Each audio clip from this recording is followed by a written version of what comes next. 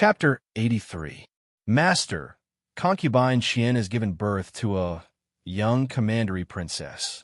Li Hongming's close servant heard the noise outside the study and went out quietly. He came back quickly, but he was very careful when he spoke, for fear of making his master unhappy. Not to mention the masters, even the servants hoped that the baby would be a young master. Many people said that it would most likely be a boy. Why didn't they bring a son? I know. Let the princess arrange it. Do what you need to do. Li Hongming continued to write something. His expression didn't change from beginning to end, and he didn't raise his head. The speed of his writing was the same. Send someone to the palace to inform imperial concubine mother. Yes. Seeing that their master wasn't angry, they were relieved, but at the same time, they felt a little cold in their hearts. Outsiders said that they followed a good master. In fact, their master wasn't so easy to serve. Perhaps his gentleness and elegance were all used up outside the manor. It was rare to see him smile in the manor, and he was never soft-hearted to those who made mistakes. After noble consort Su got the news, she paused for a moment, and there was a trace of disappointment in her eyes. Then she put it away and let the servants around her give out the things they prepared. After that, she didn't do anything. When Qianshi was pregnant, she could be said to be a treasure in the palm of the hand. If she could give birth to a son, she would still be a treasure. It was a pity that she gave birth to a daughter. Thus, other than the reward that was far below the norm, she did not receive anything. The promised position of concubine Qian was gone, and she still had to raise the debt collector who brought all these disasters to her. Originally, when she was still in the belly, she was told that if she gave birth to a son, he would be taken away, but she would be given the title of concubine Qian. She believed that she was pregnant with a son, so she put on the airs of concubine Qian. There were many people in the manor who flattered her, and they were disrespectful to Princess Rui. At that time, Princess Rui was very tolerant of her. Qian often scolded Princess Rui behind her back, saying that she was a hen that couldn't lay eggs and wanted to rob her son. She even planned to get her son back when she got the position of concubine. She also planned that if their prince ascended the throne, her son would be the eldest son, and then the emperor, and then she would be the noblest woman in the world. The child was still by her side, but her treatment directly fell from the clouds to the dust. The people who surrounded her all left in a flash. During confinement, she still had to eat leftovers. If she threw a tantrum and smashed things, she wouldn't even have anything to eat. The people in the kitchen sneered. That was the princess consort's kindness. The concubine's stomach, unfortunately, she didn't have that fortune. She only had the life of a concubine. She still wanted the same treatment as the princess consort. Was she dreaming? And those women who were envious of her all came to ridicule her. She used to be arrogant because of her belly, but now she was trampled on miserably. She shouted to see the prince. Unfortunately, even if she shouted until her throat was hoarse, no one paid attention to her. Then she cursed all kinds of things and was no surprise that her mouth was blocked. She was weak after giving birth. After this, she suffered from postpartum hemorrhage. She was about to die, but no one even called a doctor for her. Before she died, she forced herself to stand up and used her last breath to grab the swaddling clothes that she didn't like and threw far away. She didn't know when the crying stopped. It was less than 24 hours from the time she gave birth to the day she died. Princess, concubine Qian suffered from postpartum hemorrhage and died. Young commandery princess is weak, so she also died. Princess Rui was stunned for a moment. Bury her. Send more things to the Qian family. Tell the Ministry of Personnel to mention it to anyone in the Qian family. Prince, concubine Qian suffered from postpartum hemorrhage and died. Young commandery princess is weak, so she also died. Li Hongming still didn't raise his head. Just report it to the princess. Why do you tell me? Princess, concubine Qian suffered from postpartum hemorrhage and died. Young commandery princess is weak, so she also died. Noble consort Su fiddled with the bracelet on her hand and said carelessly, "She is unlucky, but she met a filial daughter. Knowing that she was lonely, she went to accompany her." If noble consort Su didn't make it so obvious when she rewarded things, even if it was a little bit more generous. If Li Hongyuan told her to take care of herself after giving birth and rewarded her casually. If Princess Ray left a little order to leave some people behind to stop the other concubines at the mountain gate and to hug the young commandery princess when they knew it was her, then Qianshi wouldn't have died, and that poor child wouldn't have been thrown to the side to fend for himself without even drinking a mouthful of milk. In the end, it was because these people were used to being aloof and regarded human lives as grass. They could ignore and do nothing for people who didn't benefit them. Princess Rue still felt pity for a woman like Qianshi, but that was it. She wouldn't find trouble for herself because of that bit of pity and extend a helping hand. No matter how pitiful and sad they were, they couldn't escape the fact that they stole her husband and could threaten her child at any time. At the same time, Jin Xinhuang returned to the capital. Unlike when they left the capital, they returned with great momentum. In addition to the Xinhuang's ceremonial guards, there were also thousands of guards.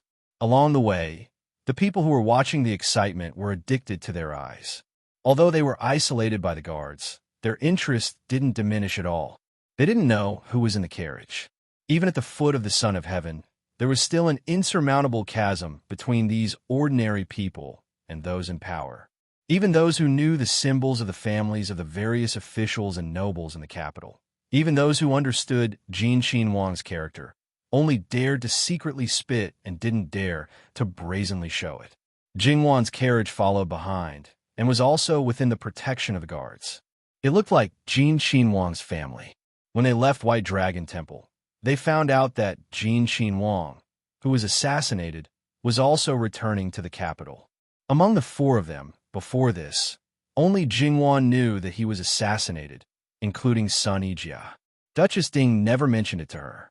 It wasn't until Sun Yijia received the news of her marriage and Zhang Shi inadvertently mentioned it that they found out. Soon after, Jin Xinhuang was found and White Dragon Temple was placed under martial law. Because of the martial law, the matter became more and more conspicuous. In front of White Dragon Temple, the two sides faced each other. His face was expressionless, his eyes were cold, and he stood with his hands clasped behind his back. Even if he had an incomparably handsome face, it still made people shudder. In addition to that unapproachable aura, people didn't dare to rashly approach him. Yuan Xiaoqiao, who spoke ill of him 2 days ago, always felt that his gaze clearly fell on her body, like a poisonous snake that made people's hair stand on end. Sun Yijia calmly looked at him and didn't have the slightest intention of covering up the white cloth on her face. However, when she met his eyes, Sun Yijia understood that he already knew about the marriage between them. She couldn't see his opinion on this marriage from his face. However, it didn't matter, right? Zhou Shuang couldn't see anything, but that didn't mean that she couldn't feel the cold atmosphere around her. She couldn't help but shrink her body and didn't dare to breathe. The faces of the Furins were also not so good. Only Jingwan was affected the least by him. However, she still inexplicably felt that his gaze contained a deep meaning. It was very easy to understand. She was perhaps the only outsider who understood the real situation after his injury, and was also the one who bluntly refused to enter Jin Xinhuang Fu. During these days of waiting for Li Hongyuan's decision, Jingwan's heart was actually still somewhat apprehensive. However, when she heard about his rather legendary rescue process, Jingwan knew that the matter of her intimate skin contact with him had already been completely overturned. However, through this matter, Jingwan also saw many more things. This Jin Xinhuang might not be like the rumors, blindly relying on the emperor's favor and only pursuing an extravagant and unfettered life. He had no power and didn't fight for power because he knew that she might have touched on something that shouldn't be touched. To a certain extent, she, including the Luo family, feared that they couldn't be separated from this Jin Xinhuang. The more you know, the faster you will die. If you don't want to die, then think of a way to make the other party trust you, even to the extent of treating you as a confidant. However, Jingwan didn't regret telling this matter to her grandmother and indirectly told her grandfather. Even if she told Jin Xinhuang that she didn't mention anything about saving him to anyone, the other party might not believe it. If he took this opportunity to secretly find the Luo family, then she could only rely on her grandfather to deal with it. Also, because of that different state of mind, she wasn't frightened by his imposing manner. Jingwan actually felt the imposing manner of a monarch descending to the world from his body. She had never seen the emperor's face and didn't know what kind of aura the so-called dragon's face and heavens might had. Her feelings told her that what Li Hongyuan wanted her to see was it. Jingwan very naturally moved her gaze away. However, it was at this moment that she inadvertently saw Ruan Fangfei on the other side. She clearly saw the way she looked at Li Hongyuan. If Jingwan was only a 14-year-old girl born and raised here, she probably wouldn't understand what that was. However, she wasn't. She was very clear on what that represented: infatuation, possession, and even the desire to control. Jingwan couldn't help but tremble slightly. What about the lotus flower that emerged from the water? Would a normal girl have these kinds of feelings for such a terrifying man like Jin Qinhuang? If it was only admiration and infatuation, then it was fine. After all, he was a Qinhuang and also had a good appearance. But possession and control, the depth of love might make one want to possess. Then what was it that made her want to control? That was already a psychological distortion that was somewhat perverted. Okay? Was there some terrifying secret hidden in the Grand Secretary Ruan Darren's backyard? Otherwise, how could he raise such a strange girl? Or was it that Ruan Fangfei was really like what she thought? Did she really have a past life? And that she herself was a pervert? Where Jingwan was present, the attention that Li Hongyuan gave to others was absolutely charity. Of course, he would control himself. Even if all of his attention was on her, he would not let others notice. With a so-called fiancé present and an abnormal Ruan Fangfei present, letting others discover where his mind was, wouldn't that push Wan to the forefront of the storm? With such attention, how could Li Hongyuan not notice the subtle changes in Jingwan? Following her line of sight, he swept a glance, and without stopping, he waved his sleeves and boarded the carriage. His movements were too fast and too sudden, making the brothers who came to pick up their younger sister slightly hesitate. After some hesitation, they went up the mountain to pay their respects and fell into an awkward position. Ruan Fangfei's performance. How could Li Hongyuan not know? In his previous life, although Ruan Fangfei also admired him and did some things that ordinary people would not do, it was far from the extent that it was now. The worse his reputation was, the worse it was, the more she liked it, the more she wanted to get close to him, the more she wanted to control him. Ah, such an arrogant and conceited woman. After she was no longer useful, how should he tidy her up to make people feel more comfortable? For people with dark hearts, there were two kinds of people in this world that were the most attractive. One was people who were similar to themselves because they understood each other and could often reach a mutual understanding. The other was people who walked on the opposite end of the spectrum. They had something that people who walked in the dark hated, but also yearned for.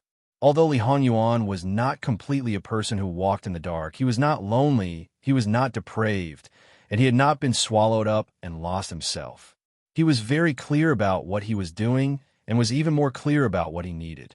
However, he could not be considered a normal person. He had no interest in people like Ruan Fangfei. That kind of pure and flawless woman was also not his goal. He was firm, obsessed, and there was only one. If those eyes of Ruan Fangfei appeared in Wan's eyes, try to imagine that scene. Li Hongyuan suddenly curled up his body and trembled slightly. That was his body's instinctive desire, excitement, and clamor. He did not seem to care at all that he had stripped himself completely, allowing her to easily control him. Jingwan, who turned to get into the carriage, inexplicably felt her hair go numb, as if there was danger approaching in the dark. She could not help but frown. Could it be that something was going to happen again? Eunuch Mu was also not feeling any better. After his master saw Miss Luo, why did he start to go crazy for no reason? Master, take it easy. There's so many people around. If they hear you, your reputation. Eunuch Mu suddenly lowered his head helplessly. His master's reputation couldn't be worse. He lowered his head and pretended to be dead. He also pretended not to see the strange expressions of the people closest to the carriage. Because it was inconvenient for each of them, they did not squeeze into the same carriage on the return journey. With apprehension, Jingwan's mood was taut all the way, fearing that something unexpected would happen again. However, until they entered the city gate, everything was safe and sound. Jingwan was puzzled. Could it be that the bad feeling was not directed at them? But Jingwan's gaze turned to the front, although she could only see the curtain blocking the carriage door. Could it be that after failing to put him to death once, they dared to assassinate him again in today's situation? Previously, it was not possible at Bai Long Temple, and it was even more impossible under this heavy guard. If they really took the risk to this extent, did it mean that the threat of Jin Prince Li Hongyuan was far beyond imagination? Until the carriages of each family separated, until Jingwan entered the Luo family's gate, nothing happened. Could it be that something went wrong? But that lingering feeling of danger was still there. Jingwan lowered her head and fiddled with the small red sandalwood prayer beads on her wrist. Each bead was round and smooth. Her mother saw that she had one accident after another, and in addition to her grandmother's special instructions, she went to Great Master Liao Chun to ask for it. Jingwan knew that the value of this string of prayer beads was not as simple as Great Master Liao Chun personally consecrating it. The original small red sandalwood beads were not low in age, and after being made into prayer beads, it was at least 200 years old. It was not an exaggeration to say that it was priceless, but Great Master Liao Chun easily gave it to her. What did Great Master Liao Chun say at that time? She had fate with it. It could drive away evil spirits, avoid disasters, and protect her safety, so she must not give it to others. Jingwan fiddled with the prayer beads one by one, and her heart suddenly calmed down. If it was a blessing, it was not a disaster. If it was a disaster, it could not be avoided. So thinking too much was useless. Jingwan went to the main courtyard to pay her respects to old Madame Luo. Seeing that Jingwan's complexion was good and her spirit was also good, she was relieved. After all, she had just returned, so old Madame Luo did not keep her long and let her go back to rest. As she passed by the garden, Jingwan saw Luo jingling in a cluster of flowers. She was tugging at the petals from time to time, and her eyes were unfocused. Jingwan was right in front of her, but she did not react at all. Suddenly, she laughed foolishly, and it felt like she was in a dream. Jingwan did not know what expression to show. She had only been away for a few days.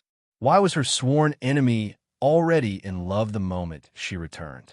Luo Jingying's servant girl saw the way Jingwan was looking at her young lady and could not help it.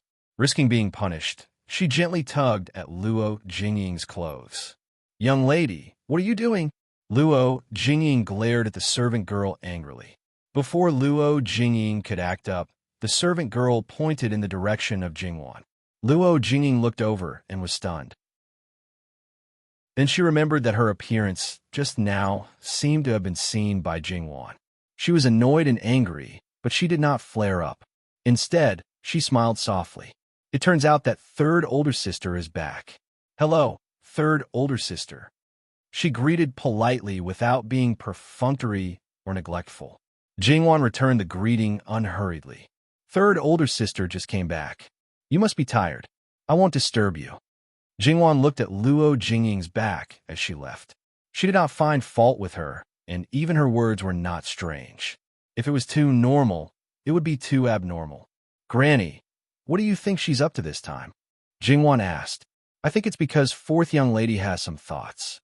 She is quiet and does not want to be disturbed. Naturally, she will be peaceful." Jingwan sighed in her heart. The power of love was really strong. She did not know which family he was from. However, the man who could make Luo Jingying fall in love with him was probably not ordinary. He might even be a member of the imperial family. It had nothing to do with her. As long as she had the ability, even if she became a favorite concubine of the imperial harem, Jingwan would not raise her eyelids. Back to Begonia House, Jingwan asked the wet nurse about what had happened these days. In addition to the big events in the city, the most lively thing in the backyard of the Luo family was probably the third branch. From the moment Luo Rongping blatantly protected Huan Yang, Mrs. Lu basically had a falling out with him. Relying on Madame Luo's support, she directly attacked Huan Yang. Relying on her status as the mistress of the house, she had no scruples about torturing a concubine. She was really bold and unrestrained. It was precisely because she used all her means on the surface. It was simple and crude. Huan Yang, who was better at dirty tricks, really didn't have much power to resist. The most important thing was that she was limited by her status. What Mrs. Lu could do, she couldn't. If she dared to do it, Mrs. Lu dared to directly sell her or even beat her to death. Huan Yang had all kinds of grievances, but she was extremely tolerant. She did whatever Mrs. Lu asked her to do. Anyway, she didn't let Mrs. Lu catch her. She didn't even tell Luo Rongping that she was bullied by Mrs. Lu. Her image of compromise was to the extreme. Many servants couldn't stand it. After all, Huan Yang was pregnant. Mrs. Lu looked at them coldly. She naturally knew what the servants were saying behind her back, but she did not say anything about it. She even let these words spread until all her deeds were known by Luo Rongping. Then, Luo Rongping naturally found Mrs. Lu. As a result, an unprecedented quarrel broke out between the husband and wife. Then, Luo Rongping saw Mrs. Lu's hidden madness and ruthlessness. Mrs. Lu even almost scratched Luo Rongping's face, but because he dodged, his neck was injured. Luo Rongping even said that he wanted to divorce his wife. Mrs. Lu gloomily stared at him.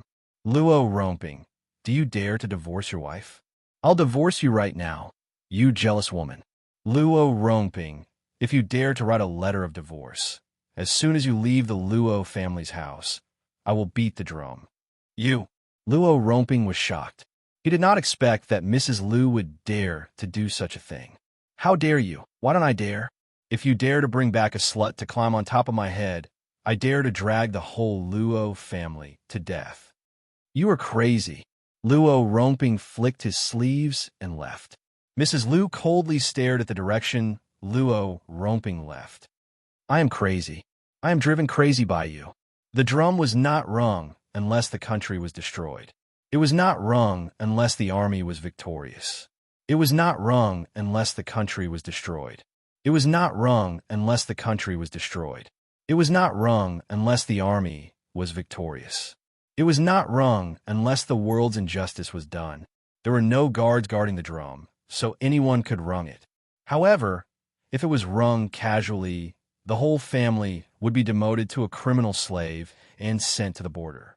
If it was rung casually, the whole family would be exterminated. Just because of a dispute in the backyard, Luo Peishan was a minister of the Ministry of Rights. Luo Rongping was afraid to shoot the rat for fear of breaking the vases. He had to go back to appease his little wife. He told her not to pay attention to Mrs. Lu. Mrs. Lu didn't need to send someone to look for her. Huan Yang quietly listened. From time to time, she would comfort Luo Rongping with a few words. The man was unreliable, so she could only rely on herself. Therefore, Huan Yang shrank in the courtyard and did not go out. She had nothing else. She just had a little money. If she couldn't buy someone with 10 taels of silver, she would spend 100 taels. If Mrs. Lu was not easy to deal with, she would lay her hands on her son. Back and forth, fighting openly and covertly. It was simply too lively. Rung the drum. Third aunt really can't be underestimated. Mama, is there really no one guarding the drum? There wasn't before, but it has been there since 6 years ago. It's just that the people are in the innermost layer and the people outside can't see it. EY? It was impossible for there to be no reason for the sudden increase in guards. Mama Gong paused, because Jin Xinwang, who had just left the palace, was bored and climbed the drum tower. He almost rung the drum. Since then, His Majesty ordered people to guard the drum tower. Jin Xinwang. Jingwan was speechless. It's reasonable to say that there shouldn't be many people who know about this. How did Mama know? I accidentally heard it when I was in the palace. Luo Jingying returned to the third branch. After her father and mother had a big quarrel, her father never appeared in the main courtyard of the third branch. Today, he was unexpectedly here and had sent all the servants out. Luo Jingying was worried that they would quarrel again, so she went in regardless of being stopped. Prince Kong is destined by the heavens. If Immerse can marry him. Chapter 84. Prince Kong is destined by the heavens. If Immerse can marry him and become his consort, when he ascends the throne in the future, our Immerse will be the mother of the world. In this way, who would dare to look down on our third branch? As the Guizhong, you should at least be a marquis. Luo Rongping held a teacup and raised his eyes to look at Lu Shi. If Immerse can win over the emperor's heart and whisper pillow talk, even if your Lu family can't recover its former glory, at least it will make the Bo Fu look the same as it was in the past and have infinite glory. Lu Shi clenched the handkerchief in her hand, not because of anger, but because of excitement.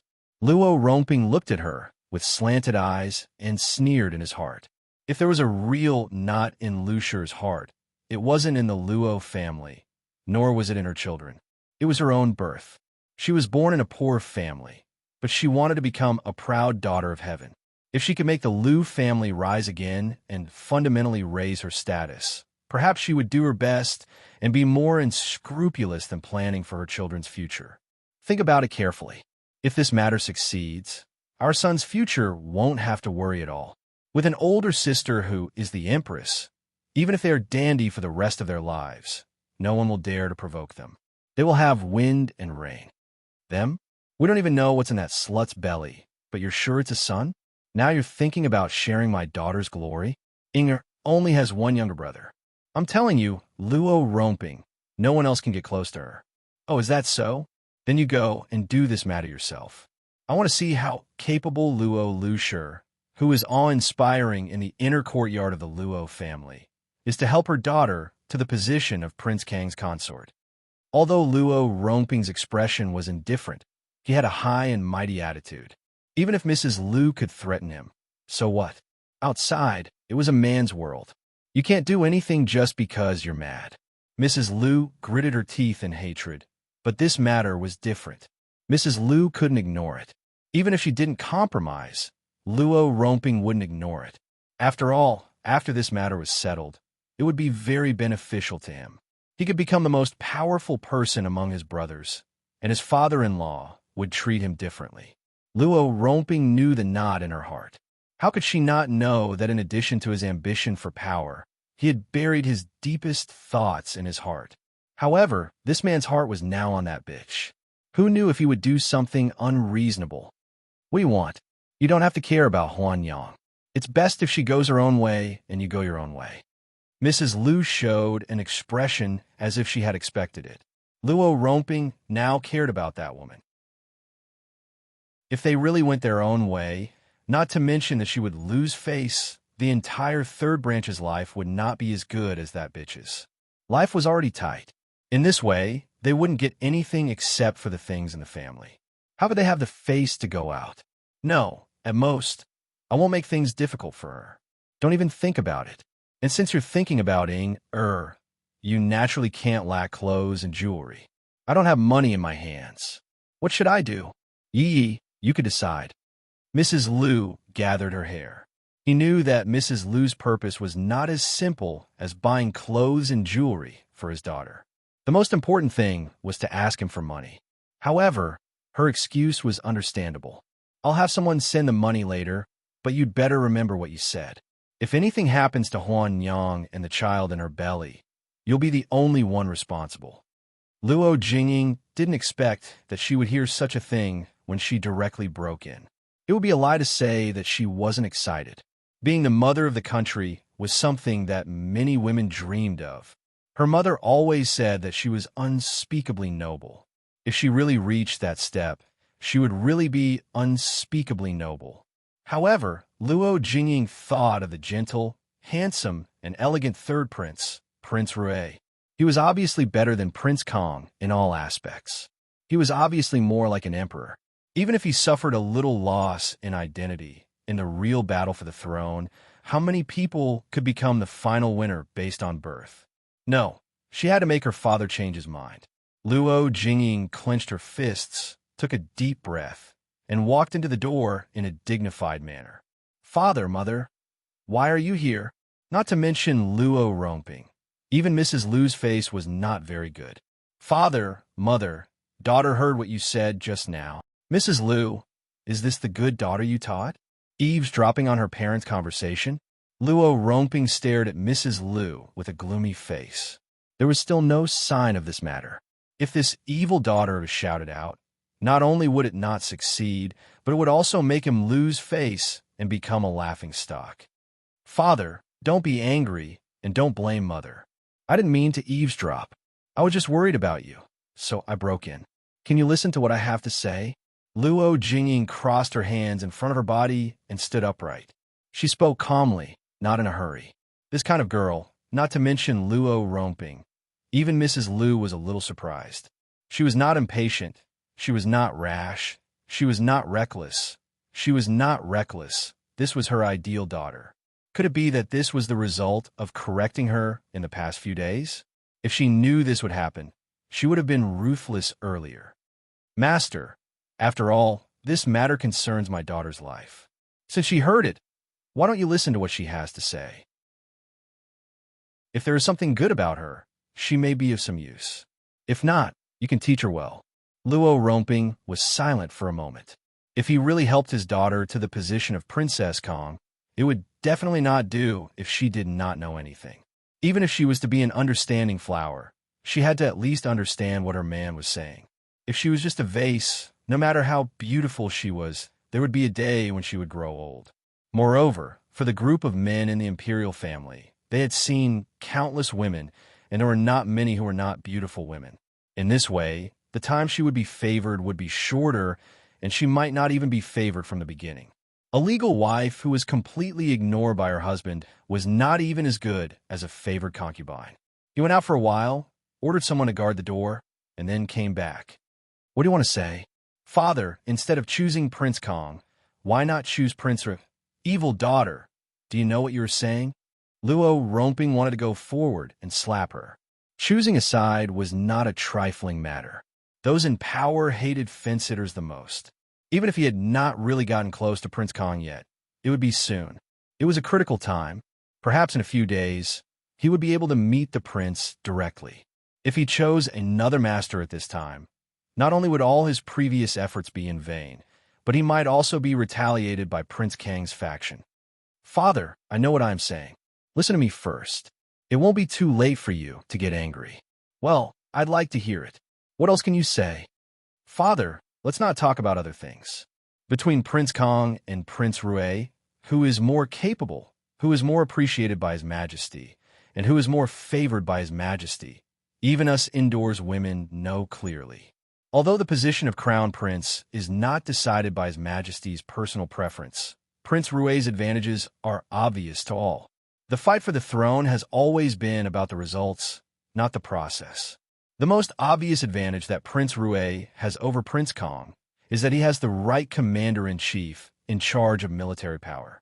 To put it bluntly, even if Prince Kong ascends the throne, if Prince Rue is unwilling before Prince Kong stabilizes the throne. Luo Jingying paused, but Luo romping knew what she meant. Go on. Father's wisdom is unparalleled. I believe that when you were choosing, your real goal was not Prince Kong. Was it? Naturally, it was not Prince Kong. It was just that at that time, Prince Rue had no choice but to side with Prince Kang's faction. Even if it was so what? You have to know that if you abandoned Prince Kong and chose Prince Rue, not to mention the position of Wang Fei, it would be hard to say if you could even become a side consort. Do you think you're so cheap? Then what are the chances that father can make daughter Kong Wang Fei? It's not that daughter is looking down on father, but based on our family, even if eldest sister is not married, there's not much hope for her to become Prince Kang's second Wang Fei, right? Why should I? In order to achieve her goal, Luo Jingying, who had always been loftier than the sky, had belittled herself like this for the first time. She thought that she did not mean what she said, but this was the truest truth that she was unwilling to face and admit. But Prince Rue is different. It is much easier to obtain the position of side consort. Even if I can't do this, what if daughter can give birth to a son for Prince Rue? Don't forget The concubine in Prince Rue's residence who had high hopes also did not give birth to a son. This matter was released by someone with ulterior motives, and almost everyone knew about it. Prince Rue has been ridiculed a lot these days. If daughter gave birth to Prince Rue's eldest son, he may be able to become the son of the first wife in the future. The affairs of the world are unpredictable. Who can say for sure? With Prince Kong, there will be no such advantages. Even if daughter is a Wang Fei and gives birth to a son of the first wife, she will still be inferior to the son of the first wife. Father, don't you think so? Luo Rongbing frowned and quietly pondered. He had to admit that his daughter's words were reasonable, but he did not want to waste all his efforts and take risks, not to mention how to establish a relationship with Prince Rue. Luo Rongbing threw out the problem. He wanted to see if this daughter, who had made him look at her in a new light, could give him a pleasant surprise. Wealth comes from danger. It depends on whether father dares to do it or not. What do you mean? Be a nail for Prince Rue to plant in Prince Kang's faction. You really dare to say that. One mistake, and you will lose your life. Luo Rongbing looked at her coldly. That's why wealth comes from danger. This is the fastest way to gain Prince Rue's trust and an important position. Compared to slowly climbing up in Prince Kang's faction, it is much better to be mediocre for the rest of your life. In this way, wouldn't it be logical to mention the matter of daughter entering Prince Rue's residence? That Si Fei position might be easily obtained without any effort. As for how to establish a relationship with Prince Jin, daughter was on the street 2 days ago. Luo Jingying played down the matter of Prince Rue, helping her out of her predicament. Although Prince Rue doesn't care about a color glass lamp, we can't not care about it. Father, use this as a reason. There must be a way to establish a relationship. Lucia slightly narrowed her eyes as she looked at her own daughter. It really made her somewhat surprised. Luo Rongbing sunk into contemplation. It was clear that his heart was really moved. Previously, when he mentioned to Lucia about marrying his daughter to Prince Kong, he did have that idea. He said it so solemnly, but wasn't it because Lucia didn't understand the outside world? In fact, he was very clear that to achieve his wish, the possibility of daydreaming was higher. He mainly did it for Huan Yang. He hoped to use this as a condition to fool Lucia and make her restrain herself a little. He just didn't want to accidentally hit the road and get an unexpected harvest. Father will think about this matter carefully. Looking at Luo Jingying for the first time, he became very amiable. You performed very well today. This is how Luo Rongbing's daughter should be. You must continue to maintain it. Father doesn't want to see you like before, always doing stupid things. Daughter was young and insensible before, making father worry. In the future, I will certainly not be like this. Luo Rongbing got up. I'll go first. Lucia got up slowly and sent Luo Jingying off with Luo Rongbing. Then, she sat back and looked at Luo Jingying with a measuring gaze. Luo Jingying felt very uncomfortable under her gaze. These days, her fear of Lucia was really increasing day by day. She couldn't help but shrink back a little. Mother, what's wrong? I thought you had really grown up. It turns out that you're just a flower. You won't last long. Lucia faintly said. Mother, Luo Jingying was embarrassed by her sarcastic words. Your attitude was very good just now. Why can't you continue to pretend? Because you've achieved your goal. Without a goal to support it, you can't hold it anymore? Luo Jingying's lips wriggled twice, and her expression was somewhat evasive. Mother, what are you talking about? You grew up under mother's eyes. You can hide your little thoughts from others, but can you hide them from me? Do you have a crush on Prince Rue? Mother, no, if you have a crush on him, then so be it. Lucia waved her hand to interrupt her. This time, your taste is not bad. Straighten your back. You have the courage to say those words to your father. You can also be neither servile nor overbearing, open and generous. Now that I haven't done anything to you, you're already shrinking back? I've told you before, in front of anyone, you have to show the same magnanimity as before, including me. Since you have that ambition, you must have the corresponding ability and self-restraint. Luo Jingying subconsciously straightened her back, but her eyes were still a little erratic. Mother, you're not angry? Why should I be angry? Prince Rue is indeed a good candidate. Compare to Chen Jingmin, who knows how many times better he is. If this matter is successful, Luo Jingwan and those people will be nothing. You can easily trample them under your feet. However, you must not be complacent about this matter. Other than your father and us, you can't let anyone else know. Otherwise, when the time comes, our entire family will have to bear the consequences. Do you understand? Mother, I know the severity of the matter. I absolutely won't say a word. Go back to your room. I want you to learn etiquette, how to deal with people, and some other things from the etiquette instructor. You won't be perfunctory and feel uneasy anymore, right? Luo Jingying's face was a little hot. Mother, daughter was insensible in the past and didn't know your good intentions. In the future, I will definitely learn well. It's good that you know. Go. Daughter will take her leave. The family of three thought that they did it secretly, but who knew that there was a kind of scheming person in this world? Not long after, these words all fell into Gong Mama's ears. Gong Mama's face was still expressionless. She wouldn't tell Miss about this matter, mainly because it wasn't as fierce as before with the third branch. Almost everyone in the Luo family knew about it. This matter could be considered as a family secret plot. If everyone knew about it clearly, anyone would be suspicious, let alone someone as exquisite as Mississippi Jingwan concentrated on taking care of her precious flowers and plants. For the time being, she put aside the matters of the outside world. After all, Yuan Xiaoqiao and Zhou Lingshuang's bodies could only be slowly nurtured. She wasn't a doctor, so she couldn't help at all. As for Sun Yijia's marriage, it was the highest authority of the Qi Yuan dynasty. No one could say anything about it. Now, she hoped that the daring Jin Qinhuang, who was known as the living king of hell, could mess up this marriage. Although the imperial family broke off the engagement, which had a great impact on a woman, Sun Yijia was different. In any case, she was already disfigured. If she stayed in Dingwa Gongfu, there would be a few people to protect her. Everyone thought that Li Hongyuan would enter the palace as soon as he returned to the capital. Even if he didn't go to mess up the marriage, he should go and pay respects to his Fu Huang Mufei.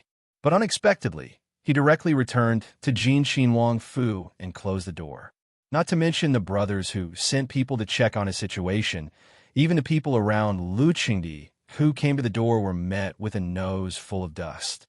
Lu Qingdi was so angry that he flipped the table and smashed the booklet. He roared and cursed, but everyone could hear that no matter how angry he was full of energy. It could be seen that when Jin Xinhuang returned, his spirit also came back. He scolded for less than an hour. Evil creature, unfilial son, ungrateful wretch without stopping. Originally, at this time, he was still in the imperial study discussing matters with the courtiers and 2 or 3 of his sons.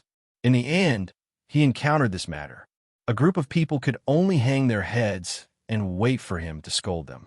However, Li Hongyuan, he wasn't here at all. It was so embarrassing. Whoever was in front of him was unlucky. Many people could do this kind of thing, let alone the emperor. Doing it was even more natural and self-righteous. No one could refute or protest. If you dared to snort at him, he would immediately cut you to death. He was not below one person, only above millions of people, so he was willful and unreasonable. The Grand Secretary of the Cabinet, Ruan Rue Zhong, Ruan Darren, had never made a mistake in political affairs. At this time, he was also scolded like a dog by Lu Qingdi. To say whether he resented the main culprit, Jin Xinhuang, in the beginning, there might be, but time after time, he had long gotten used to it. No matter how angry or resentful you were, it was useless and would harm the body. The best way was to listen and wait for Lu Qingdi's anger to subside, or wait for Jin Xinhuang to enter the palace to let Lu Qingdi transfer his anger. However, listening to Lu Qingdi's scolding, the people below more or less dispelled the idea that Lu Qingdi had already found Li Hongyuan. Whether a person was really angry or pretending, especially in this kind of emotional situation, after a long time, it could still be seen. They didn't know how many cups of tea Lu Qingdi had drunk, but finally, he slowly stopped scolding. After scolding, the political affairs had to continue. After reluctantly dealing with the political affairs, Lu Qingdi let the sons of the officials scram, and then went straight to the Jade Essence Palace in anger. Without waiting for Imperial Consort Su to salute, he said, "That evil creature, an unfilial son. Zhen is so angry. Missing for so long, doesn't he know that his father will be worried?" Coming back, he didn't even enter the palace to pay his respects. If it was someone else, Zhen would have already taken his head. For this kind of situation, Imperial Consort Su had long been accustomed to it. She personally poured a cup of tea for Lu Qingdi. "Your Majesty, calm down. You should let Qinxie say it. The reason why Yuana dared to be so unscrupulous was because of your indulgence." Jin indulged. "Isn't it because of my beloved consort?" Lu Qingdi glared. Imperial Consort Su wasn't afraid at all. She looked at him with a smile and stroked his chest. Yes, Qinxie indulged. But if your Majesty didn't indulge Qinxie also didn't dare to indulge Yuana. In the end, it was your Majesty who indulged him. Lu Qingdi angrily glared at her, refusing to admit that the evil creature's current virtue was mostly because of himself. Why didn't Li Hanyuan directly enter the palace? Why didn't he say that Mu Gonggong had the most right to speak, but it was also very difficult to say? When Li Hanyuan returned to Jin Xinhuang Fu, he directly bathed and changed his clothes. Then, he lay back on the bed and refused to move. With his dead appearance, you still expect him to enter the palace, expect him to receive guests? Wait until he was willing to slow down. That's right, he was willing. Li Hongyuan's slowed down lasted for 3 days, making Lu Qingdi's patience almost reach its limit. If he still didn't enter the palace, he would definitely send people to surround Jin Xinhuang Fu and capture him into the palace. Li Hanyuan wore the imperial attire of a Qinhuang. From head to toe, there wasn't a single spot. His entire person had an imposing appearance and was extraordinarily handsome. Excluding other things, just based on his bearing and appearance, there weren't many girls who wouldn't be convinced by him. Mu Gonggong tidied up the corner of his clothes for him and sighed in his heart. If outsiders knew the real master, he was afraid that all the girls in the capital would be dead set on him. However, Li Hanyuan only occasionally went to court and generally wouldn't wear the imperial attire. What happened today? So solemn. Xinhuang Fu's imperial attire. Xinhuang Fu's ceremonial attire. The main gate of Jin Xinhuang Fu opened, and he mightily went out. There were many Xinhuang Fu in this area.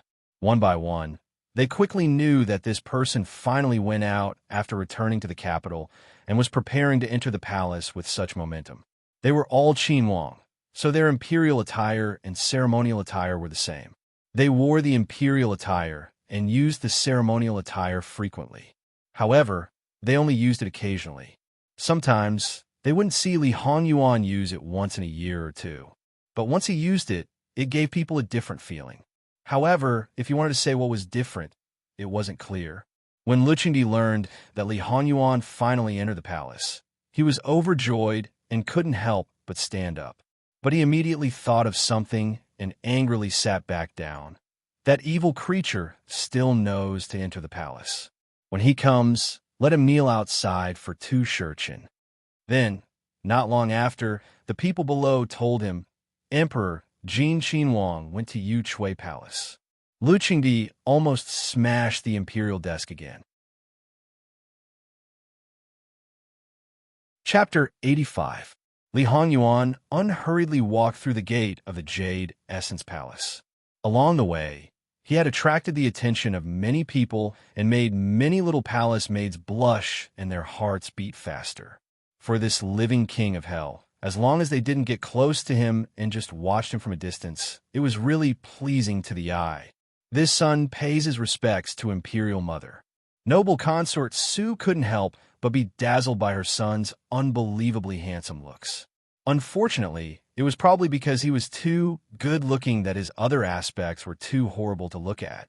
If he could be a little better in other aspects, or not have such a bad temper, or not be so lustful, or be able to do some proper things instead of not doing proper work, then even if he was a jinx to his wife, there wouldn't be no one to take care of her. It was a sad thing to talk about. Quickly rise. How are Yuaner's injuries? I've troubled Imperial Mother. This son is fine now. Imperial Consort Su was still in good spirits, but she had lost some weight. It was probably because she didn't have any news of him a few days ago and couldn't eat or sleep well. Knowing that he had returned to the capital safely, she was relieved and recovered some of her energy. It had only been 10 days, so his injuries naturally couldn't have healed. However, for someone who could move freely in less than 20 hours, her worries were unnecessary. How could be fine? Imperial Mother heard from the Imperial Physician. Look at you, child. If your injuries haven't healed, you should have just told your Imperial Father to rest at ease and recuperate in the manner. Yet, you didn't say a single word, causing your Imperial Father to be anxious all day long. The courtiers suffered, but they didn't dare to blame your Imperial Father. Instead, they marked you down. Have they not put a small mark on the son's head? It's not that big of a difference. Li Hongyuan said indifferently. Imperial Consort Su was also very helpless about his sloppy and careless attitude. Where did you go wrong? How did you become like this? It has nothing to do with Imperial Mother. It's this son's own fault. Li Hongyuan was absolutely obedient in front of Imperial Consort Su compared to when he was at odds with Lu Chengdi and occasionally talked back. Since you know your own fault, can't you change it? It's been a long time and can't be changed. Or is it that Imperial Mother doesn't care about me anymore? Are you starting to dislike me? Li Hongyuan looked at noble Consort Su with a faint expression. Imperial Consort Su inexplicably saw the grievance in his eyes. Her heart softened, and her temper immediately dissipated. All right. Don't look at me like that. Do whatever you want. Your Imperial Father doesn't care about you, and you're already in your 20s. I can't be bothered to care about you. She still had to blame her son for being too handsome. Even a slight softness in his gaze was unbearable. It was no wonder that those women would die after being pampered by him for a few days. Even she, as his mother, could succumb to him. You came directly to this consort again? Why don't you go to your Imperial Father first? He'll be jealous again. Imperial Consort Su said angrily. Li Hongyuan curled his lips into a smile. Is Imperial Father jealous of your son or Imperial Mother? Noble Consort Su was startled by his sudden smile and became angry. She grabbed the teacup beside her and threw it at him. Your Imperial Father was right. You're a vile creature. You even dare to play with your Imperial Mother? It's been too long since this consort taught you a lesson. Are you itching for a beating? Do you believe that this consort won't beat you up again today? Li Hongyuan pretended to dodge. He knew that the teacup was still far away from him. How could noble Consort Su really want to hurt him? Imperial Mother, don't be angry. This son knows his mistake. Noble Consort Su sneered. You know your mistake. You know your mistake. When have you not known your mistake, and when have you changed? It said that there's nothing better than knowing your mistake and being able to change. What if you don't change after knowing your mistake? I'll definitely change this time. There won't be a next time. Imperial Mother, don't be angry and harm your health. Li Hongyuan hurriedly said. Noble Consort Su was startled. Her first reaction was, why was he so obedient this time? Then she inexplicably felt sad. No matter how much of a scoundrel Yuano was, as long as his mistake was related to her, he would always change immediately. As he said, he wouldn't make the same mistake a second time. She knew that he loved her dearly, but as a mother, how could she really care about her son's small mistakes? However, this child was so serious every time. If she really pointed it out, she was afraid that he wouldn't know what to do. Remember to pay respects to your Imperial Father first in the future. She didn't mention this matter. If I go there first, I probably won't be able to come over today. Li Hongyuan was very considerate and didn't mention it again. In the future? Let's talk about it in the future. What are you planning to do now? Noble Consort Su's entire body seemed to deflate. She was very weak. Imperial Mother, don't worry.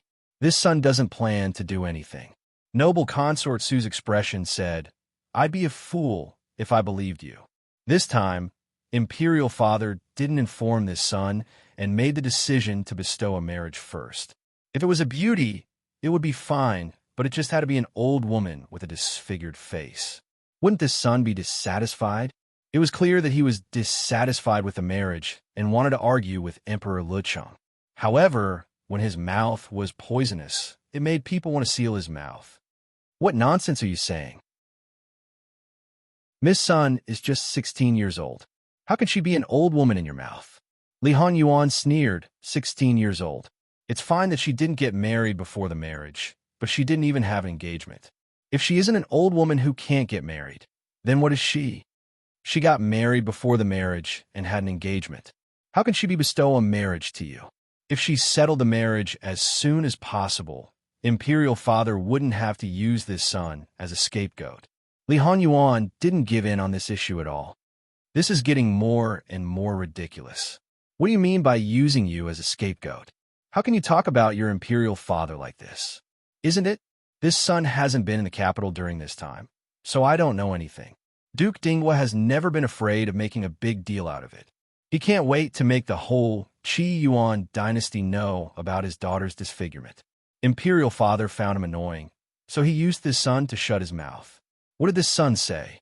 If he is really so kind and benevolent, why didn't he directly bring her into the harem? She can be a companion to the Empress. Aunt and niece can serve the same husband and spread a good story. Yuan, evil creature. Before Imperial Consort Su could speak, Lu Chengdi's angry roar came from outside. His voice was so loud that it could shake the roof tiles off. Following that, something flew straight toward Li Han Yuan. As if he had eyes on the back of his head, Li Han Yuan took a step away. With a bang, the thing fell to the ground and shattered. A piece of first-class ancient jade the size of half a palm was gone just like that. Imperial Consort Su couldn't help but feel distressed. Evil creature, what did you just say? Say it again if you have the guts. Li Han Yuan immediately used his fingers to dig his ears that were hurting from the shock. He opened his mouth and wanted to repeat what he just said, but he was pulled back by Imperial Concubine Su, who quickly walked down from the main seat. She stood in front of him and stood between Li Han Yuan and Lu Chengdi. Li Han Yuan raised his eyebrows and retracted his arm without a trace, but at the same time, he chose to shut up. This concubine pays respect to your majesty. Why did your majesty come to this concubine's place at this time? Imperial Consort Su said with a smile. If I didn't come now, wouldn't I have missed out on this evil creature's nonsense? Yuan didn't mean it. Your majesty, don't be angry. Imperial Consort Su comforted. Beloved consort, move aside. If we don't teach him a lesson today, we won't be able to get rid of the hatred in our heart. Your majesty, Yuan-Er's injury hasn't healed yet. What if the wound opens again? It's said that the injury is on the son's body, but the pain is in the mother's heart. This concubine doesn't believe that your majesty doesn't feel distressed. This concubine has been looking forward to his return day and night. If something bad happens again, wouldn't this concubine's heart ache to death? Imperial Consort Su could still hold it in before, but now she couldn't stop crying.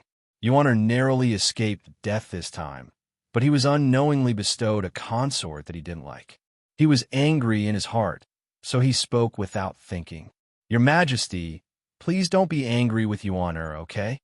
Okay, I won't be angry. Beloved consort, don't cry. When Lu Chengdi saw that she was crying so sadly, he suddenly lost his temper and hurriedly coaxed her. He turned to look at Li Han Yuan, who seemed to be a little stiff. Evil creature, don't you see your mother crying so sadly? Who is this all because of? Why don't you coax her? Li Han Yuan had never coaxed a crying woman before, so he really didn't know how to do it. At least a small part of his stiffness and helplessness was real and not purely an act. Mother, don't cry.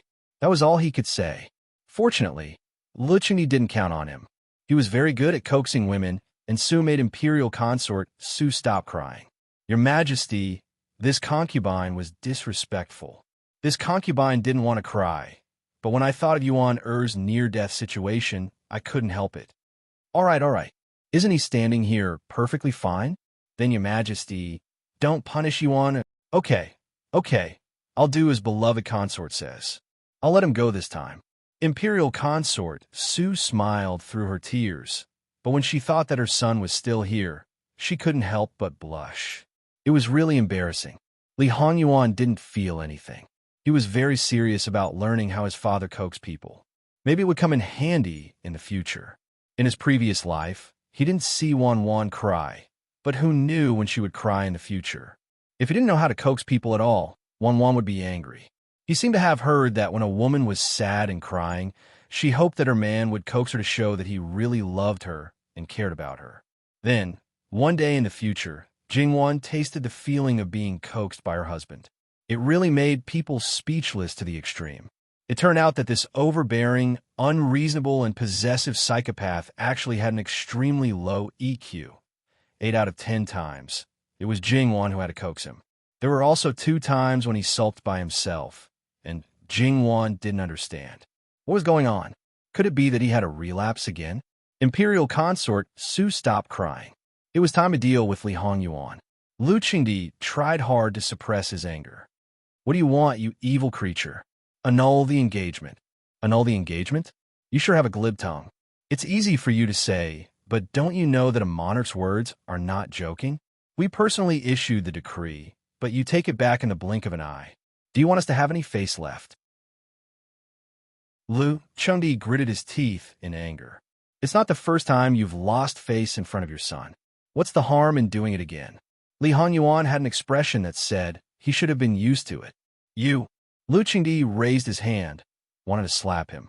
Yuana, Imperial Consort Su's voice was a bit higher and a bit shrill, but Li Hongyuan could see the trace of pleading in her eyes. Li Hongyuan paused and moved his eyes away. You gave Akin such a Wang Fei. Shouldn't you compensate Akin with something? He really did compromise. Imperial Consort Su breathed a sigh of relief. It had to be said that the anger in Lu Qingdi's chest also dissipated a lot. He was also afraid that this bastard would make a scene regardless of the consequences.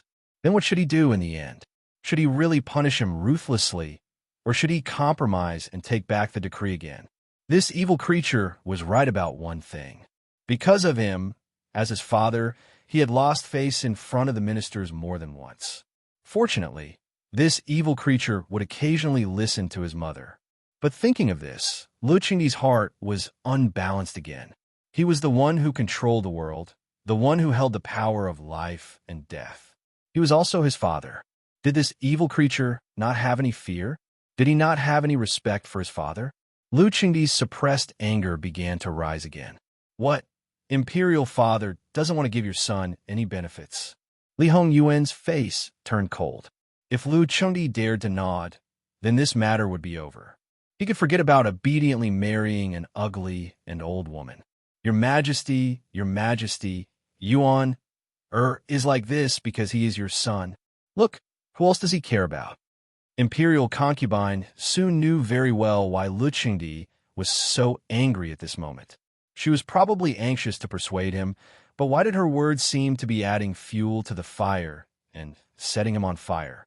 Sure enough, Lu Qingdi stared at Imperial Consort Su and said coldly, "He doesn't care about others, but is disobedient and unfilial to me. I'd rather not have such a son." Imperial Consort Su's face immediately changed. Your Majesty, you can't say that. If my sister's spirit in heaven heard it, she would be sad. Lu Qingdi's face changed, and his anger dissipated in an instant.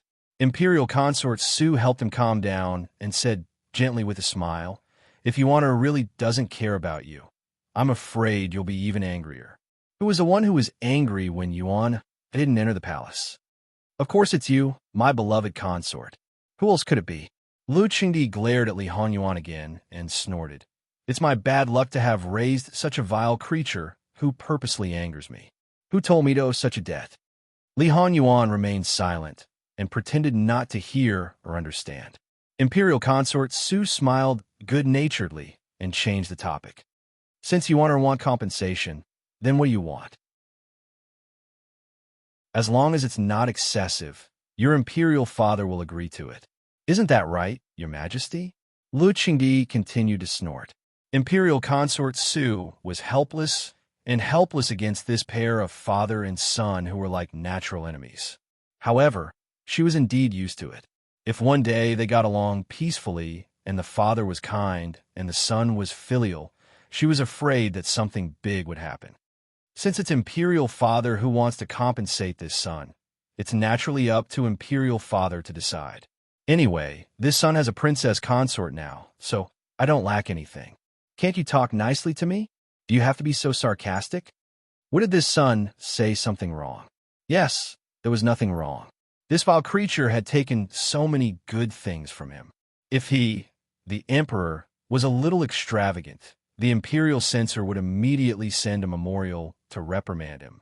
Therefore, this vile creature was more extravagant and enjoyed life than him. If you couldn't find the most precious thing in the world in the Emperor's private storehouse, perhaps you could find it in Jin Xinhuang's private storehouse. What he lacked was a wife and son. Now that he had a wife, he had no choice but to go back and find a wife to slowly give birth to his son bastard. After talking for so long, he was still brooding over the marriage. Lu Qingdi also regretted it. Why did he pull this vile creature out in order to shut Duke Ding's mouth and give him a lesson? What was he thinking at that time? Could it be that his days were too comfortable and he had to make himself suffer to be happy? If he could, Lu Qingdi wished he could go back to the time before the imperial edict was issued and burn it. Then he fiercely punched himself to wake up so that he wouldn't make a mistake. Get out of here. You're not allowed to enter the palace before the marriage. Compensation and whatnot wait. Aqan asked to be excused. Li Honyuan didn't have the slightest bit of hesitation and quickly left. He left too quickly, making Lu Qingdi unhappy again. He blew his beard and glared at him. Imperial concubine Su looked at Lu Qingdi with hidden bitterness. Qinxie still wanted to keep Yuan for a meal. Yuan hasn't accompanied Qinxie to eat for several months. Lu Qingdi glared at Imperial concubine Su. Imperial concubine Su continued to look at him with hidden bitterness. She had a posture that wouldn't move even if the seas dried up and the rocks rotted. Imperial concubine Su tilted her head and chuckled. Aunt Shi, why haven't you stopped Jin Xinhuang? Seeing Lu Qingdi leisurely walk to the main seat, she didn't say much. She was afraid that if she said one more word, he would fly into a rage out of humiliation. She clearly wanted to keep her son for a meal, but she had to say one thing and mean another. However, this awkwardness was indeed caused by Yuaner's anger. Otherwise, how could she let him, an emperor, say good words to his son and nicely keep his son for a meal? Then he wouldn't be an emperor anymore. Li Honyuan, who was stopped by Aunt Shi, wasn't surprised. He indeed hadn't eaten in the palace for a long time, so he agreed. Li Honyuan had to admit that Imperial concubine Su was a good Imperial concubine. Even if he started his life from the age of 10, he couldn't deny this point. Not to mention in the inner palace, even in the entire Qi Yuan dynasty, there weren't many who treated their children as well as she did. She didn't beat him to death or flatter him to death when she treated her adopted son. He was no different from her biological son, or even better, and this difference was also genuine heartfelt. Li Honyuan treated her as his biological mother in his previous life. He also did his best to help Li Hongming ascend the throne. In this life, there was also some sincerity in his respect for her, but most of it was gone. No matter how good she was, it couldn't erase one or two bad things. He once gave her a chance. If she gave up, he didn't mind letting bygones be bygones and taking care of her for the rest of her life. He could even spare Li Hongming's life, but she still did the same thing as in her previous life. He returned. Imperial Father, have you finished dealing with the political affairs at this time? The ministers have worked hard. What he meant was that they didn't do their own things and threw them to others. I spent so much money to support them. Naturally, they have to share my burdens. Otherwise, why would I support them? He glared daggers at Li Honyuan.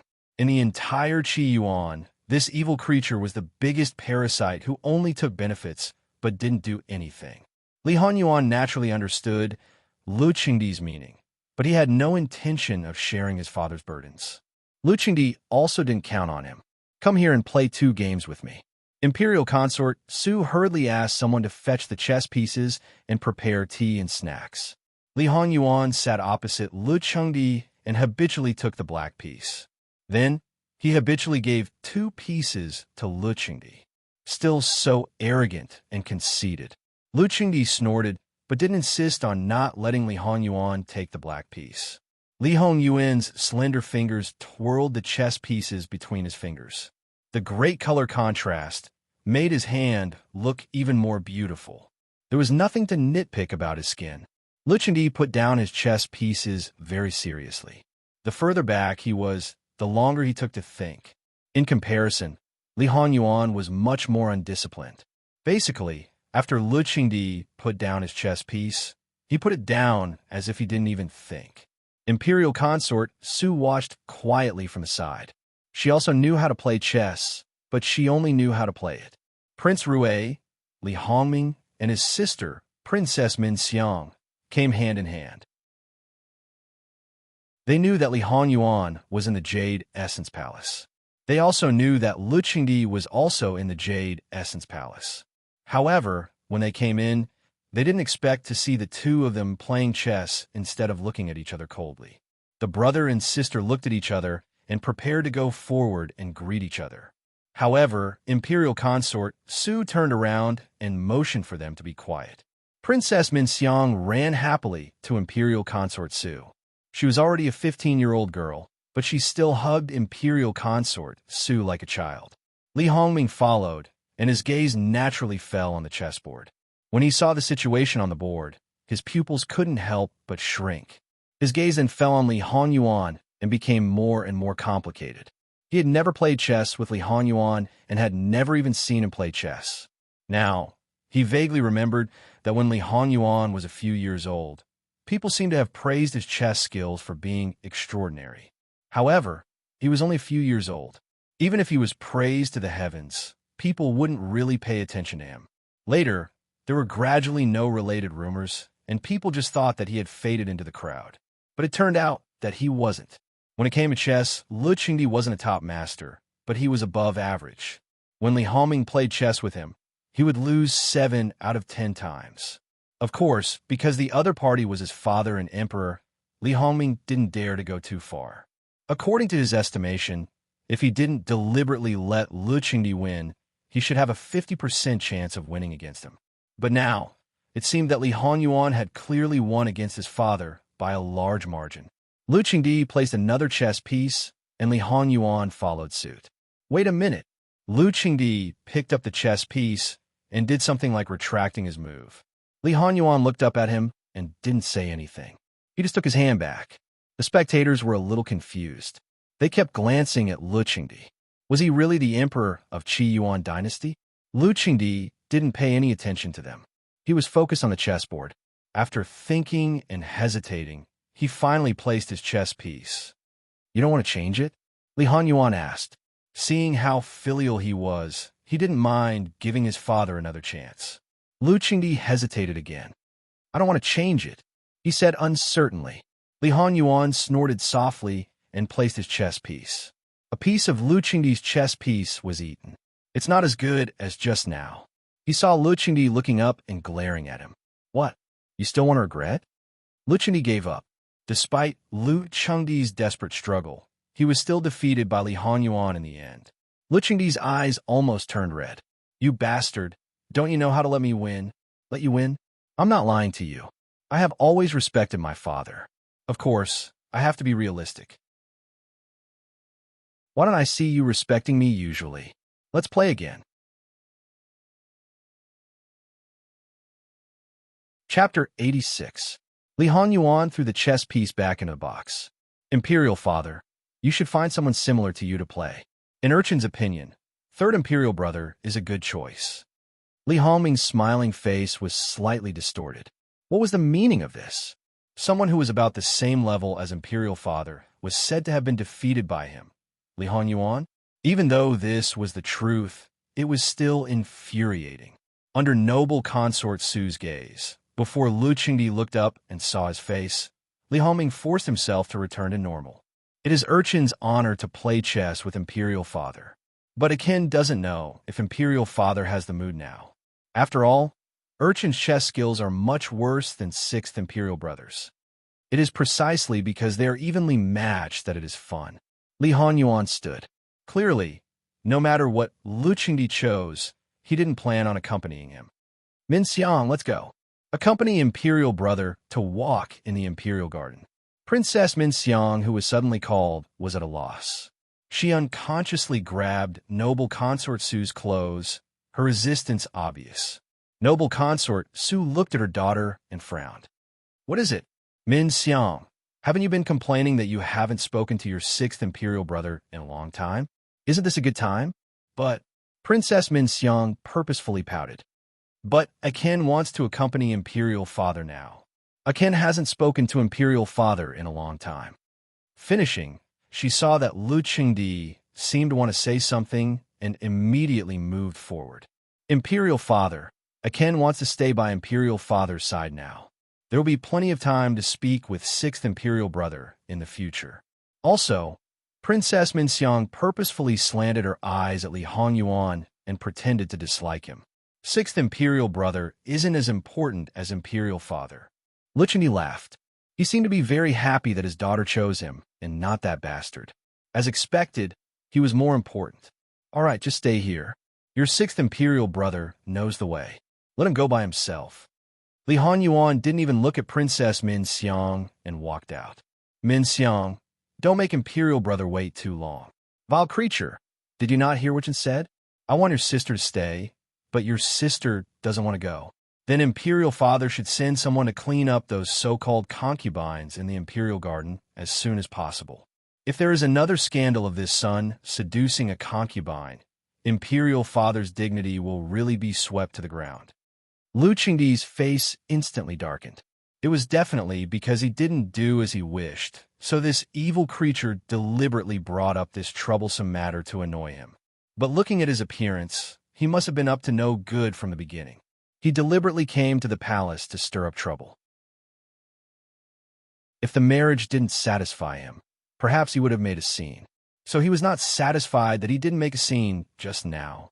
And now he wanted to make up for it? She wanted to tell him to come back, but she changed her mind.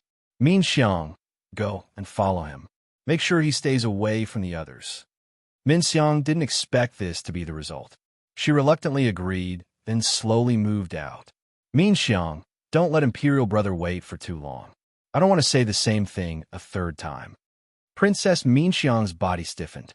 She didn't dare to challenge her sixth Imperial Brother's patience. Lifting her dress, she ran forward in small steps and followed behind Li Hongyuan. Seeing this daughter who was occasionally a little spoiled in front of him, following behind that evil creature obediently like a little kitten without claws, it was simply fine. Lu Qingdi didn't have any temper. He was the emperor. How could he care about these things? She brought this shame upon herself. She couldn't blame anyone else. "Third son, come and play 2 rounds with Jean." "Yes, Imperial Father." He had many children, and only that one was disobedient. Suddenly, his old heart was comforted. Thus, in the process of playing chess, Li Hongming experienced the feeling of a loving father's care. He was simply overwhelmed by the favor, so he couldn't concentrate during the game and frequently made mistakes. Thus, Lu Qingdi's heart that was damaged by his sixth imperial son was repaired by his third imperial son. His mood naturally improved, and he asked Li Hongming meticulously about all kinds of things. Li Hongming started to feel restless. Princess Minxiang obediently followed behind Li Hongyuan. If Li Hongyuan didn't speak, she also pretended to be a little mute and didn't take the initiative to speak. The palace servants serving her also didn't dare to breathe too loudly, following behind Eunuch Mu like little attendants. Perhaps it was because the incident with concubine Li had taught the imperial concubines too much of a lesson.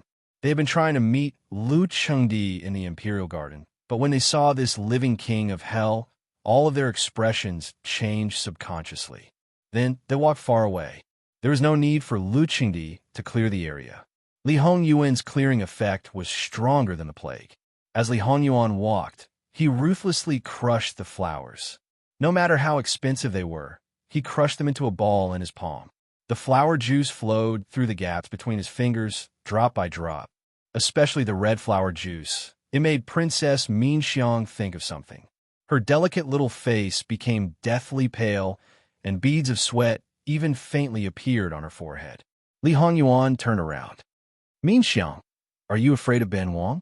No, Looking at Li Hongyuan's handsome face with a smile that wasn't a smile, she didn't find it pleasing to the eye at all. Instead, she felt that he was like an evil spirit and subconsciously took 2 steps back. As expected, Min Xiang is afraid of Ben Wang. Li Hongyuan reached out, as if wanting to pat her head. "No, don't come over." Min Xiang flung Li Hongyuan's hand away. She turned and wanted to run, but for some reason, she tripped and fell to the ground. Li Hongyuan frowned and bent down to reach out. "Min Xiang," he seemed to want to pull her up. Go away, don't come over." Princess Min Xiang curled up her body and closed her eyes, waving her hands vigorously. Li Hongyuan wasn't a good-tempered person. His face immediately turned cold, and he slightly raised his hand. Eunuch Mu hurriedly went forward and put the handkerchief in his hand. As he carelessly wiped his hands, he coldly looked at Min Xiang, who was sitting on the ground. His gaze was gloomy. Seeing that something was about to happen, one of Princess Min Xiang's personal palace maids braced herself and went forward. "Prince, don't be angry. The princess is just afraid of the red juice. She doesn't mean anything else." As she spoke, she put her arm around Princess Min Xiang's shoulder and softly comforted her, trying to help her up. However, she kept paying attention to Li Hongyuan's reaction, afraid that he would get angry. Perhaps Min Xiang was really frightened. No matter how the palace maid comforted her, it was useless. She even showed signs of going crazy. When they first noticed that something was wrong, someone ran to report to noble consort Su. Thus, the 3 people in Jade Essence Palace naturally rushed over. "What happened?" Lu Qingdi asked with a calm face. Looking at the situation, it was obvious that Jin Xinwang had bullied Princess Min Xiang. However, Lu Qingdi didn't believe it, and neither did noble consort Su. Their son was indeed not a good person sometimes. Even if he occasionally looked for trouble, other than those beauties that he fancied, he wouldn't take the initiative to provoke other women. Furthermore, Min Xiang was his younger sister. More importantly, Li Hongyuan had never been interested in bullying the weak. He didn't even look at what kind of people he offended on a daily basis. Daring to talk back to Lu Qingdi, daring to sneer at court officials and disdainfully, daring to not be soft-hearted when dealing with his brothers. As for those noble gongzi and young masters who saw him, they were like mice that saw a cat. He wasn't that childish and senseless. On the other hand, Li Hongming looked at Li Hongyuan with suspicion and scrutiny. Princess Min Xiang's palace maid hurriedly explained the whole story. Noble consort Su heard this and looked at Li Hongyuan's cold face. She was afraid that Min Xiang didn't know what was good for her and made him unhappy. She hurriedly ordered the palace maids to directly carry Min Xiang back to her palace.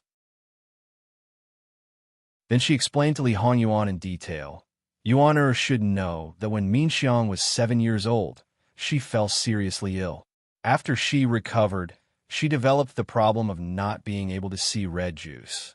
The imperial physician said that Min Xiang must have seen blood somewhere and was frightened. However, when asked, she couldn't say anything. After that, she tried to avoid seeing red juice as much as possible." Li Hongyuan paused in the action of wiping his hands. Looking at the red silk handkerchief in his hand, he frowned. The Ken doesn't know. Noble consort Su saw that he still had an expressionless face, but she could feel a trace of guilt from him. This was already very rare. As the saying goes, those who don't know can't be blamed. You don't have to take it to heart. In reality, Li Hongyuan was very indifferent to everyone. Other than his mother, he could get close to her. Even Li Hongming and Princess Min Xiang, who both grew up in Jade Essence Palace, couldn't make him feel much concern for them.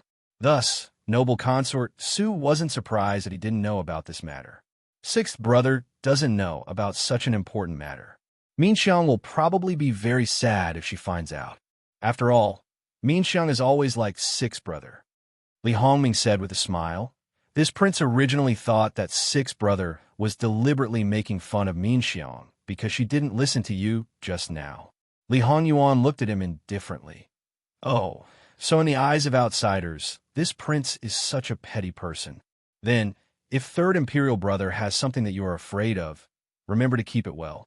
Otherwise, this prince will use this opportunity to make fun of third imperial brother. Shut up, all of you.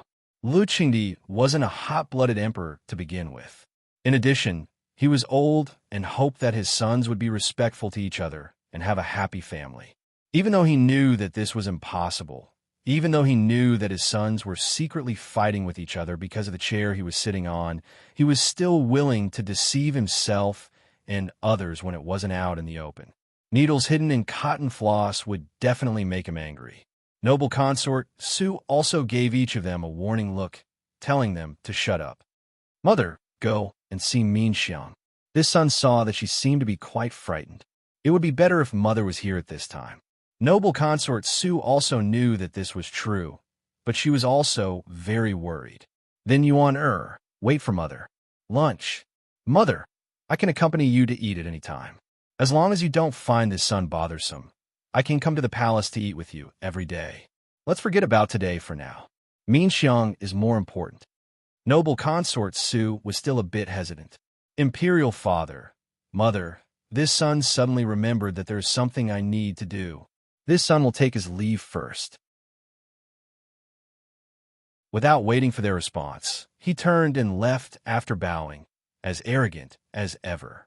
After taking a few steps, he suddenly stopped. Mother, what is Min Xiang like? Noble consort Su was surprised. Was he going to prepare a gift for Min Xiang as an apology or to calm her nerves? He said with a smile, she likes anything that most girls like. I understand. No matter what, it was the most troublesome to meet anything. It was rare for Li Hongyuan to be affectionate, and Lu Qingdi was quite happy. If it was directed at him, he would probably be even happier. Because of this happiness, he decided to compensate him with 30% more gifts. Li Hongming lowered his eyes, hiding all the emotions in them. Don't blame them. Even if they were raised by imperial mother, he was as jealous as the other brothers. If Li Hongyuan dared to do something, they wouldn't dare to do it. If they did something a little out of line, they would be lectured and reprimanded. However, Li Hongyuan could do a lot of disgraceful things, but at most, they would be yelled at by imperial father and imperial mother. Even the imperial censors would keep their mouths shut. On the contrary, if he showed a little love for his brothers and sisters and cared for his elders, it would make imperial father and imperial mother very happy. However, no matter how much filial piety they put in, they would at most get a smile and a "you're so considerate." There was nothing else. This was the difference. It was a habit, so it was natural. No matter how out of line it wouldn't be worse, and no matter how excellent it wouldn't be better. On the contrary, if someone who was out of line suddenly did something that made people feel gratified, it would immediately make people forget his bad points. On the other hand, if someone who was excellent and perfect suddenly did something out of line, then his good points would be overturned, and people would only remember this one thing and be brooding over it. In the future, when they encountered similar things, they would immediately associate it with him, and he would never be able to wash himself as clean as he was before he was stained with dirt. As for Li Hongyuan's temperament, it was caused by many factors, such as the right time, the right place, and the right people. It was impossible for others to imitate him. Li Hongming not only suspected that Li Hongyuan was deliberately scaring Min Xiang, but he also suspected that the person who caused Min Xiang to be afraid of the red juice was also him. After all, ever since Min Xiang fell seriously ill, she subconsciously became afraid and distanced herself from Li Hongyuan. Of course, this wasn't obvious at the time, and almost no one noticed. When Min Xiang was young, she was very clingy and like Li Hongyuan. She always followed behind him like a little tail. After she recovered from her illness, she seemed to be the same as before. Later on, they slowly drifted apart. In addition, after Li Hongyuan left the palace and established a residence, Li Hongyuan's temper became worse and worse. It seemed reasonable that the two completely distanced themselves from each other. However, Li Hongming felt that it was somewhat strange. However, even if he suspected it, he didn't have any evidence. After all, Min Xiang couldn't explain it herself at the time. Even if his lady mother investigated thoroughly, she couldn't find anything. Now that Min Xiang was afraid of him, what could it mean? Many people were afraid of him. Those arrogant, unruly, and insufferably arrogant princesses and princesses, none of them dared to look down on others in front of him. If Li Hongyuan knew Li Hongming's thoughts, he would probably give her 3 words. Quite smart. When Princess Min Xiang was 7 years old, Li Hongyuan was 14 years old. No matter how tender that shell was, it couldn't stop him from being a mature man who had been an emperor and had experienced countless difficulties. He would only punish a little girl for no reason. Since he did so, then there must be a reason. Since she wasn't someone who was blocking his path, then he would do such a thing and spend so much effort to scheme against a little girl only because Princess Min Xiang was related to Jingwan. This was naturally related to Li Hongyuan's previous life. After all, in his current life, Jingwan and Princess Min Xiang didn't have any relationship. The person who caused Jingwan's fate, Princess Min Xiang, also had a part to play. Because in her previous life, Princess Min Xiang, with her status as a princess, stole Jingwan's fiancé, Chen Jingmin. If it wasn't for the fact that she didn't have Chen Jingmin as her fiancé, Li Ruyu wouldn't have thought that Jingwan, who was skilled in flowers and trees, could be a threat to win Sun Yilan's favor and scheme against her. In the final court examination, although Chen Jingmin didn't enter the first rank, he still placed 3rd in the second rank. Although no one would remember him compared to the first rank, he was only 16 years old after all. He could be considered a young talent. Before that, Princess Min Xiang had coincidentally met Chen Jingmin once. That one meeting might not have been enough to make Princess Min Xiang fall in love with him. But in comparison, Chen Jingmin was a very suitable candidate for a husband. Princess Min Xiang had already reached the age of choosing a husband, and Princess Xiang meant that her future was cut off. Usually, any ambitious man wouldn't like Princess Xiang. Thus, the princes of the princesses weren't very satisfied with them. It wasn't easy to find a suitable one who was pleasing to the eye but didn't have any background. Thus, even though she knew that Chen Jingmin was already engaged, she still begged imperial concubine Su. Although Emperor Lu Chengdi valued Chen Jingmin's potential, Chen Jingmin didn't have any achievements. There were many outstanding people out there, and it didn't make a difference whether he was there or not. After finding out that Chen Jingmin wasn't married and didn't have an engagement, he naturally made the decision.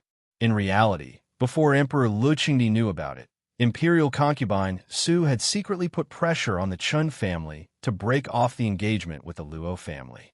If it was any other family, even if it was the most outstanding one, they might be able to accept it. After all, it was only one person's future being cut off, and it could also benefit the other brothers.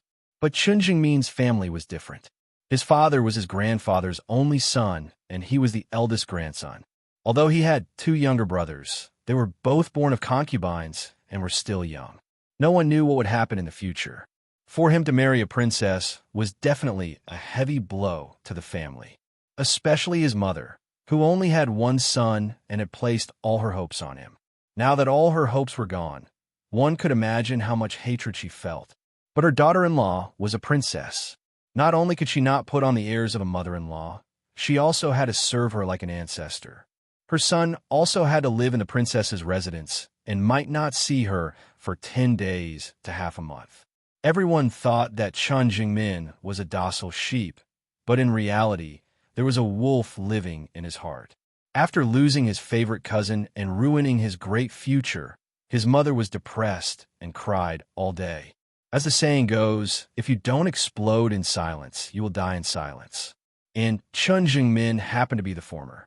He became a wolf that seemed to be silent, but was actually ruthless. Princess Min Xiang was dealt with very badly by him, but she didn't dare to say anything. She wasn't pregnant for several years after their marriage and was scolded as a hen that didn't lay eggs. In reality, Chen Jingmin had never consummated his marriage with her. Even at this point, she didn't say a word to imperial concubine Su. Those who knew about this matter later really had a new level of respect for Chen Jingmin. Li Hongyuan's success in the end couldn't have been less due to Chen Jingmin's efforts. Although he had Sun Yilan's ability to govern the world, he could be regarded as Li Hongyuan's right-hand man. Logically speaking, if Princess Min Xiang hadn't stirred up the situation, Jingwan would have married Chen Jingmin in the end, and her life would probably have been smooth. Li Hongyuan wouldn't have had the chance to know that there was a woman like Jingwan in the world. From his point of view, all those who pushed Jingwan to that miserable fate should be regarded as Li Hongyuan's benefactors. Unfortunately, what he saw was what Jingwan had suffered. Sorry, he couldn't see anything else. No one should try to reason with him. A few days later, on the birthday of Great Elder Princess, was the opportunity for Princess Min Xiang to meet Qin Jingmin. As for how they met, Li Hongyuan didn't know. The only safe way was to trap Princess Min Xiang in the Imperial Palace, and Qin Jingmin couldn't enter the Imperial Palace, so he completely isolated the two of them. Before the palace examination, Qin Jingmin's marriage would be settled. At that time, even if Princess Min Xiang liked Qin Jingmin, without the previous encounter and the new opponent that was hard to deal with, she could only leave it unsettled. If he let nature take its course and let Qin Jingmin still be a princess, for Li Hongyuan, it was the most satisfying way to deal with his rival in love on the premise that he couldn't kill her. However, out of some considerations, Li Hongyuan didn't want to ruin Qin Jingmin's future. He could learn from Princess Min Xiang's method of snatching people away, but he had to find someone else. Many years ago, Li Hongyuan made Princess Min Xiang unwilling to see blood, so he didn't prepare for this day so early. At that time, it was just a coincidence that he came up with this idea on the spur of the moment. He just happened to avenge Wan first. Although as the person involved, Jingwan didn't know that there was such a big enemy, it was not a bad idea to keep the rest as a backup plan. Li Hongyuan thought back to a few years ago. The method he used on Min Xiang seemed to be a little cruel. In essence, Min Xiang wasn't a bad person. It was just that she had always been pampered and spoiled. She would snatch whatever she wanted and never think about other people's wishes. This wasn't just her. It should be a common problem for all of them. At that time, Li Hongyuan was trapped in the palace and didn't know about Jingwan's situation at all. Although he knew that Jingwan would grow up peacefully in Xi'an Prefecture, he was still very irritable because he couldn't see her. He was often in a state of devil incarnate and always needed to find something to relieve the ruthlessness in his heart. Princess Min Xiang's cat happened to be in his hands. He was in a good mood and chose a good place, leading Min Xiang to find him alone. In front of Min Xiang, he skinned the cat alive and deliberately made it very bloody. Min Xiang's eyes were glaring red, and her ears were filled with the cat's screams. This lasted for a long time. Later, he even imprisoned Min Xiang and blindfolded her. He placed the cat's corpse in her hands and removed the black cloth covering her eyes. The bloody corpse pierced directly into her brain in the most intense way. Min Xiang fainted from fright and fell seriously ill. However, when she woke up, she couldn't remember anything and was left with the problem of not being able to see red juice. And just in case, Li Hongyuan didn't let her see him from the beginning to the end. However, he always let her vaguely feel his existence.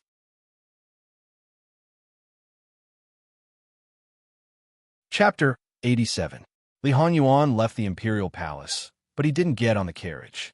He came out today to show off. Whether he needed it or not, Eunuch Mu considerately asked the guard to bring his precious horse. Sure enough, Li Hongyuan directly took the reins and patted the horse's neck. This reddish-brown precious horse had glossy hair without any impurities. It was fat and strong, and its limbs were slender and powerful. Because of Li Hongyuan's action, it snorted twice and rubbed its head against his arm.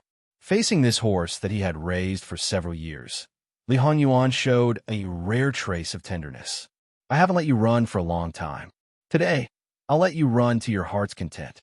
When Eunuch Mu heard this, he knew that his master was going to make trouble again. He'd better let the city defense team get ready early. Li Hongyuan simply turned over and got on the horse. He was extraordinarily handsome, and no one could tell that he was still injured. When he said that he wanted to run, he didn't restrain himself at all. He let the precious horse run wild. As his guard, he naturally had to follow him. Therefore, even if he knew that he would probably go to the prison of the capital government for a few days, he still braced himself and followed him. He should have been aware that he would be stabbed and imprisoned if he followed such a master. Since his master had left, the guard of honor could only return home empty-handed. Speaking of Li Hongyuan's horsemanship, of course, there was nothing to say. In the battlefield for several years in his previous life, he had run on all kinds of roads. Even the downtown area, he was confident that he wouldn't bump into anyone, not to mention around the Imperial Palace. He wouldn't see an ordinary civilian for several streets. However, under normal circumstances, although there were few people, once people appeared, they were basically in groups. Even ordinary officials had 3 to 5 servants, not to mention people of similar status as Li Hongyuan. Li Hongyuan acted as if he did not see Prince Kang's guard of honor coming towards him. Not only did he not order the horse to slow down, he even sped up and rushed straight towards the carriage. The coachman was quite frightened and subconsciously pulled the reins on the left side. The horses pulling the carriage naturally swerved to the left side. In addition, the horses seemed to be frightened. All of a sudden, the carriage swayed and almost flipped over. Li Hongyuan rode his horse and whizzed past the carriage on the right side, while the guard behind him chased with all their might. The dignified guard of honor of Prince Kang was scattered like this, creating chaos. Li Hongyi was hit several times in the carriage, so his anger naturally soared to the sky. When the carriage finally stabilized, he loosened his grip on the wooden plank inside the carriage. Unable to restrain his anger, he got up and abruptly opened the curtain. Who is it? Did they eat a bear's heart and leopard's gall to dare to hit Ben Wang's carriage? Who is it? He didn't see the main culprit. A bunch of trash. So many people can't keep the other party. What is Ben Wang raising you for? Everyone hurriedly knelt down to beg for forgiveness. Master's anger is, how could Prince Kang wait for them to explain? He jumped down from the carriage and kicked away the person closest to him. Trash, speak. Who is it? Replying to Master, it is Jin Xinwang. Prince Kang's personal attendant didn't dare to have the slightest hesitation. He hurriedly replied with a trembling voice, fearing that if he spoke slowly, he would anger him. But this answer could also explode his master's anger 10 times or 100 times, so he didn't dare to lie. Sure enough, at that moment, Li Hongyi's complexion could be said to be a black bottom pot. Because of the force, the veins on the back of his hand, neck, and even his forehead were throbbing. Li Hongyuan, he squeezed it out from between his teeth. He really wanted to eat his flesh, drink his blood, and chew his bones. Go back and give Ben Wang 50 whips. Go! No matter how angry he was, no matter how much he hated, he couldn't do anything to him. It wasn't that he didn't dare, but that he couldn't. Because if he endured it, this matter might be over.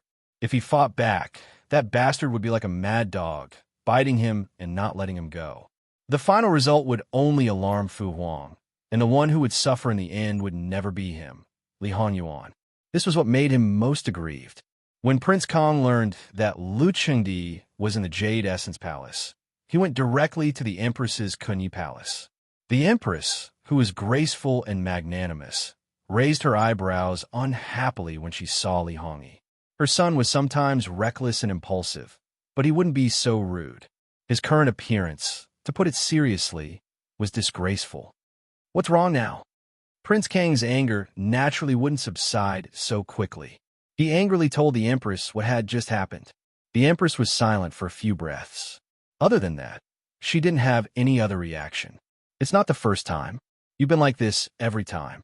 Even if you've angered yourself to death, he still lives freely without any harm. All right, calm down. You're giving Ben Wang a headache. If you encounter this kind of thing in the future, just think of it as being bitten by a dog. If a dog bites you, you can't always think of biting back. Li Hongyi said in his heart, if a dog bites you, it naturally won't bite back. It will directly chop you up. It wasn't easy for his anger to subside, but Li Hongyi didn't dare to disobey his mother, so he could only suppress it.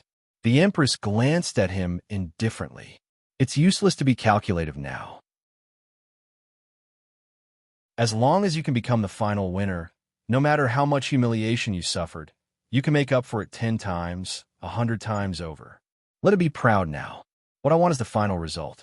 In this process, for some things that don't affect the overall situation, even if Li Hongyuan steps on my head and shits on me, I'll endure it. Mother, you're the Empress who is the mother of the world. Why do you have to go to this extent? Do you know why I'm still the empress, even though I'm obviously not favored by your father? Because I can endure it. I can endure it. I can endure it. I can endure it. I can endure it. I can endure it. I can endure it. When the empress said this, she paused. She seemed to have thought of something and said more. Ding General Manor has great power. The reason why it hasn't fallen to the same situation as Wuanho's mansion is not because the emperors of several generations have been particularly kind to Ding General Manor, but because Ding General Manor is backed by an aristocratic family with a deep background. The entire Sun family is intertwined. It's not easy to uproot it. Ding General Manor has come to this point today. There's no way back. If it retreats, it's not only because your uncle and others are unwilling to give up this great wealth, but also because once it retreats, it will become the next Wu Anho's mansion. Although the greater the power, the more your father fears it. Only by holding great power can Ding General Manor be protected. Your father won't let me be the only one in power. At the same time, he won't let Su control the imperial harem.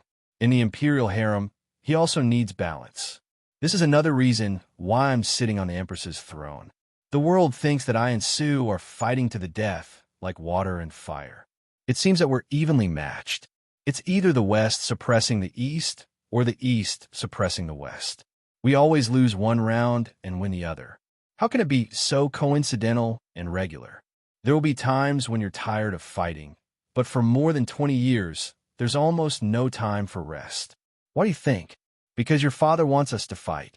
Don't think that our fighting will make him angry. In fact, the fiercer we fight, the calmer his heart will be. If one day, Empress Mother doesn't want to fight anymore, you'll probably have to enter the Cold Palace. Prince Kong listened to the Empress's understatement, but he could imagine all kinds of hardships. Li Hongyi's lips squirmed, but in the end, he didn't say anything. There were some things that were useless to say. Empress Mother, what about Li Hongyuan? Why does father indulge him so much? Naturally, it's because of his birth mother, the imperial noble consort from back then. That woman was truly the most beautiful woman in the world. That woman's position in your imperial father's heart is something that all the women in the imperial harem can't compare to. For Su Shi to be able to be the most favored in the imperial harem for so many years, it can't be without the factor of that woman. How did she die? It said that she suffered from dystocia and hemorrhage. It said, this word was so subtle. The Empress nodded non-committally. If that was the case, then there was most likely a problem. Imperial father's indulgence towards sixth younger brother is simply unrestrained. Then, with the other brothers fighting among themselves, will imperial father directly pass the throne to him in the end? All of us are targets that father set up for him. Thinking of this possibility, Li Hongyi's hostility was even stronger than Li Hongyuan's. Imperial son is thinking too much. An emperor without power and influence, what right does he have to sit on the throne? To be a rare emperor for a day, if father has that idea, he will naturally pave the way for him. Pave the way. How? Kill his other sons and the people behind him? Don't talk about whether your father has that much courage. Even if he really dares to do that, how many people do you think will be left in the end? At the same time, it will inevitably cause chaos. This country will probably... The unfinished words were spoken without finishing. If he can't do it openly, can't he train people in secret? The Empress glanced at her son. For a moment, Li Hongyi's face was burning. Although his mother didn't say anything, her eyes were clearly looking at him, as if he was an idiot. It's not that I'm looking down on your father, but your father secretly nurtured a small number of people. It's still possible for him to nurture people who can support the entire court and the entire Qiyuan dynasty. The Empress smiled, and there was even some disdain and contempt in her smile. The Empress's smile made Li Hongyi shudder. He knew that his Empress mother was very powerful. He also knew that if it wasn't for his Empress mother's scheming behind the scenes, he wouldn't be Li Hongming's opponent at all. It was very difficult to admit that he was inferior to others. However, Li Hongyi wasn't really arrogant and didn't know his own limits. For example, there were many times when he was like a marionette in his Empress mother's hands. He didn't know if he would be the puppet for the Empress Dowager to govern from behind the curtain.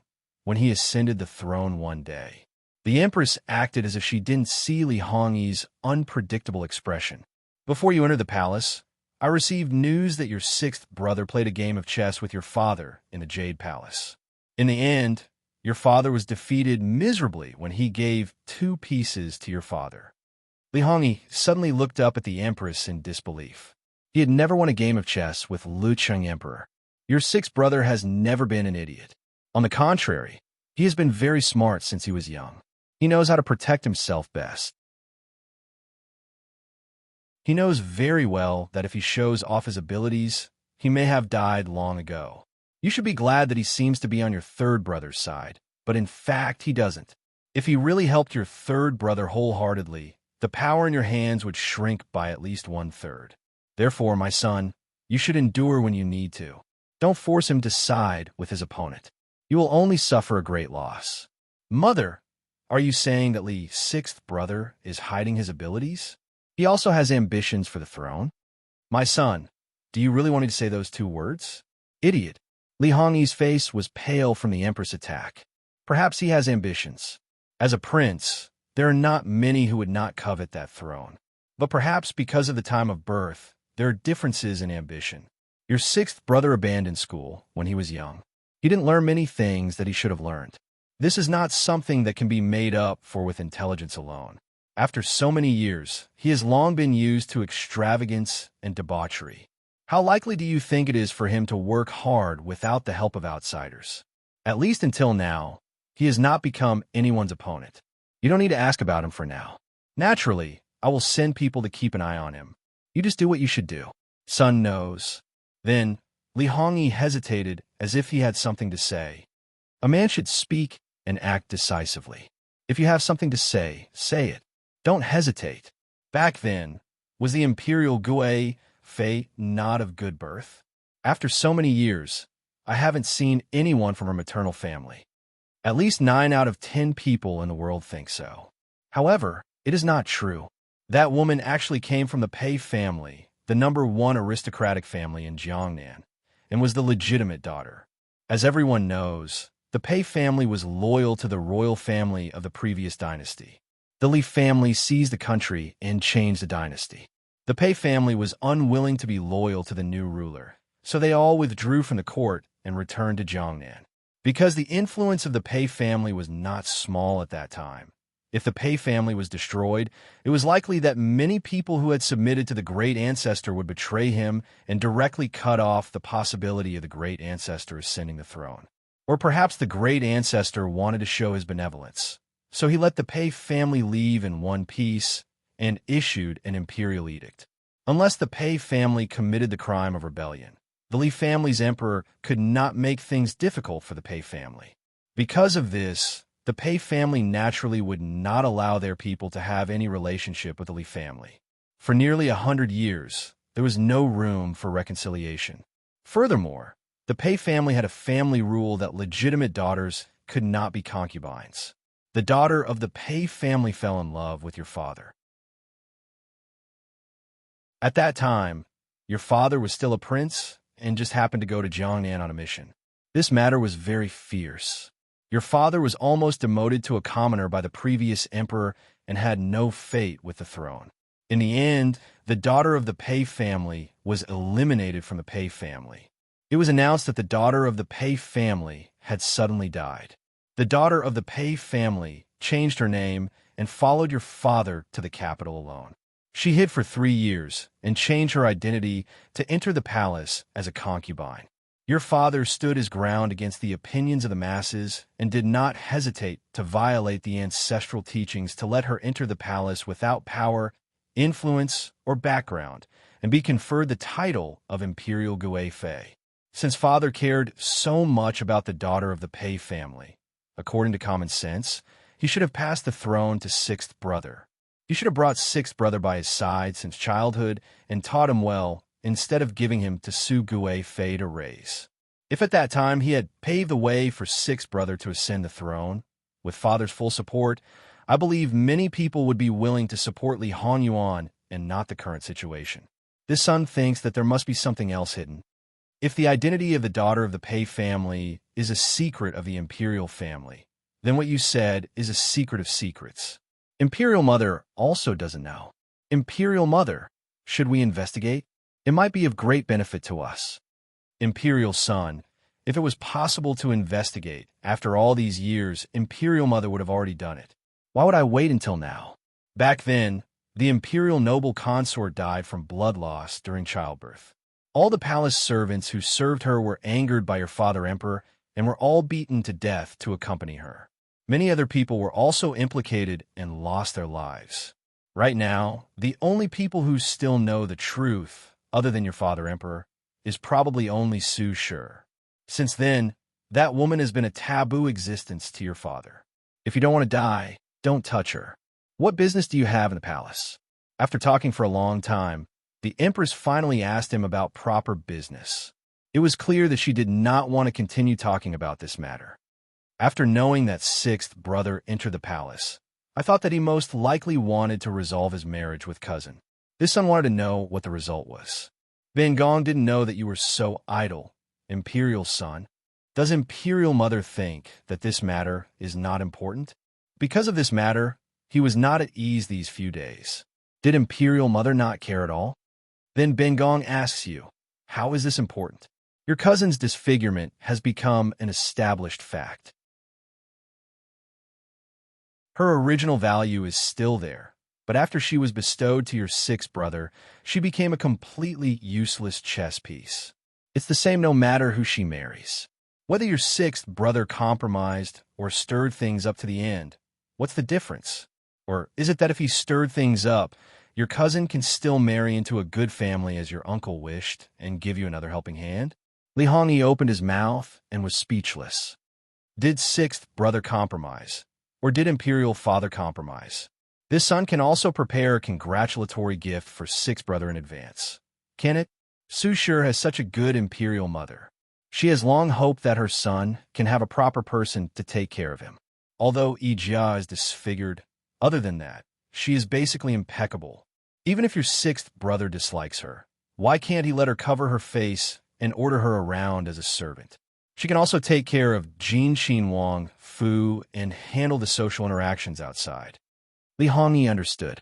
With imperial concubine Su, his good sixth brother would compromise. Sixth brother has always been someone who doesn't like good things. His wedding gift is really a bit difficult. All right, Imperial Mother will prepare it for you. You don't have to worry. Then, this son thanks Imperial Mother. Empress Sun waved her hand and let him spend more time on his errands. If there were things he did not understand, he should learn more and ask more. Don't think that he had nothing to do after finishing the matters at hand. Not long after Prince Kong left Kuani Palace, he met Prince Rue, who was also preparing to leave the palace. The two sworn enemies exchanged greetings for a while and showed their brotherly respect for each other. A few days ago, they both wanted to rope in OL4 to work together to get rid of the other party. However, they didn't expect that when they thought that they had succeeded and were complacent, they realized that they had been tricked by OL4 at the same time. Then, just as they left the palace, they both received news that their good sixth brother had rampaged through the city. He whipped several young masters from influential families and destroyed a lot of things. He had his group of bodyguards enter the capital's prison and went to Ding Guo Gongfu alone. This was not the end. The main thing was that he went directly to Sun Yijia despite being stopped. Sun Yijia was in her own small courtyard, the inner residence.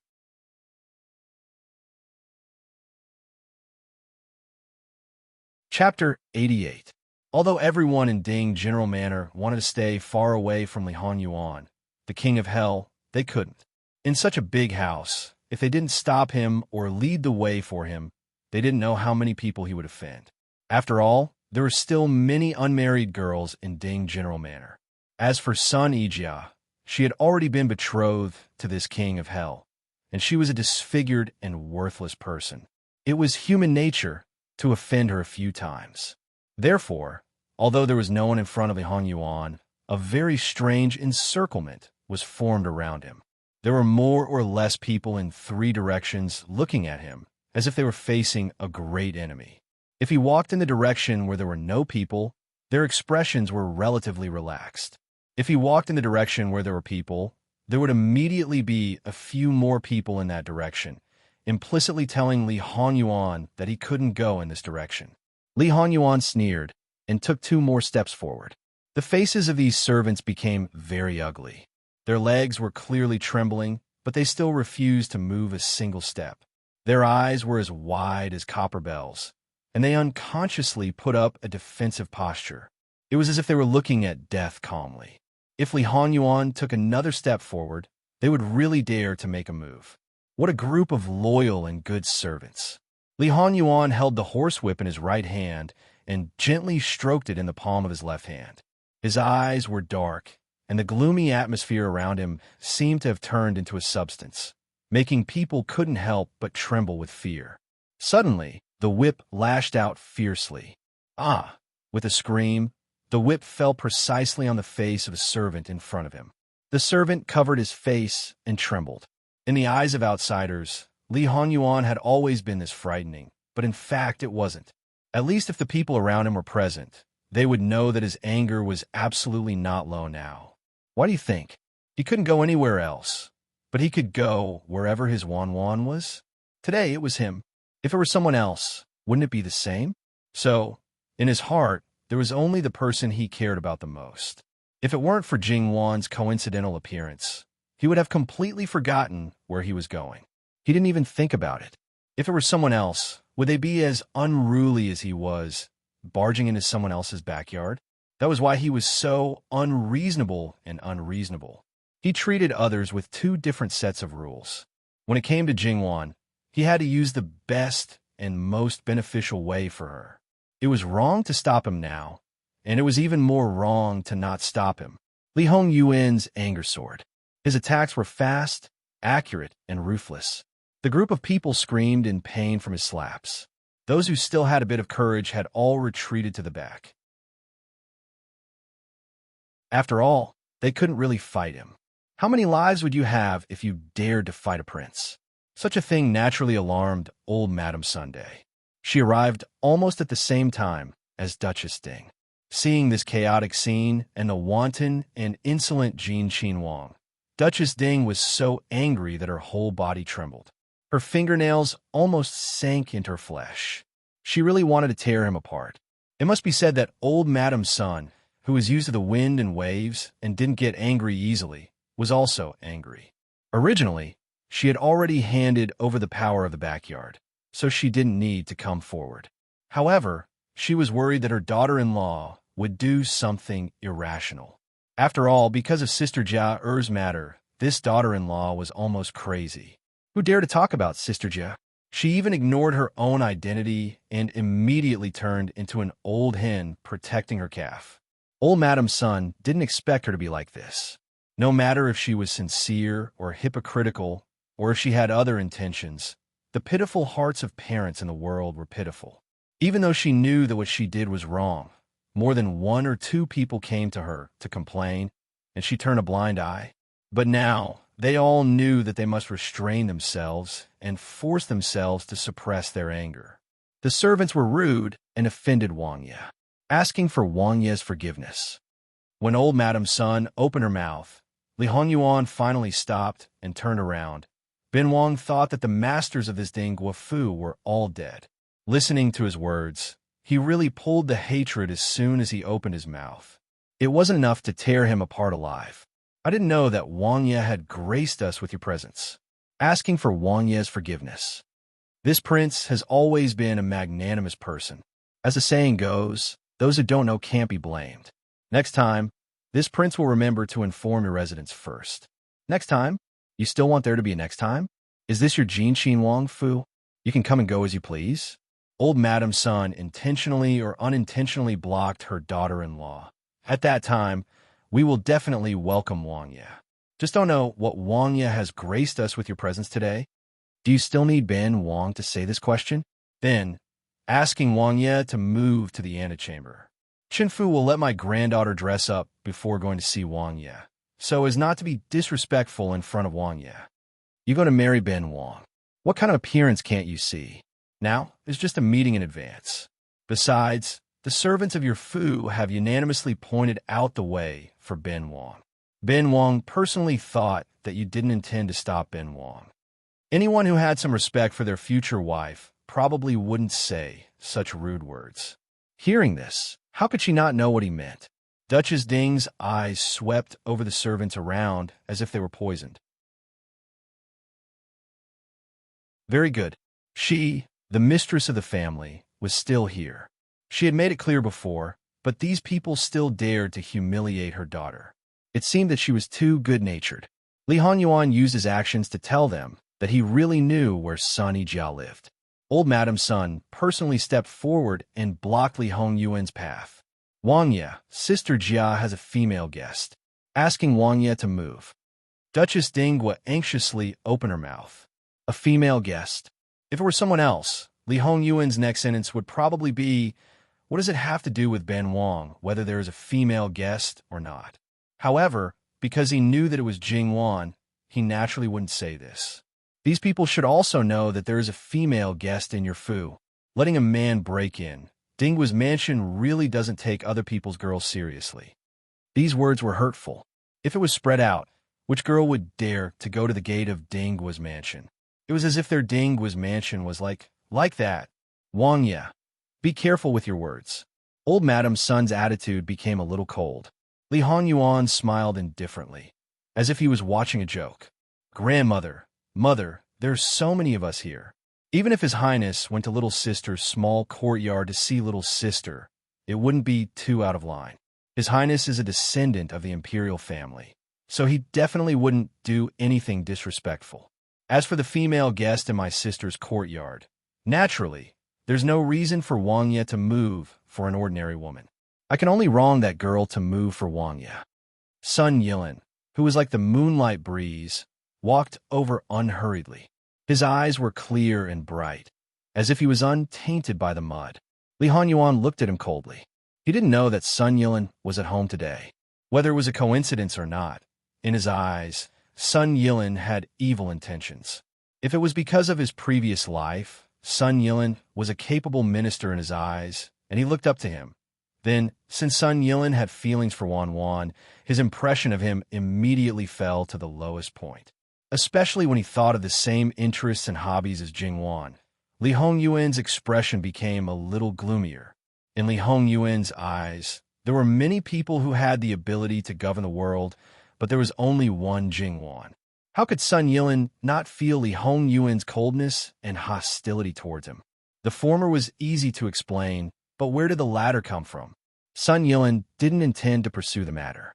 After all, even if he asked, there was a 10% chance that he wouldn't get an answer. Old Madam Sun seemed to think that Sun Yilin's words were reasonable. She called the servant girl beside her. Go and invite the guests from Sister Jia's courtyard to the main courtyard. Li Hongyuan's target was Jing Wan, not Sun Yijia.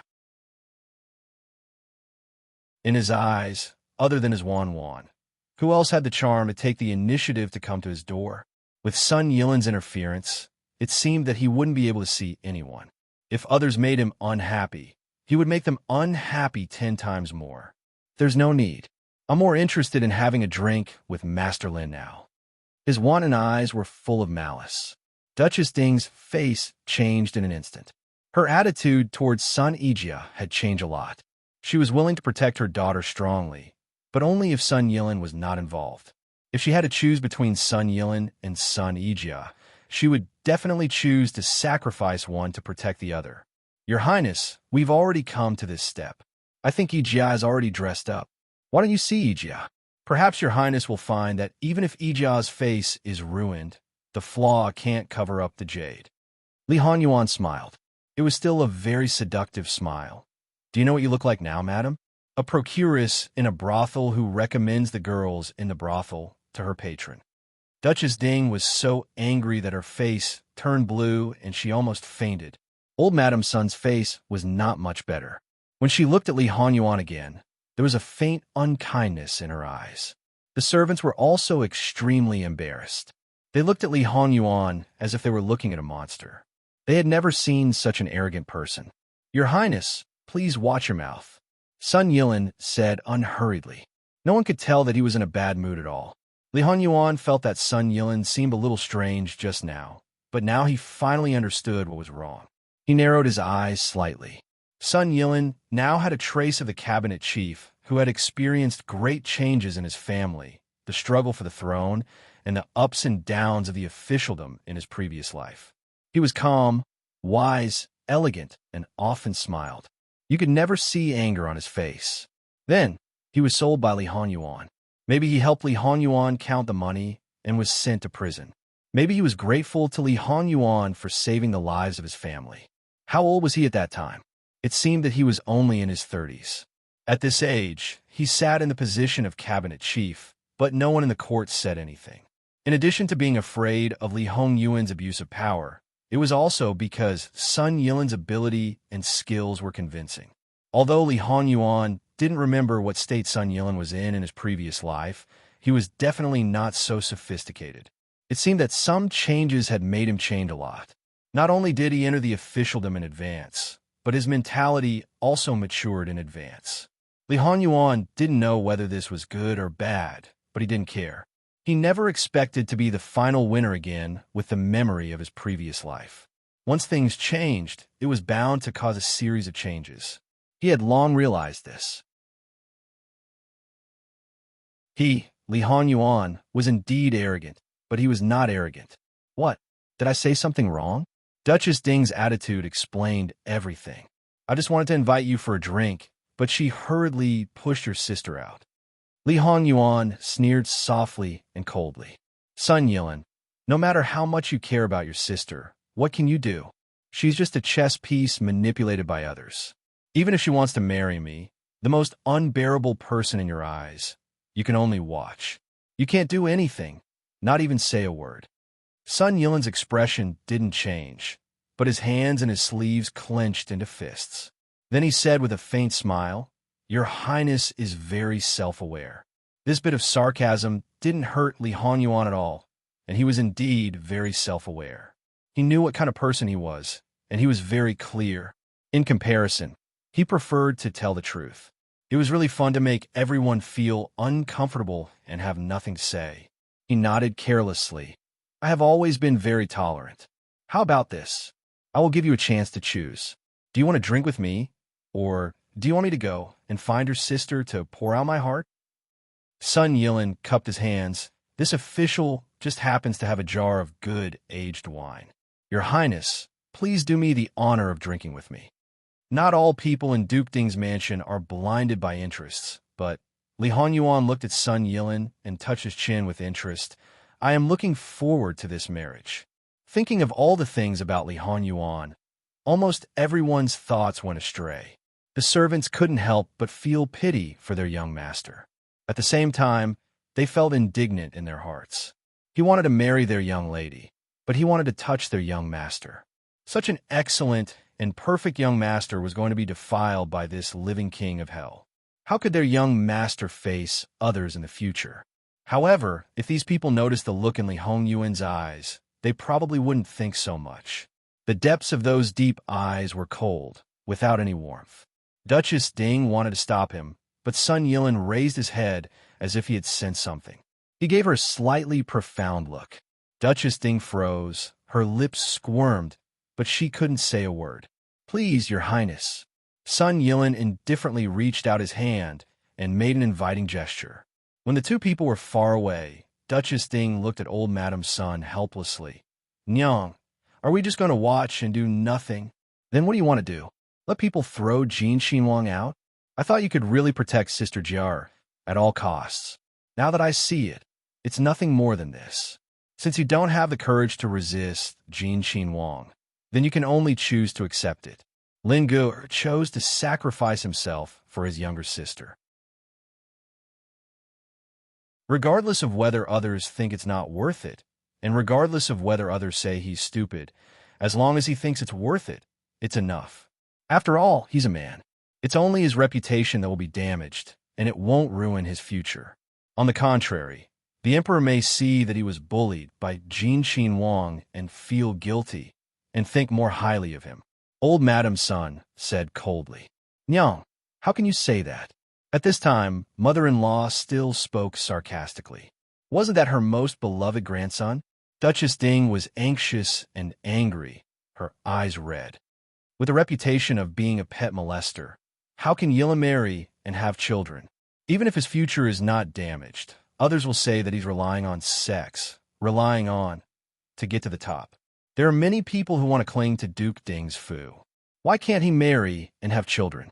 If his future is not damaged and there are benefits, isn't that enough? Don't you put benefits first? For benefits, you can sell your sons and daughters. The current situation may be to our Duke's satisfaction, especially your eldest son. He may be so happy that he's about to celebrate. And you, ask yourself honestly, are you protecting Sister Jia or yourself? Nyang, it's not like this. It seemed that some secret had been exposed. Duchess Ding was angry and wanted to explain. If it weren't for your greed, would it have become like this today? If it's really for Sister Jia's sake, as long as you give enough sincerity, I believe that the Emperor will take back the order. Even if you yourself take out the thing at the bottom of the chest, this marriage can also be dissolved. But you never thought that way. Duchess Ding looked at old Madame Sun in disbelief. Nyang, how do you know that? Duchess Ding sneered. How would this old woman know about that thing? If you don't do anything, don't stop Brother Lin from doing something for his sister. After that, she turned around and left without the help of the maid. Obviously, she was not interested in answering Duchess Ding's question. Sun Yilin's courtyard was very large, and there were all kinds of precious flowers and trees in sight. However, because they were placed and taken care of properly, there were not too many good things put together. Instead, it felt cumbersome. On the contrary, there was a dazzling scenery at every step. Li Honyuan casually plucked a flower. The tiny thorns on the branch pricked his finger. He casually threw the flower away.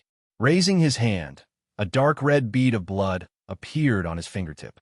With a swipe of his thumb, the blood bead was wiped away. Sun Yilin stood to the side in silence. Li Honyuan walked and picked flowers as he walked. He did the same thing as before in the imperial palace, destroying flowers ruthlessly. After walking around, Li Honyuan did not see the 4 famous peonies collected by Sun Yilin. Then he saw the greenhouse in the courtyard. It's hidden quite well. He looked back at Sun Yilin. Why? You don't want to let Ben Wang take a look. Sun Yilin naturally knew what he meant. It hasn't bloomed yet. Presumably, Wang Ye is also not interested. It doesn't matter if it hasn't bloomed yet. Ben Wang can also let people move it back and slowly wait for it to bloom. Wang Ye is joking. You think Ben Wang is joking? Seeing that Sun Yilin's face finally changed slightly, Li Honyuan unhurriedly opened his mouth. You are indeed joking. However, it's good to raise your pots of peonies. If Ben Wang knows that you gave them away, don't blame Ben Wang for using them as firewood. Sun Yilin was quite surprised. This was not like Jin Qin Wang style. What did he mean by insisting that he keep them in his hands? Would Li Honyuan tell him that he couldn't bear to see him use flowers and trees to hook up with his future wife? Other than giving a stalk of Wei Zi to Jingwan, Sun Yilin didn't see him give it to anyone else. Naturally, to prevent this kind of thing from happening again, the best way was to cut the weeds and pull out the roots, burning them all. Unfortunately, his wife already knew that these flowers were destroyed by him. After they got married, it was inevitable that she would settle accounts with him. Even if his romantic affair was fake after all, it could still be used as fun to settle accounts. But according to how much Jingwan cared about flowers and trees, even if they weren't her own and he destroyed them, she would still be really angry. As for borrowing a knife to cut flowers, other than him doing it himself, in the entire capital, even if other people dared, they wouldn't do it. As for those who didn't dare to do it, there was no need to talk about it. Li Honyuan picked another flower and then hooked the corner of his mouth. He reached out and put the flower hairpin above Sun Yilin's ear. His action, in the eyes of the servants not far away, was simply indescribably charming and flirtatious. Li Honyuan was the most handsome man in the entire capital, and even the entire Qiyuan. There was no need to talk about the degree of handsomeness, and Sun Yilin's appearance was absolutely not bad. At the age of 17, he was still a young man who hadn't completely grown up. With a flower hairpin, it added a bit of beauty to him. Sun Yilin was half a head shorter than Li Hongyuan. When the two people stood together, it inexplicably made people feel that they were a match. This was Jingwan's first impression when she saw the two standing together. Then her eyes were covered by a hand that stretched out from the side. Jin Qinhuang, fifth brother. Sun Yijia's face was covered with a veil, her expression somewhat stiff as she opened her mouth. When the two heard this, they turned their heads at the same time, and then their complexions turned bad. Li Hongyuan's purpose was only because he was bored and did it for those who were afraid that he would do something to Sun Yilin. But it seemed that he overreached himself. How could it be seen by Wan? What if it was misunderstood? Although what one sees may not be the truth, but many times misunderstandings were caused like this. Being caught in the act. Even for someone as thick-skinned as him, he also felt somewhat embarrassed and guilty. Okay? The problem was that he still couldn't explain. Compared to Li Hongyuan, Sun Yilin wasn't much better. No matter what purpose Jin Qinhuang had for doing that kind of thing, he was able to deal with it, as usual. Besides, although Jin Qinhuang was smiling, but in reality, he was a bit playful, a bit bored, and there wasn't the slightest bit of ambiguity. So much so that his fingers didn't even touch his own hair. However, when it was seen by the girl he admired, it was completely different. After all, he wasn't that shameless Li Hongyuan. In this aspect, he was more like a blank sheet of paper, so his face couldn't help but turn red. Jingwan just happened to pull Sun Yijia's hand down and saw Sun Yilin's red face. Could it be that this famous Lin Gongzi wasn't actually coerced, but was actually in love with Jin Qinhuang? It was only because of their reputation that they didn't openly walk together. Li Hongyuan saw Jingwan's slightly flashing gaze and knew that she had misunderstood. He couldn't help but have a somewhat dark expression. Then, in Jingwan's view, it was because he was displeased because his good thing was disturbed. If the two people knew Jingwan's thoughts, they would have the heart to die. Li Hongyuan shot a glance at Sun Yilin. Sure enough, he thought too much. What steady, wise, and refined cabinet grand secretary. This face was too lacking. Even if he really did something wrong, he still had to be confident and self-confident, his face not red and his heart not skipping a beat.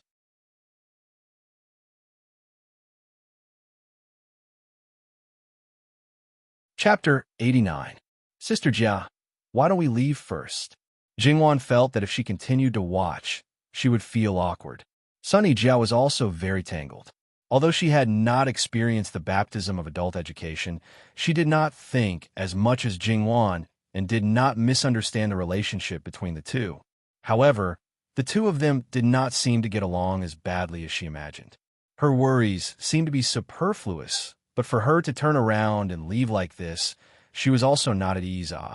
Jingwan's voice brought Sun Yilin back to his senses. Why did you come over? Sun Yijia naturally would not tell him directly that it was because she heard that her own brother had obstructed Jin Qinhuang for her, and he himself was put in a difficult position.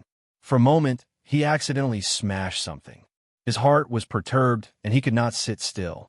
It was Jingwan who suggested coming over to take a look. She was originally worried that it would be rude to leave Sister Wan behind, but she did not think that Sister Wan would also come over. In fact, Sun Yijia did not approve of Jingwan following along. She was worried that because she was not liked by Jin Qinhuang would vent his anger on Jingwan and do something rude to her. If it was not good, it might even ruin her reputation. However, Jingwan insisted, so she could not do anything. If it was said that Jingwan did not consider this, naturally it was not.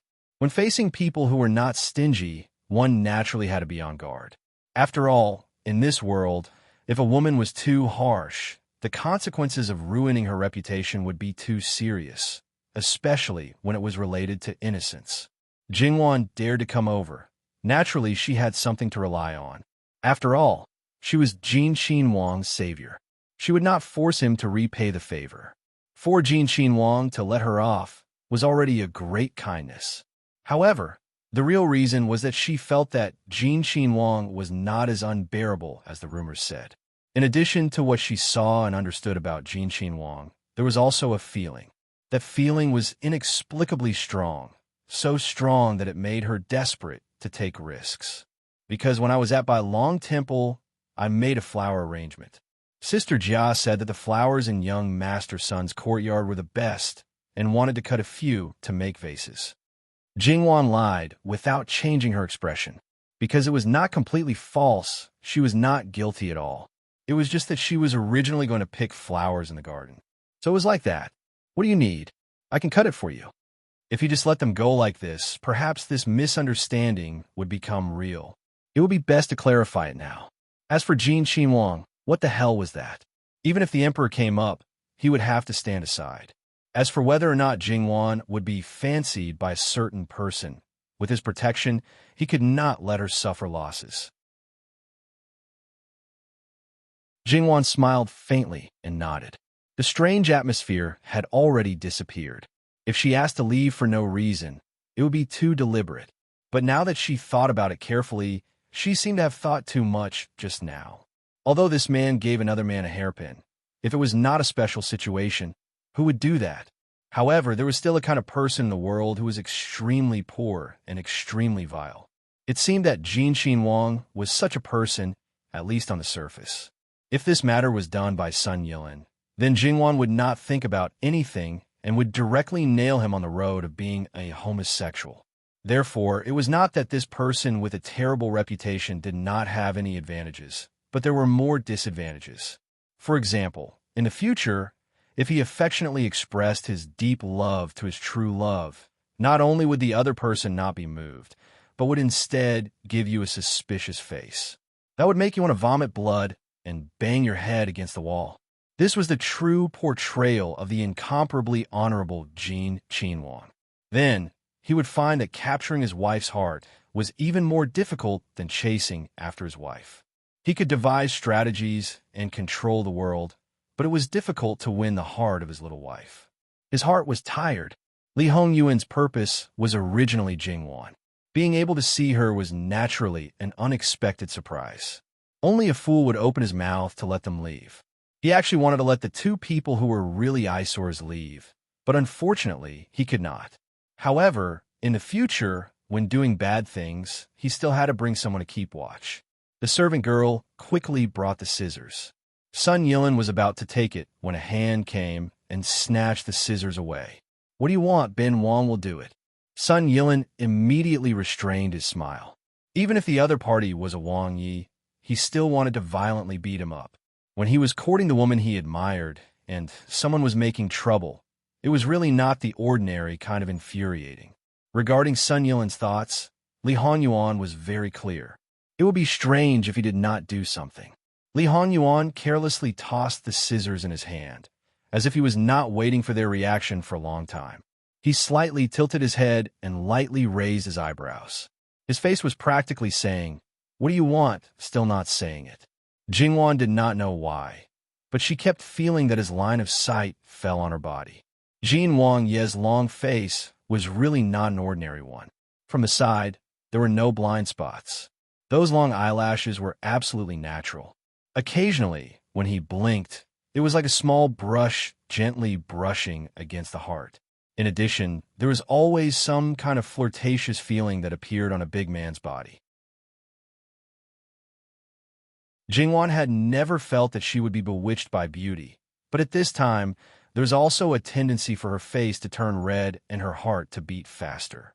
She slightly lowered her head and restrained her gaze. It was no wonder that this man had such a bad reputation, yet there were still women throwing themselves at him. If they threw themselves at him, they would not have to sacrifice themselves for the rest of their lives. If they ate him and did not need to take responsibility, she also wanted to throw herself at him. She also wanted to nibble him clean from the inside out. Well, this was purely because she was bored. Seeing a super handsome man, she could not help but fantasize. Because Jingwan had shifted her gaze away, she did not see Li Hongyuan's faintly discernible smile. He had always known the charm of this face of his, but he did not pay much attention to it before. It was just that he did not expect that it would have some effect on Wan Wan. Could it be that he finally found a use for this face? Because the time that the two people exchanged amorous glances was extremely short, Sun Yilin and Sun Yijia did not notice it.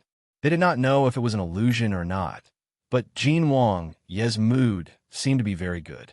Seeing that Li Honyuan was about to use the scissors to destroy the flowers, Sun Yilin did not want to let his treasures be ruined. So, Miss Luo, what flowers do you need?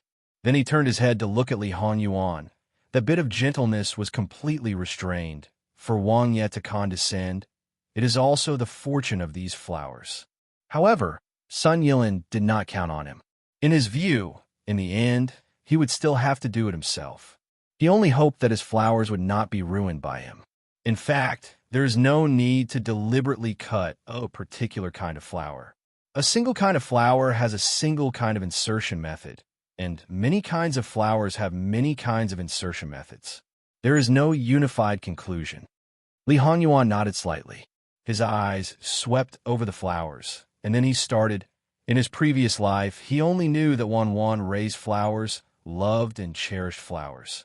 But when he met her, she already did not have the time, did not have the conditions, and did not have the heart to take care of those flowers and plants. It was only by chance that he saw her make a flower basket out of wildflowers. It was clearly the most unremarkable thing, but in her hands, it was able to show the effect of attracting the attention of the world. At that time, from her body, he saw a longing, a tenderness that had disappeared for a long time, and a trace of the most pure smile.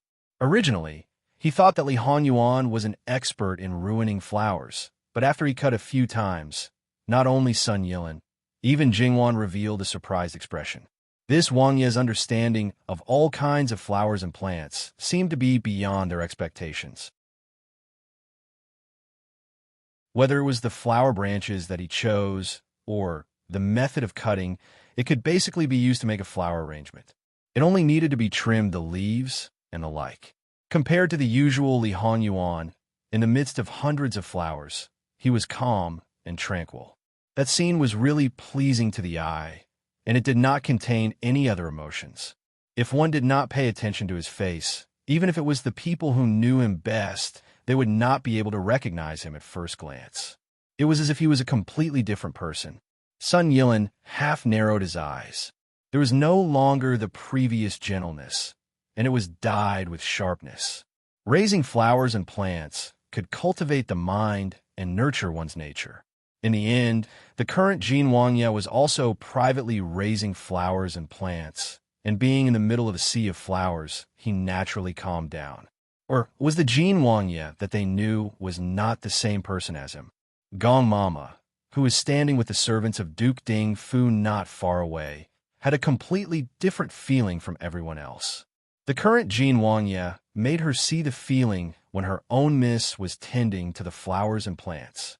She had not been by Li Hongyuan's side for long. Although she knew that he let people raise a lot of flowers for Miss, she had never seen him do it himself. Just like many other things, she had never learned him, but he was knowing without learning. He was interested in the country, but he seemed to value Miss more than the country. In history, there were many monarchs who loved beauties, but there was no monarch who loved beauties more than the country. If one could only choose one, the one that was abandoned was often the beauty. Not only that, the beauty was often scolded as a femme fatale, an evildoer who brought disaster to the country. The more miserable their end, the better. Before Gong Mama left the capital for Qianfu, she had asked Li Honyuan a similar question because she did not think that the other princes had the ability to compete with him for the throne. How did he answer? If they can't even protect their own woman, then they are incompetent. Ben Wang will raise her to the highest position and let the world know that with her, the country is stable and the world is peaceful. Without her, the country will sway and the people will be in a terrible situation. With her, the monarch will listen to honest advice and accept hundreds of words. Without her, he will be obstinate and self-opinionated and dictate the court. Of course, these were not Li Hongyuan's original words, but according to Gong Mama's understanding, it was like this. At that time, because she had not seen Jingwan, her heart was complicated and difficult to speak. This clearly wanted to push Miss Luo to the position of national treasure. Then no one would dare to touch her. She was originally worried that if Miss Luo was really a demoness who could bring disaster to the country, then when the Qi Yuan dynasty changed to a new emperor, it would be the end of the country. Fortunately, her new master was much better than she had expected, so it did not take long for her to completely lean towards her young lady. Moreover, after more than 2 years, she was very clear that if Miss Luo was really raised to such a high position by the prince, she had the ability to protect the country. It was not only because she could influence the prince to the greatest extent, but also because she herself had that kind of potential. While Gong Mama was distracted, Li Hongyuan came back with a basket full of flowers. His movements were calm and unhurried, and his posture was straight. Even though he was doing something that did not match his status, it did not damage his noble aura at all. Instead, it reduced the coldness and alienation that came from his princely robes, making him seem so high and mighty that he could be easily broken with a stretch of his hand, tempting people to approach him.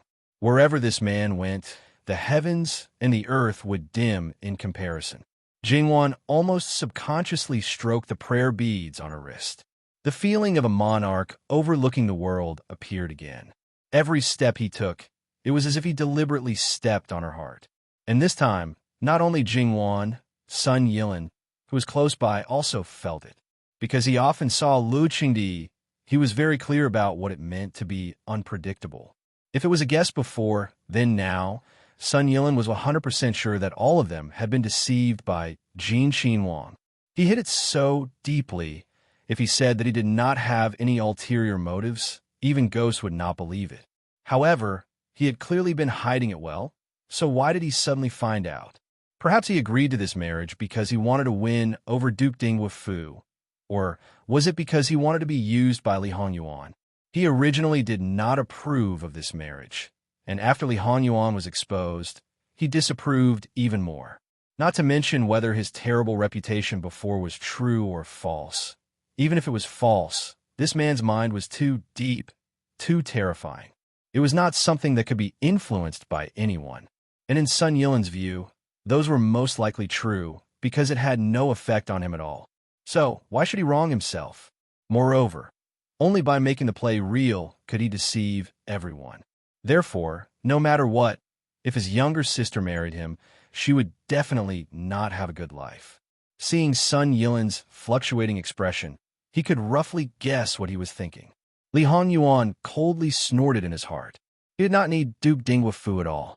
What he needed was the Sun clan behind it. Not to win them over, but to destroy them, to split them up.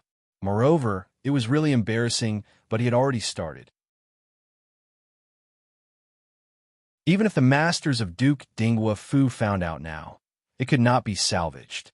The only person present who knew Li Hongyuan's purpose was probably only the serious-looking Gong Mama, because she really did not know what to say. And if Jingwan knew that all his purpose was just for her to see, all his performance was just because a male peacock flaunted its feathers to seek a mate, she did not know whether she should be proud of herself for being able to subdue such a man, or remain silent and then slap this man away. When Jingwan took the basket handed over by Li Hongyuan, to be honest, she was still a little out of sorts. But the deep education in her bones still made her salute without any hesitation. "Thank you, Your Highness." Her attitude was calm, neither servile nor overbearing. Li Hongyuan smiled gently. This was his Wan. She did not have a peerless appearance, a strong background, or various talents, but she was gentle, considerate, generous, open-minded, unyielding, grateful, and never complained. She was kind, but also had a clear distinction between love and hate. If she liked someone, she liked him. If she didn't like him, she didn't like him. She was not pretentious. How many people didn't like and cherish her? "Your Highness, can you not laugh?" It was too illegal.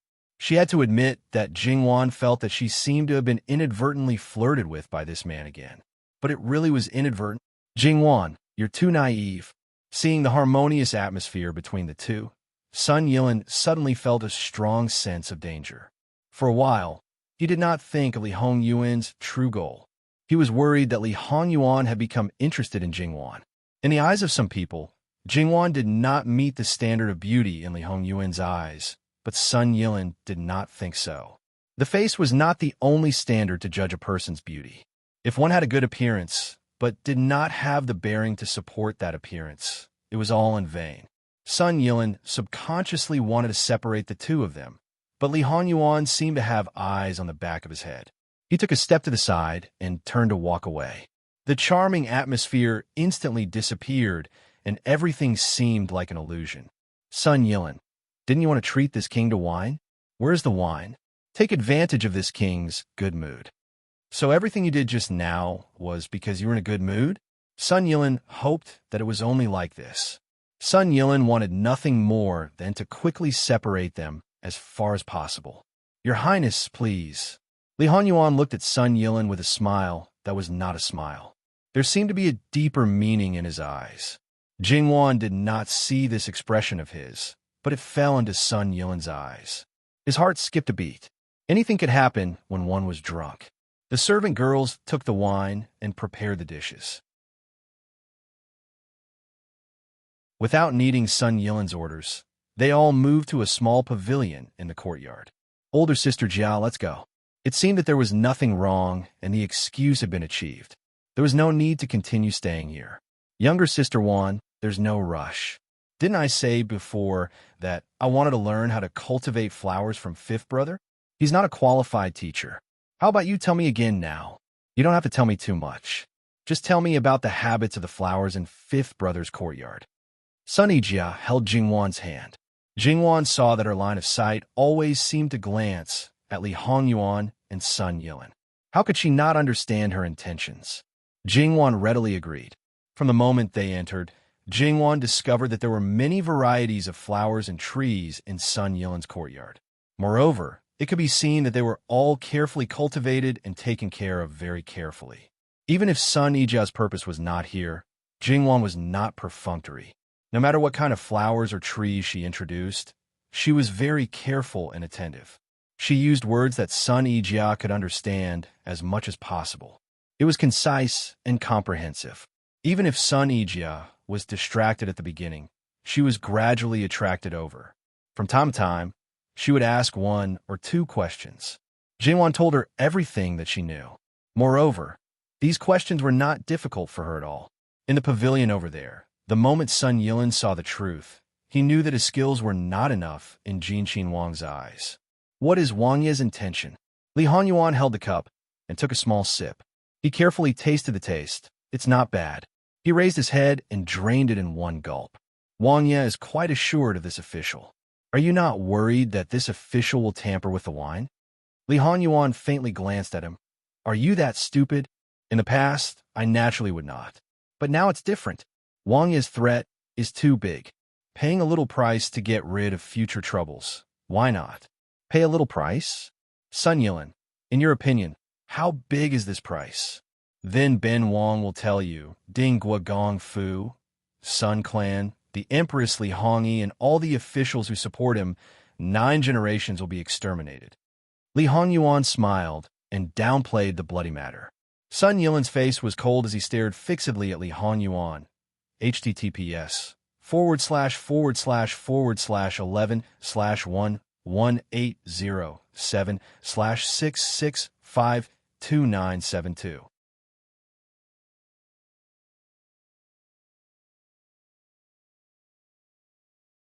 Chapter 90. Why? Sun Yilin still did not give up and asked. It seems that you believe it. Li Hongyuan played with the wine cup and looked at Sun Yilin with a smile that was not a smile. Then he put the wine cup on the table and tapped his finger on the table. Facing this living king of hell who did not walk the normal path, it was really not an ordinary kind of tiring. Sun Yilin leaned over to fill his cup and sat back in his original position. He didn't know if it was because he was powerless, but his posture was not as straight as before and even had a trace of decadence. Li Hongyuan looked sideways at Jingwan, who was not far away. That's right, in his eyes there was only Jingwan. The living person who was leaning against Jingwan was completely ignored by him. You don't want Sun Yijia to marry Ben Wang. That's right. Ben Wang doesn't want to marry her even more. What does Wang Ye want to do? My younger sister is already like this, asking Wang Ye to be merciful. Perhaps he knew that in front of Li Hongyuan, excessive emotions would not be of any help. Not only that, it was easy to lose his reason and fall into a disadvantage. So, he gradually calmed down. If your Sun family had two more people like you, or if you were in the position of Duke Ding, even if Li Hongyi is an idiot, he would not be at a disadvantage in the process of competing with Li Hongming. Of course, the current you is not enough. You have to hone yourself for 2 more years. The Empress has contributed greatly to Li Hongyi being where he is now. That woman is top-notch in terms of tactics and shrewdness. But the fatal point is that her ambition is too big. A woman who wants to raise her son to be a puppet and rule the world herself often does not have a good ending. Li Hongyuan was still looking at Jingwan and thinking about Jingwan, but he was able to multitask and said casually. Sun Yilin, who had calmed down again, was shocked again, but he did not rush to refute his words. Even if he was her maternal family's nephew, he was still a foreign official and couldn't even see the Empress's aunt once a year. In the end, it was hard to say what kind of person the Empress was. However, if what Jin Xinwang said was true, their Sun clan would be in danger. That's right, it wasn't just Ding Guogong Fu. Once this matter was known by the Emperor, even if it would shake the foundation of the country, even if it would cause him to be labeled as a tyrant, he would not hesitate to massacre the entire Sun clan. The Empress is a smart woman. Naturally, she won't let others easily discover her ambitions. Among the people around her, probably only Li Hongyi can sense it. But Li Hongyi needs her, so naturally, he won't do anything to harm her. And for the same reason, she didn't completely restrain herself in front of Li Hongyi. Sun Yilin really wanted to say, "You know it too." Moreover, he was able to know such a secretive matter. He was simply omnipotent. What does your Highness want me to do? Why do you think Sun Yijia is very miserable now? Maybe she thinks she's doing very well now.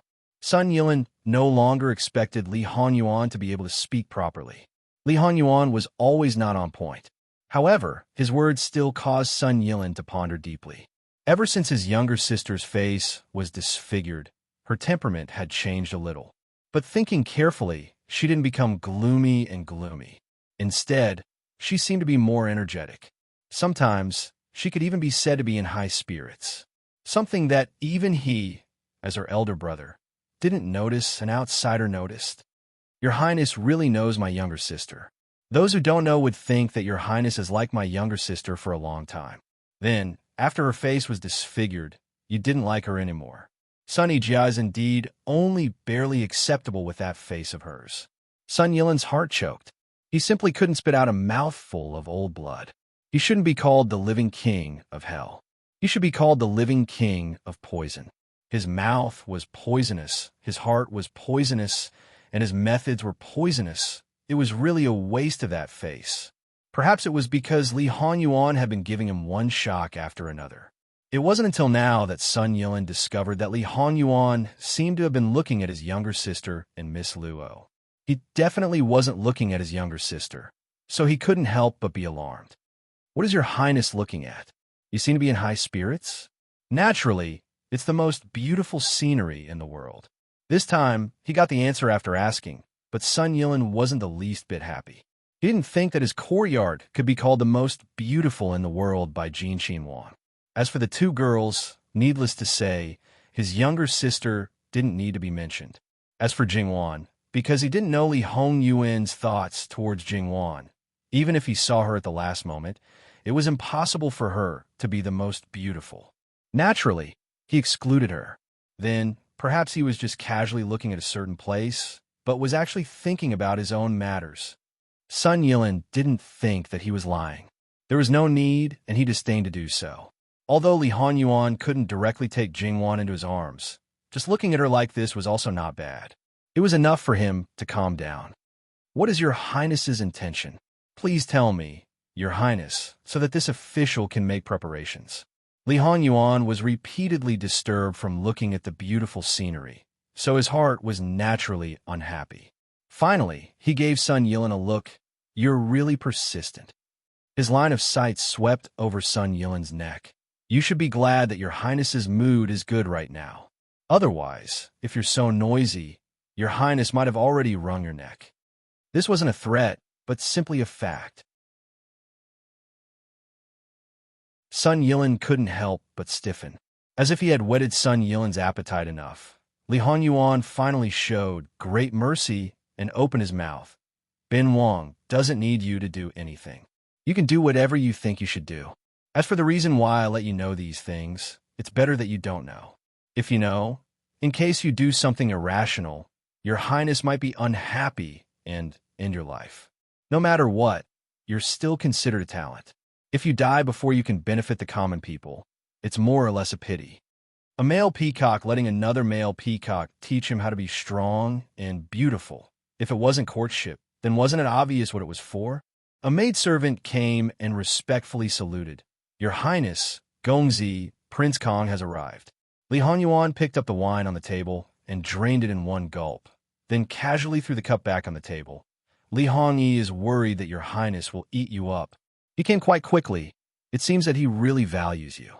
You're appreciated by Fu Huang, and you're also brimming with talent. You're the minister he reserved for his future backbone. If you're ruined by Ben Wang, he would indeed feel distressed. However, since he dares to go against Ben Wang, I don't know if he's prepared to pay the price. Why is he going against you? It's clearly you who started it first." Knowing that Prince Kong was coming, Sun Yijia was naturally relieved. Although she felt that if Prince Jean really wanted to do something, even Prince Kong wouldn't be able to stop him. But now, Prince Jean would restrain himself and wouldn't do anything too excessive. Thus, she pulled Jingwan and left with the basket of flowers. His wife couldn't see. Li Honyuan couldn't help but sigh with regret in his heart. Already faintly seeing the figures of Prince Kang's party, Li Honyuan suddenly made a move. With one hand, he took off Sun Yilin's crown, and with the other, he tore open his clothes. Probably because they didn't expect that Li Honyuan would suddenly make such a move. The servants at the side were so shocked that their mouths were wide open, and Sun Yilin was also somewhat stupefied for a moment. But when he saw Li Honyuan casually throw away the crown, his fingers seemingly brushing past his collar, and then there was Prince Kang's furious roar. "Li Honyuan!" Sun Yilin instantly returned to his senses, watching as Li Honyuan indifferently withdrew his hand and sat back with a calm expression. With one hand propped up on the table, the other hand gently smashed the cup. His appearance was lazy, but his eyes were particularly gloomy and cold, as if he was really unhappy because he was disturbed. He was also really unhappy, but the reason for this was unknown. Sun Yilin could be considered to have seen with his own eyes this man's temperamental temperament, as well as the viciousness in his bones. Expressionlessly straightening his clothes, he glanced at the broken crown on the ground and stood up. Then, just as he turned around, he bumped into Prince Kong face to face. He saw that Sun Yilin's clothes were disheveled. His fine black hair was loose, his face was cold, and his eyes were indifferent. There was no trace of a usual gentle and graceful young master's appearance. "Greetings to Prince Kong. This official has been disrespectful. Please allow this official to tidy up." How could Prince Kong say anything else? He hurriedly waved his hand to let him leave. When Sun Yilin entered the room, Prince Kang's anger completely exploded. "Li Honyuan, what do you want to do? Those lowly commoners can't satisfy you. So you extend your hand to Yilin? You're willing to degrade yourself, don't cherish your reputation, and go against morality and morality. It's fine, but you still want to stain Yilin with dirty water? Do you think that you can do whatever you want just because you have imperial father support? This prince is telling you, if you dare to touch a single finger of Yilin, this prince will definitely not let this matter rest, even if imperial father severely punishes you." "Prince Kong, your voice was so loud that even the people outside the courtyard heard it clearly." Inside the room, Sun Yilin's face darkened. He really wanted to grab Prince Kang's collar and shake him hard. Pig brain, originally only a few people knew about it. Did he want everyone to know about it? Originally, there was nothing, so this nothing would become something. He was afraid that it wouldn't be long before the capital would be flooded with all kinds of erotic poems, songs, and stories, all about splitting peaches and being gay. Although they wouldn't name names, but his and Jin Xinhuang's status was there. Anyone who saw it would involuntarily associate it with them. And some people who walked outside the courtyard simply couldn't wait to clap their hands and cheer. This old sixth was infuriating, but the things he did were absolutely satisfying. And there was also a certain idiot. Continue to shout, continue to scold even more harshly. It will be best if you completely enrage old sixth. Li Honyuan raised his head to look at this Li Hongyi. He didn't say anything and didn't move. That gloomy gaze made Li Hongyi somewhat fearful. What? Did Ben Wang say something wrong? Li Hongyi resisted the urge to retreat. It doesn't matter if it's right or wrong. Ben Wang just feels that eldest imperial brother's temper is so big.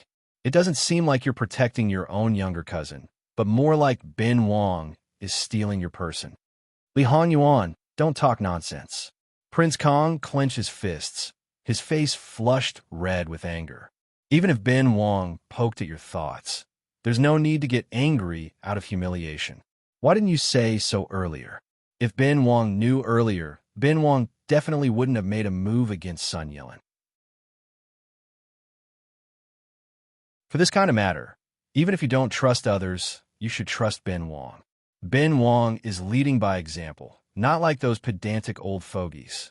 How could Ben Wang expose the matter and forcefully break you two apart? Li Honyuan said and sighed with infinite melancholy. After tidying up, he resumed his gentle as jade appearance. However, when he heard Li Hongyuan's words, his face cracked a little. As for the people who came in from the outside, Li Honyuan mostly had an air of hostility and looked at people with his nostrils.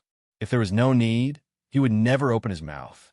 But sometimes when he opened his mouth, he could turn red into white and white into black, infuriating people to death. Although they knew that he was talking nonsense, there were still people who couldn't help but sweep their eyes back and forth between Li Hongyi and Sun Yilin. Thinking about all the things that happened in the past, Jin Wang's words didn't seem to be completely fabricated. When Kong Wang heard those not-so-subtle mutterings, he only felt his head swell. When he thought about the humiliation and depression of the past, his eyes gradually became bloodshot and faintly red. He forgot the Empress's warning not long ago, and, like an angry beast, he raised his fist and pounced at Li Honyuan. Li Honyuan dangerously narrowed his eyes. In this life, he didn't learn anything else because it was all things that were memorized in his mind. But martial arts were different. If he didn't advance, he would fall back. If he didn't practice, he would become a cripple. Therefore, in terms of martial arts, he was already the most powerful among the brothers. What's more, he also had rich experience in fighting enemies. It could be said that if he wanted to kill Li Hongyi, it would be an easy matter.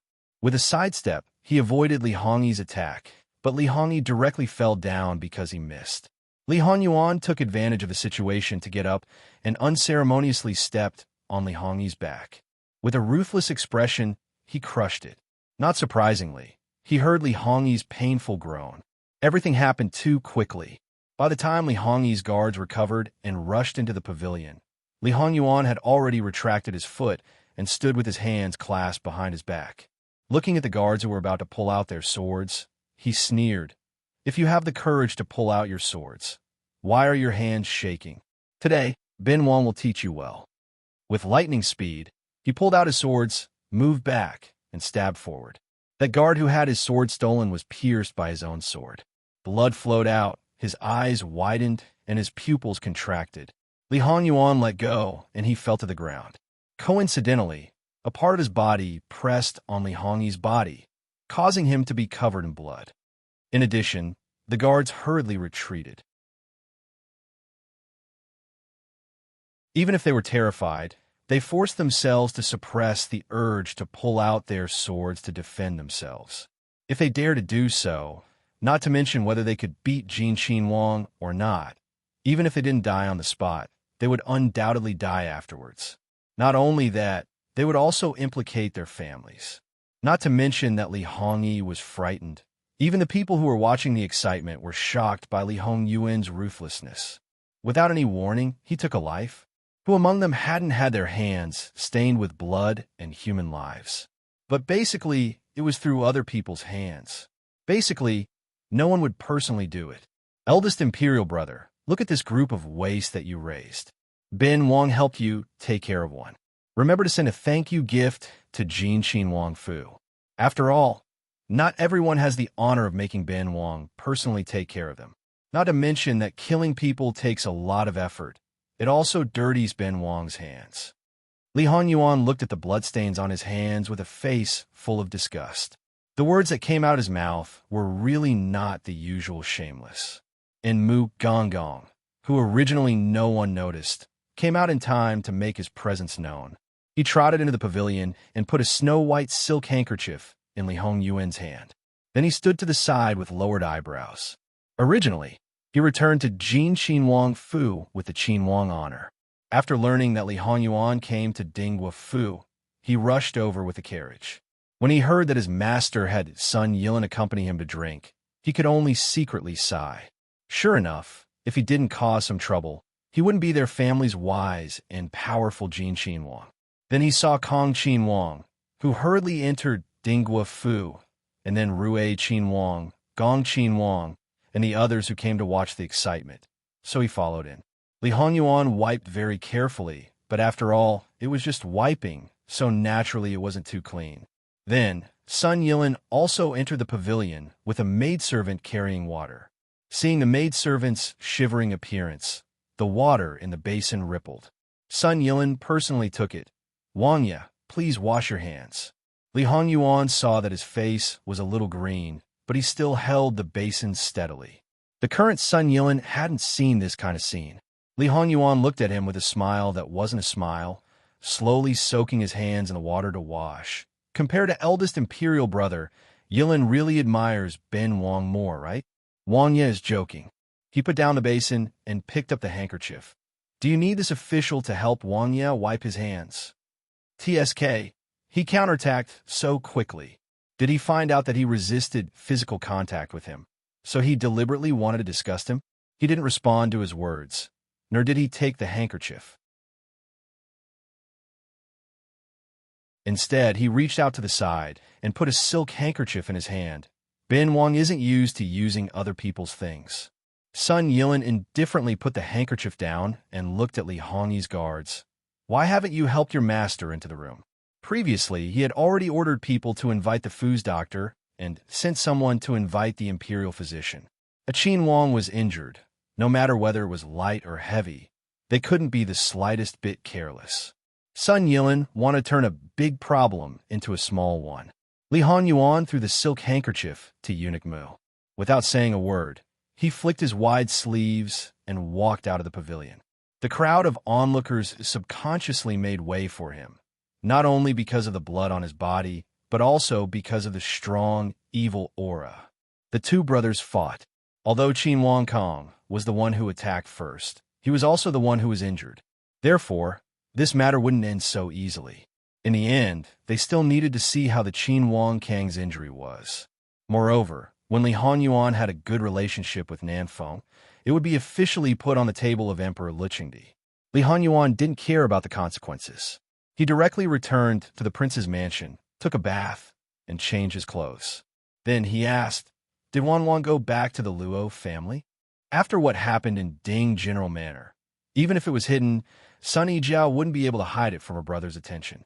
With Jingwan's keen senses, even if she didn't know what happened, she would know that something had happened. Naturally, she wouldn't stay for long. Replying to Master, no. Prepare the carriage. This prince wants to see her. Yes. Then, Jingwan was stopped halfway. After knowing who the other party was, she looked at the small carriage covered with green cloth. She knew that the other party was considerate of her. In addition, the other party's identity seemed to make it impossible for her to refuse. She gave Gong Mama and the maids a comforting look and calmly got into Li Hongyuan's carriage. As the saying goes, if it's a blessing, it's not a curse. If it's a curse, it can't be avoided. There was nothing to be afraid of.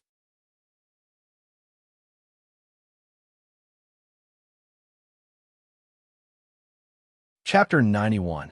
Even though Jingwan was pretending to be calm, the slight blush on her cheeks and the flustered look in her eyes still fell into the eyes of a certain beast. Not to mention that he was already experienced with age and had a pair of discerning eyes, he would naturally not pay attention to people he did not care about. As for the person he cared about the most, Li Honyuan did not even have to think to know what Jingwan was thinking about. After all, Wanwan was a young lady who had never experienced love before. Even if she was a mature and experienced person, it would be strange if she was the same in this aspect. Taking advantage of the moment, when Jingwan lowered her eyes to greet him, Li Honyuan could not help but smile. He clenched his fist and placed it by his lips to prevent himself from laughing out loud. However, when he saw Jingwan's rosy little face, he really wanted to pull her into his embrace and take a few bites of her. As some thoughts started to stir again, Li Honyuan's eyes became increasingly deep and serene. At this moment, Li Honyuan did not say, "Get up," and Jingwan remained in her original state. Li Honyuan looked at her quietly and saw that the blush on her face had disappeared and returned to its natural pink color. She did not have any makeup on her face, and her lips were very beautiful and tender. Li Honyuan rubbed his lips and recalled the delicious taste that he had plucked from her lips in his previous life. Not to mention that she was still young and in her prime, her lips were tender and soft. In his previous life, due to the ravages of wind and frost, she had inevitably become rough, even though she was a natural beauty.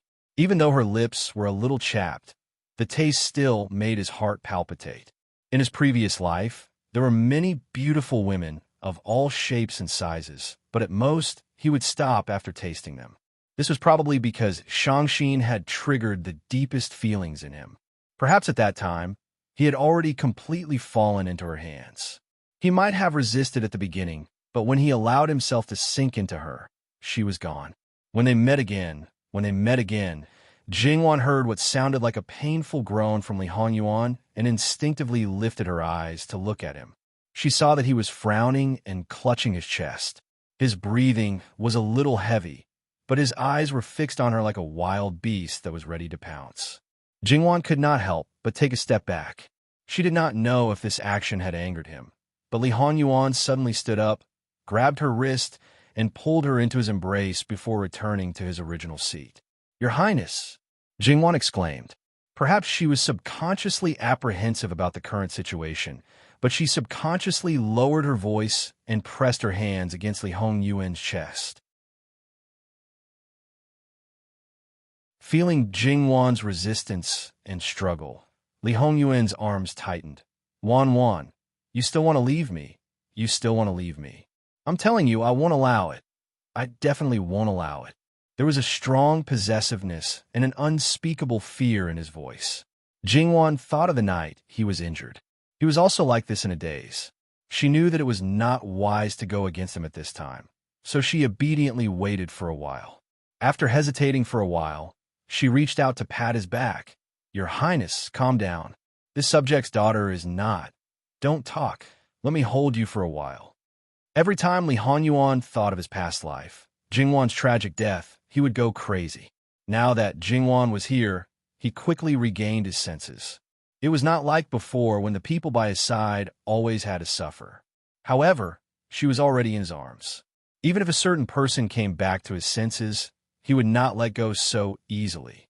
This was her boss. Jingwan knew that she could not afford to offend him. If things got out of hand, she would be the one to suffer, so she obediently let him hold her. But when she thought of how this was older sister Jia's fiancé, even if they hated each other, she could not help but feel guilty for betraying her best friend. She silently apologized to son Ijia in her heart. A while was fine, but wasn't this a little too long? "Your Highness." Jingwan pushed him, her intention obvious. Even if he was reluctant, in front of Jingwan, he easily compromised and let go. Jingwan quickly backed away, causing Li Honyuan's eyes to darken a bit, but this time he did not move. "Have a seat." Li Honyuan pointed at the soft cushion on the side. The soft cushion was comfortable and soft to the touch, and the surface was made of the best fur. He couldn't help but sigh in his heart. As expected of a member of the imperial family, ordinary people would not be able to see it, and even if an official's family had it, they would definitely cherish it very much. With the skillful hands of the embroiderers, not a single bit of it would be left behind on the clothes. But this one was good, sewing a large piece of it into a cushion. He casually looked at the things placed inside, and any one of them was of good quality. It was completely different from the shabby things seen outside. Li Honyuan saw Jingwan's actions and expressions. He was purely curious and sighing, without the slightest bit of envy, let alone greed. Even if he was sizing her up, he was magnanimous, not sneaky at all. In the blink of an eye, that bit of curiosity disappeared, and he sat down quietly. Just now, it was this prince who was rude to Mississippi. Li Honyuan opened his mouth. Outside, an who was driving the carriage, had a straight face, because he was also the head of the imperial bodyguards. When he appeared with his two identities, it was naturally different. Even if someone saw him now, they would not associate him with Li Hongyuan's imperial bodyguard. Hearing this, he couldn't help but curse in his heart. Master, this shameless person, actually pretended to be a modest gentleman. Big-tailed wolf, so be it. You can pretend for a while, but you can pretend for a lifetime. In the future, when Miss Luo finds out, you're not afraid of being punished. No, Your Highness doesn't need to take it to heart. It had to be said that his attitude really surprised Jingwan. Whether it was what she heard or the few times she met him, it was poles apart from the current situation. Li Honyuan seemed to be able to see through her thoughts at a glance. He chuckled. After all, you are this prince's savior. Jingwan was startled, not only because of Li Hongyuan's words, but also because of that smile. It was simply a blooming peony. Although it might be an ink peony, it was also the most luxurious, the most rare, and the one that was unbelievably beautiful. Li Honyuan relaxed his body and calmly leaned back. His expression was languid, but there was also a bit of charm. Jingwan's lips and teeth slightly opened, spitting out two words, evildoer. Li Honyuan didn't hear what she said clearly, but from the shape of her lips, he could more or less guess it. What did Miss Luo say? Nothing. I don't know what instructions Your Highness has for this subject. Li Hongyuan's line of sight fell on Jingwan's neck. How is Miss Luo's injury? Jingwan subconsciously reached out to cover her neck, but seeing Li Hongyuan's calm and upright expression, as if he really was just concerned about her and didn't have any other meaning, Jingwan felt that she overreacted. Her face reddened, and she put down her hand. Thanking Your Highness for your concern. It's almost healed. What does Miss Luo want? Li Honyuan acted as if he didn't notice her movements and spoke softly. Jingwan hesitated for a moment. This subject thinks Your Highness's bodyguard should have passed on this subject's words to Your Highness. Li Honyuan waved his hand. That's nothing. Although this prince is a bit of a bastard, it's not to the point of forcing people to do things against their will. Moreover, this isn't as simple as saving your life. Jingwan understood the meaning behind Li Hongyuan's words. If she didn't ask for something, perhaps Jin Xinwang wouldn't be at ease. She had caught his handle, so how could she let him have some handle on her? Jingwan was silent for a moment before she slowly opened her mouth. Can Your Highness and Jie dissolve the engagement? Li Honyuan probably didn't think that she would make such a request. Miss Luo's concern for her good friend is truly meticulous. Jingwan could hear that his tone had become a bit colder and knew that her request was very inappropriate. As the saying goes, it's better to tear down a temple than to destroy a marriage. Moreover, by making such a request, wasn't it clearly telling him that he wasn't a good person? Even as an outsider, she would rather damage her good friend's reputation and wanted to interfere with this marriage. Looking down on him like this, even if it was an ordinary man, he would be angry, not to mention that he was of noble descent. These words could be compared to offending one's superior. Jingwan hurriedly got up and apologized. This subject's daughter is rude. Please forgive me, Your Highness. To be disdained by the person at the top of one's heart. It was impossible to say that one didn't feel anything. What's more, she was so attentive to other people, yet she was so distant with him that she could even be considered a stranger. He was very unwilling. But when he saw Jingwan frowning with an uneasy expression, he also felt distressed. Forget it. He could always make it up to her in the future. Get up, Your Highness. Bin Wang didn't mean to blame you. Your request, Your Highness, Ben Wang agrees. Your Highness. Jing Yuan raised her head to look at him, somewhat in disbelief. Li Honyuan laughed in spite of himself. Is it possible that Ben Wang's life is not worth a marriage that no one is willing to accept? Many thanks to Your Highness, but I'm afraid that this matter will make Your Highness feel awkward. It's not awkward, it's just being a scoundrel again. Ben Wang has done a lot of scoundrels, so this one won't make a difference. Li Honyuan said, rather self-deprecatingly. Jing Yuan's lips quivered, feeling rather guilty. Li Honyuan, this big-tailed wolf, was wagging his tail in his heart. This was originally part of his plan, but now that he had an unexpected harvest, it could be considered a small compensation for him. But there is one thing that I need to remind Miss Luo. This prince has a reputation of bringing bad luck to his wife. None of the women that have been engaged to this prince have a good ending. I'm afraid that before this prince can resolve this matter, something will happen to your good sister. Jing Yuan gave an indifferent smile. That's pure nonsense. This subject doesn't believe in such things. Even if something like this really happened, it's probably because I haven't met the destined person. That's right, you haven't met the destined person. In your previous life, you didn't meet the destined person, so your ending was tragic. This prince didn't meet the destined person, so I was deceived and betrayed. The two of us should be together. Sit down. Your Highness, if there's nothing else, this subject will take her leave first.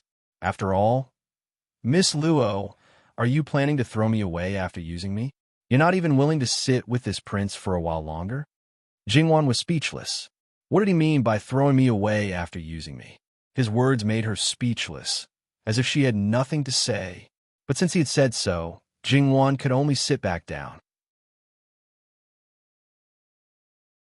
For a moment, the carriage fell into silence. Jing Yuan looked down, and Li Honyuan kept looking at her. With such an unabashed gaze, it was difficult for Jing Yuan to pretend that she didn't know. Finally, she couldn't help but look at Li Honyuan.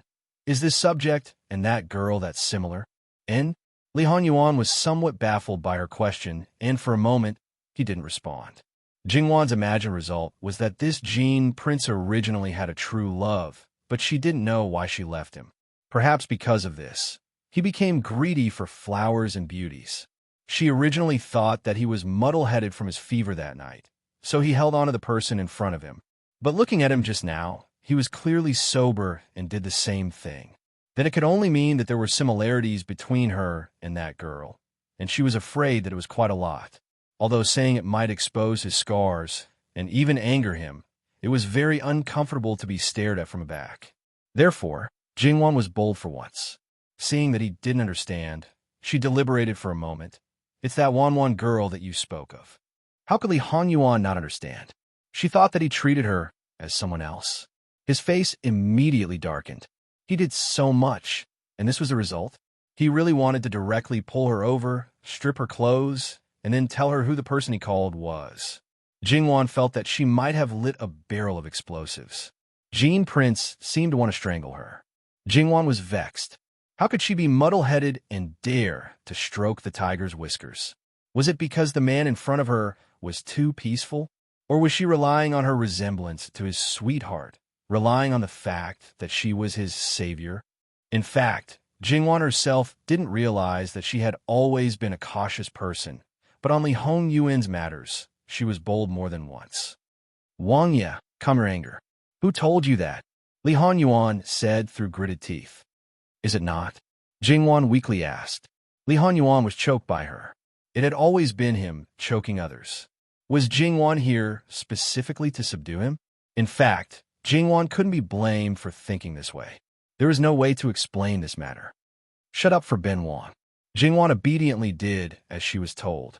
After all, this living king of hell only told her to shut up and didn't directly strangle her to death. This was already very benevolent. Li Honyuan frowned and fiercely closed his eyes, covering his eyes. Jing Yuan didn't expect that this insufferably arrogant man would be in so much pain. Sure enough, no matter how ruthless and dark a person was, there would always be a soft side to his heart. After Li Honyuan moved his hand away, he had already recovered his calm. He only faintly looked at Jing Yuan. Jing Yuan pursed her lips, This subject's daughter is very sorry. Sorry is enough? Since Miss Luo feels this way, why don't you compensate Ben Wang with yourself? Li Honyuan coldly said. Wangya, please have some self-respect. Although Jingwan felt guilty about what happened just now, it didn't mean that she would obediently be humiliated. TSK, she was still so amenable to coaxing, but not coercion. In her previous life, this kind of personality was more or less a factor in her suffering. Under the imperial power, it could be said that without power, there was no right to be arrogant. It was even more likely that one's pride would be broken. In reality, if Wan chose herself and abandoned her husband's family, she could at least live. But she was unyielding and unyielding. Her husband's family didn't betray her, so she didn't abandon them and chose the most difficult and tragic path. There is no such thing as self-respect for Ben Wang. What do you want?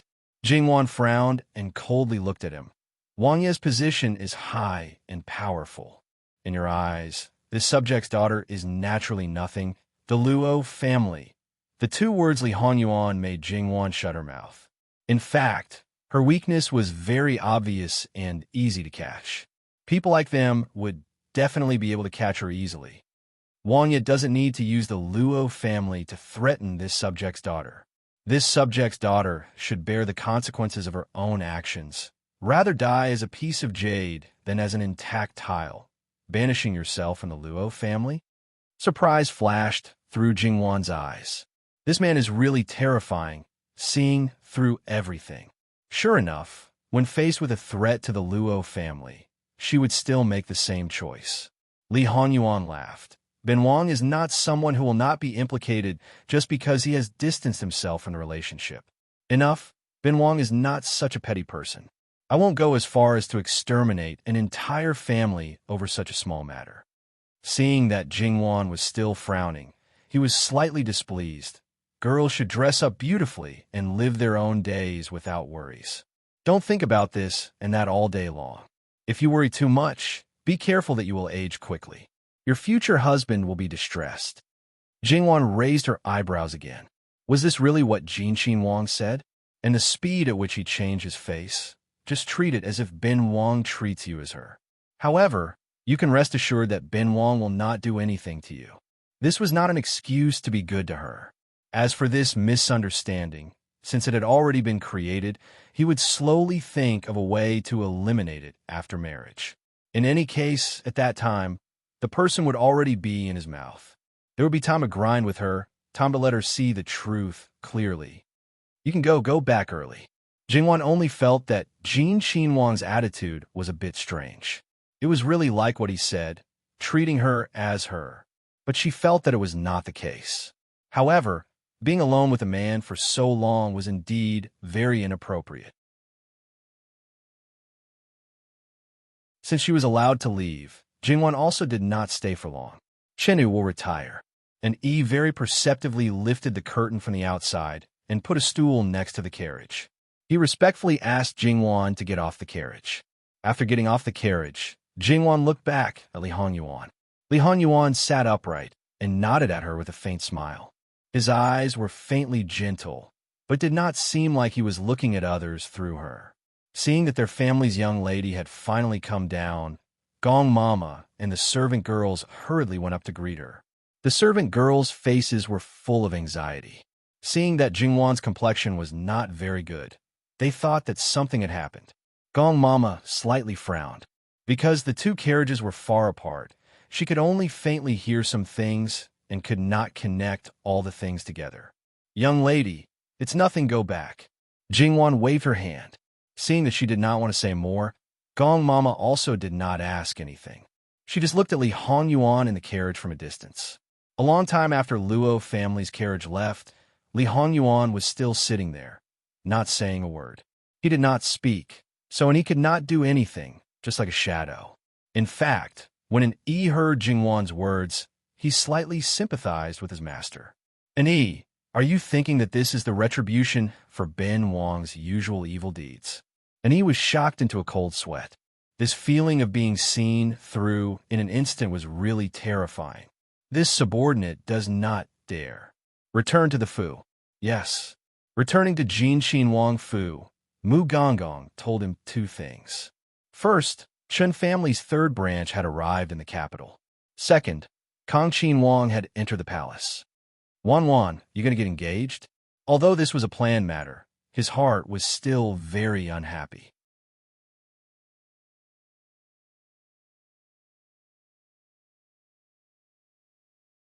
Chapter 92. When Jingwan returned to the Luo family, she had already regained her calm. She didn't know what Jin Xin Wang wanted to do, but she could only do what she should do. If something happened, then she would deal with it accordingly. If she couldn't deal with it, then perhaps she should just wait for someone to deal with it. Jingwan didn't take the initiative to talk about it, so Gong Mama also didn't ask. Even if Jingwan treated her as an elder, after all, there was a difference between master and servant. In addition, Jingwan herself had her own opinions. Even if she was worried, she would strictly abide by her duties and wouldn't ask about everything. She just repeatedly instructed the two servant girls accompanying her to keep their mouths shut and not mention a single word to anyone. The two servant girls also knew that this matter was related to their family's young lady's reputation, so they repeatedly promised Gong Mama. As for the coachman, Gong Mama just said a few words. Regarding this person, Gong Mama wasn't worried at all, because he was the living king of Hell's people. The arrival of the Chun family's third branch in the capital also meant that the marriage between Jingwan and Chun Jingmin was officially put on the table. When the Chun family came to the Luo family, after Chun Jingmin's elders saw Jingwan, there was no one who was dissatisfied. Such a young lady was simply outside of their expectations. Chun Jingmin's mother took off a bracelet on the spot and put it on Jingwan's hand. After that, the entire Luo family basically knew about this marriage. Perhaps it was because Luo Jingying had gotten a definite answer from her father. Her father had listened to her suggestion, and she would get what she wanted, so she was in a good mood. That was why she smiled at everyone she met. It was the kind of smile that came from the bottom of her heart. She did not act one way in front of others or behind their backs. With the help of Luo Rongping's money, Luo Jingying looked brand new. In the past, she didn't like delicate and beautiful clothes and jewelry, but now she was very fond of them. Those things that she loved in the past, in a flash, were discarded by her like worn-out shoes. It was so natural that one couldn't see any reluctance. It must be said that some of her strength was really not ordinary. Luo Jingying took the servant girls to the begonia house. Mimi congratulates third Jiejie here. Jingwan glanced at her from head to toe. Unlike Luo Jingying's expectation, she chuckled and said, "Congratulations to you too." Luo Jingying was startled and a little flustered. Could it be that their third branch's plan had been found out? But thinking about it, it was simply impossible. Third elder sister really knows how to joke. Little sister doesn't have any good news. The third branch is harmonious. Third uncle treats fourth sister even better than before. Third is also more virtuous and generous. Fourth sister is going to have a younger brother or sister. Isn't that a good thing? Jingwan said with some doubt. Even though Luo Jingying was in a good mood, her face cracked a little. She knew better than anyone the reason why the third branch could have a temporary peace. They were clearly poking her where it hurt. Luo Jingying was so vicious. She originally wanted to wait until she had a bright future and ask Prince Rue to support her third elder sister's husband's family. But it seemed that it was completely unnecessary. If she couldn't grasp the opportunity given to her, what else could she do? As for that slut, now that her father was protecting her, she could be arrogant for a while. When she and Prince Rue's matter was settled, she would slowly deal with her and the bastard child in her belly. Third elder sister is right. Is indeed a good thing. Jingwan smiled and nodded. Luo Jingying came happily and left angrily. She couldn't say anything now. Just wait and see. One day, Luo Jingwan will have to kneel and beg me. Fourth young lady is becoming more and more unruly. Qingju was outspoken. After Luo Jingying left, she couldn't help but twitch her mouth. Shut up. How is fourth young lady? It's not something you can talk about. The wet nurse patted Qingju. Qingju wrinkled her nose and didn't speak anymore. The others laughed and shook their heads. Because both sides had intentions, the rest of the matter was natural. The third branch of the Chen family had just arrived in the capital and naturally didn't have time to buy many things. However, the first branch had already prepared. They didn't think that the third branch would refuse this marriage. In fact, when Chen Zhongmin learned of this matter, he was overjoyed. This was something he had never expected. He didn't dare to dream of a girl like the third cousin of the Luo family before. If he could get a good ranking after this imperial examination, it would be fine. But now, he was so happy that he was silly. Not Siley was well-behaved. The geese he used were the commonly used wooden ones. Chen Jingmin wanted to get a live one, but unfortunately, he could only dream about it. Fortunately, whether it was the Luo family or Jingwan herself, they didn't care too much about this. It was enough for them to be polite. Then, it was time to exchange the marriage invitation. In just a few days, it was basically done smoothly. However, because Jingwan's coming-of-age hairpin ceremony had to wait until next year, whether it was Madame Luo, Luo Peishan, or even Jingwan's parents, they all hoped to keep Jingwan for 2 more years. Therefore, the wedding date was at least 2 years away. This gave Chun Jingmin some time to make some achievements. At least, the elders of the Luo family would be more assured to hand Jingwan over to him. He also thought so. A girl like his cousin needed to be pampered. He couldn't have nothing. When all these things were settled, Madame Luo also breathed a sigh of relief. Before, she still felt uneasy. It seemed that she thought too much. She didn't know if it was intentional or not, but Jingwan's engagement was done very low-key.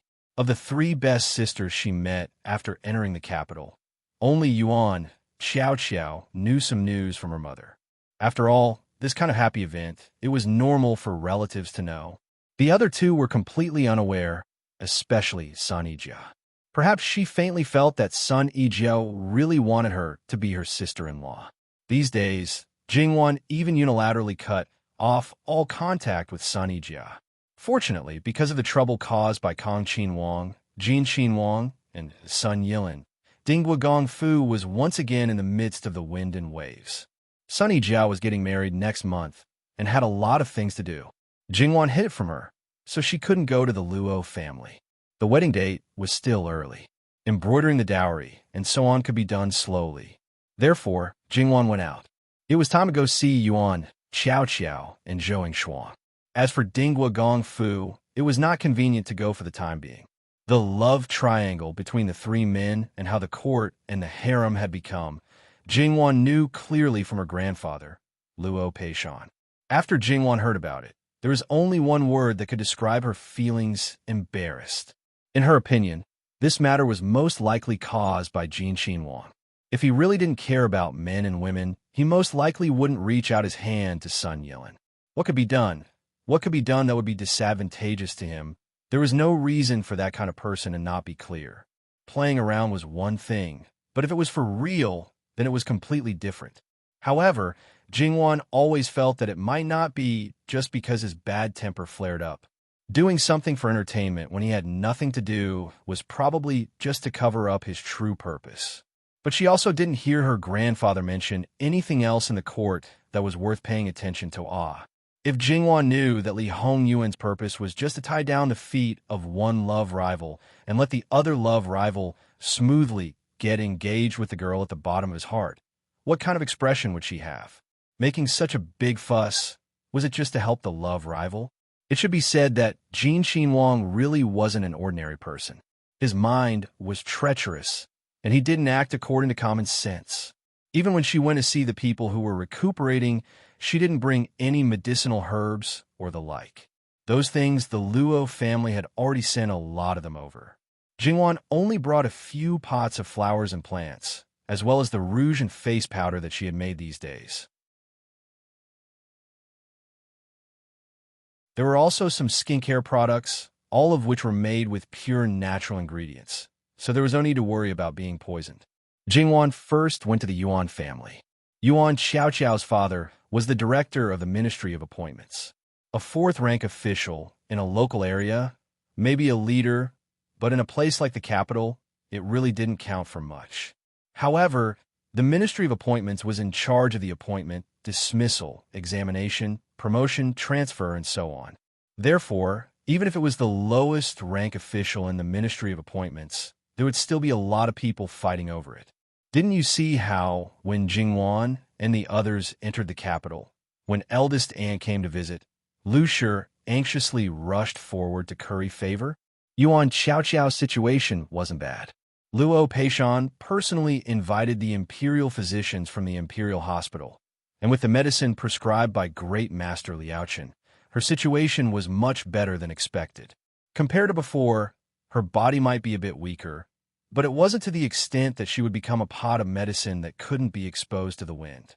As long as the broken leg was properly taken care of, there wouldn't be any hidden dangers. Wan, you finally came. I was almost bored to death in the room. As soon as she heard Yuan Xiaoqiao say the word die, her wet nurse hurriedly spat twice, telling her to stop talking nonsense. Yuan Xiaoqiao hurriedly responded and didn't say anything else. She turned around and stuck out her tongue at Jingwan. It seemed that because of this matter, she had been tormented in many ways. Jingwan saw that Yuan Xiaoqiao was so energetic that she was truly relieved. However, with Yuan Xiaoqiao's lively personality, she was afraid that she really was bored to death because she couldn't move her leg. Where's Aunt? Why don't I see her? Jingwan didn't see her from the moment she entered the Yuan family's gate. Yuan Xiaoqiao pursed her lips. I think you know about our family situation. Isn't it because there's trouble over there? My mother is now serving her like an old maid, and my grandmother and the others are also complying with her in everything. I hope she can really give birth to a son, otherwise she'll suffer afterwards. Yuan Xiaoqiao was so relaxed and didn't worry about her mother at all, because she knew that her father and grandmother treated her mother very well. Although her grandmother was also worried that her mother couldn't give birth to a grandson for her, she still repeatedly comforted her mother that this child was fate. Even if she didn't have a legitimate younger brother, her grandmother wouldn't put a concubine above her mother's head, and her father wouldn't spoil the concubine and neglect the wife. Therefore, when Jingwan said that her grandfather didn't choose the wrong person for her aunts, she wasn't just saying it. Jingwan didn't say much. In this kind of situation, as one of those lucky concubines and concubines, 9 out of 10 of them were arrogant. If they got what they wanted, they might become even more arrogant. However, if they met a powerful matriarch, it was equivalent to giving birth to a child, and there was nothing for her to do. If she was obedient, she might be able to keep her life. If she wasn't obedient, she might be able to keep the child and leave the mother. This kind of thing couldn't be more normal. Let's not talk about this anymore. It's so boring. What did you bring for me? Let me take a look. There were a few pots of green flowers and plants, big and small.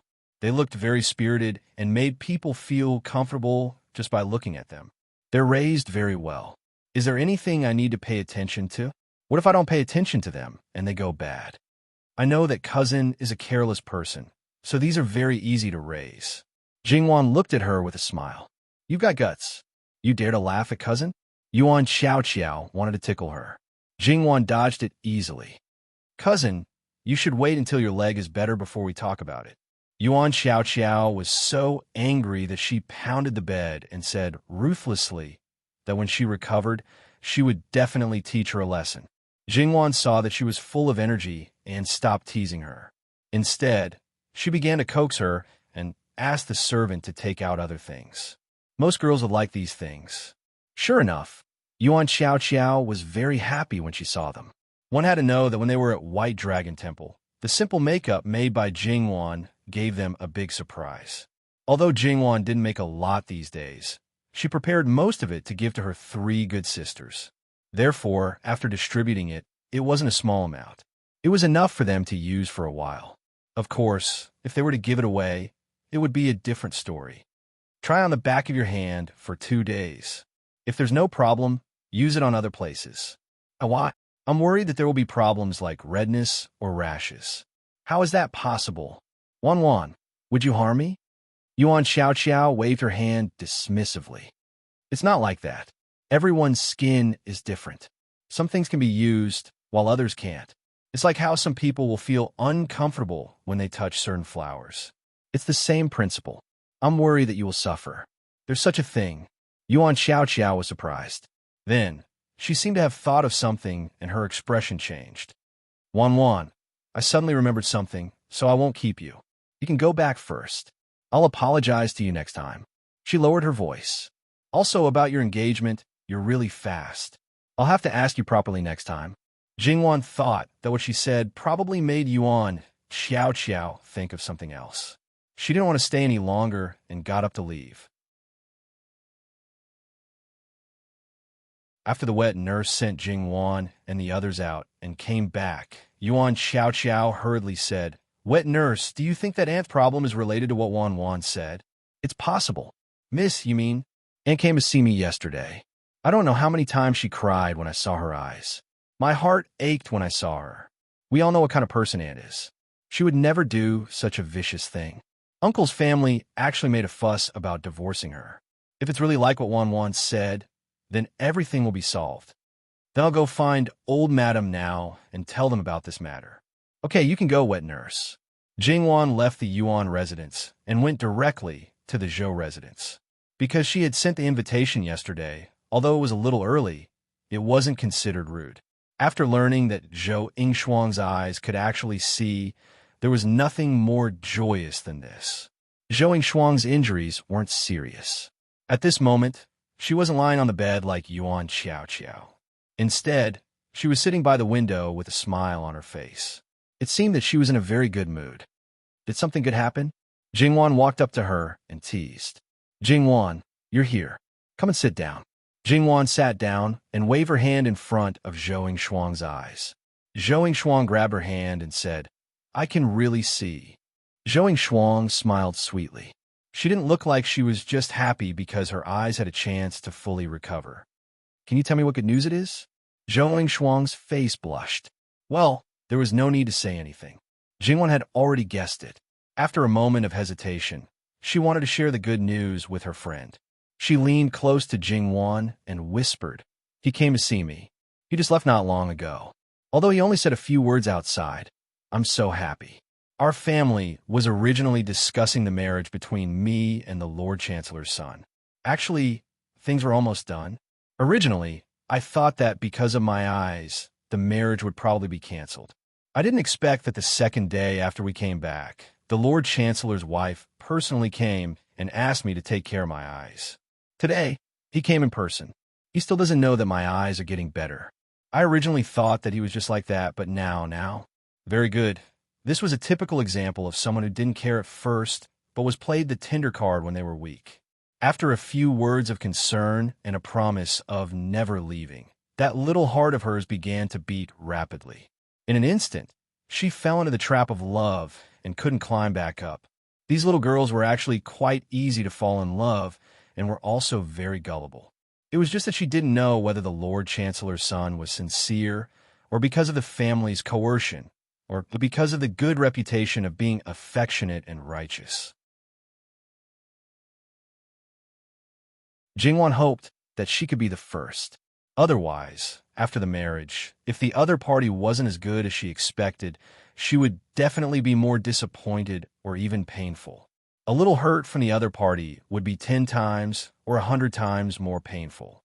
However, at this time, Jingwan naturally wouldn't pour cold water on her. Little girls who fell into the river of love were similarly unreasonable. If you said that the other party wasn't good, you might have ulterior motives. Perhaps the other party would think that you were sowing discord and couldn't bear to see her well.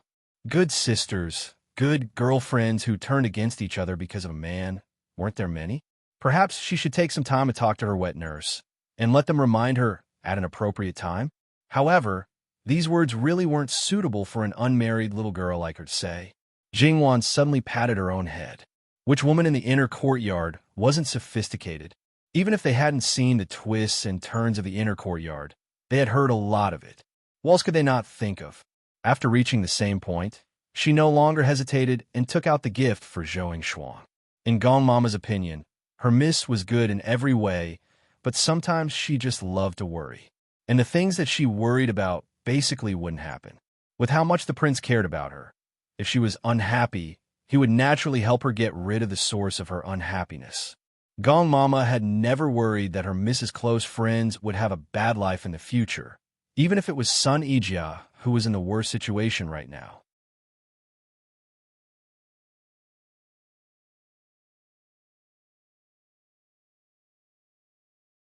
Chapter 93. The Lord Chancellor's wife was able to visit the Zhou family on the second day. It was not necessarily because they were so loyal and righteous. It was also possible that someone was involved in this matter. Zhou Shuang took note of some of the precautions that Jingwan mentioned. She even asked Jingwan a lot of questions about skincare and skincare.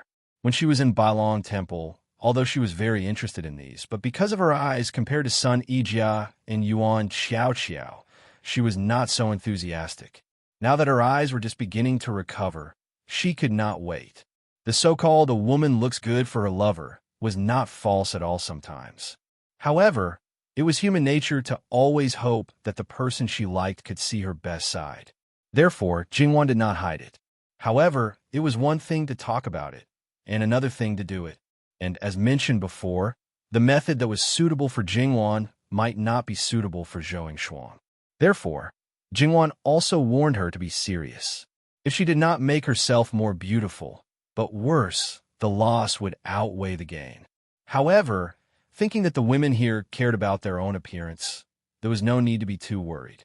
They would not joke about their own faces, because the more they talked, the more time it would take. Therefore, Jingwan was directly asked to stay in the Zhou family for lunch. After all, Zhou Shuang was still recuperating. Jingwan was also worried that it would take a long time for her to be exhausted. Therefore, she left after lunch.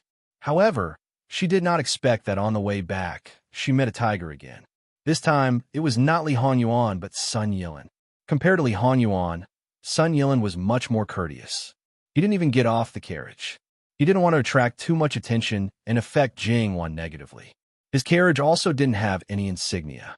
It was next to the Luo family's carriage, but one was facing east while the other was facing west. Jingwan sat in the carriage. She was more or less surprised that Sun Yilin pulled her. "May I know what young Master Sun wants?" Sun Yilin was silent for a long time. It was so long that Jingwan thought that he could not speak. Then, his somewhat hoarse and dry voice came. "I heard that Miss Luo is engaged." Jingwan almost didn't hear the last three words clearly. Her voice was hesitant, soft, and seemed to be mixed with a bit of disbelief. Jingwan was stunned. What was going on? When did she attract such a peach blossom? It wasn't that Jingwan thought too highly of herself and immediately thought of this. It was just that the current secular etiquette was like this. If it wasn't the girl he admired, as long as it was a man with a bit of education, he wouldn't ask another girl such a question in person. But obviously, Sun Yilin's education was absolutely top-notch. To do such a rude thing, he must regard himself as extremely important. She couldn't help but think of the words that Sun Yijia said to her not too long ago. She wanted her to be her sister-in-law and had mentioned Sun Yilin. From the looks of it, it wasn't Sun Yijia's wishful thinking. It was Sun Yilin who had such thoughts, and she strongly supported it. Jingwan fell into silence. The word love was the most difficult to understand. Logically speaking, Sun Yilin only admired her, and she didn't do anything to seduce him. There was no need to care about it. The problem was that he was someone she knew and was the elder brother of her good sister. It was hard to ignore it completely. Miss Luo has a clever heart. I'm sure you understand my thoughts? Sorry. Jingwan paused and spat out these two words.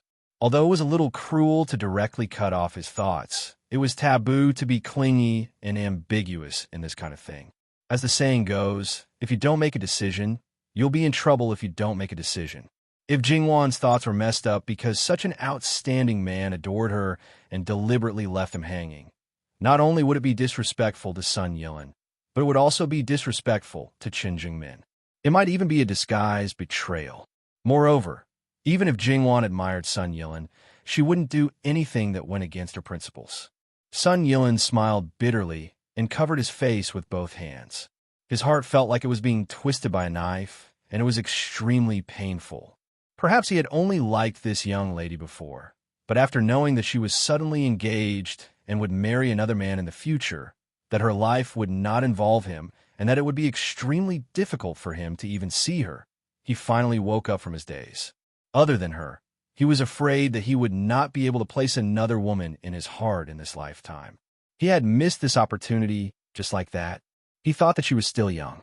He thought that she had just arrived in the capital not long ago, and even if the Luo family wanted to find a husband for her, they wouldn't be able to finalize a candidate in such a short time. He thought that with his talent, appearance, character, and even his family background, when he went to the Luo family to propose marriage, the Luo family would definitely not object, and everything would be done naturally. Looking at it now, it was all because he thought too highly of himself and thought too highly of himself. How could he forget that a truly good young lady would definitely be sought after by hundreds of families? If he had taken a fancy to her, he wouldn't have made his move earlier. Was he waiting for others to fight over her? Look at how smart Qin Zhengmin was. He was so stupid. That's right, Jingwan's engagement was so fast. Other than Madame Luo's uneasiness, it could also be that Qian Jingmin and the Chun family wanted to take advantage of the fact that the treasure had not been discovered by more people to hold firmly in their hands. Only then could they be at ease. But why did it have to be these few days?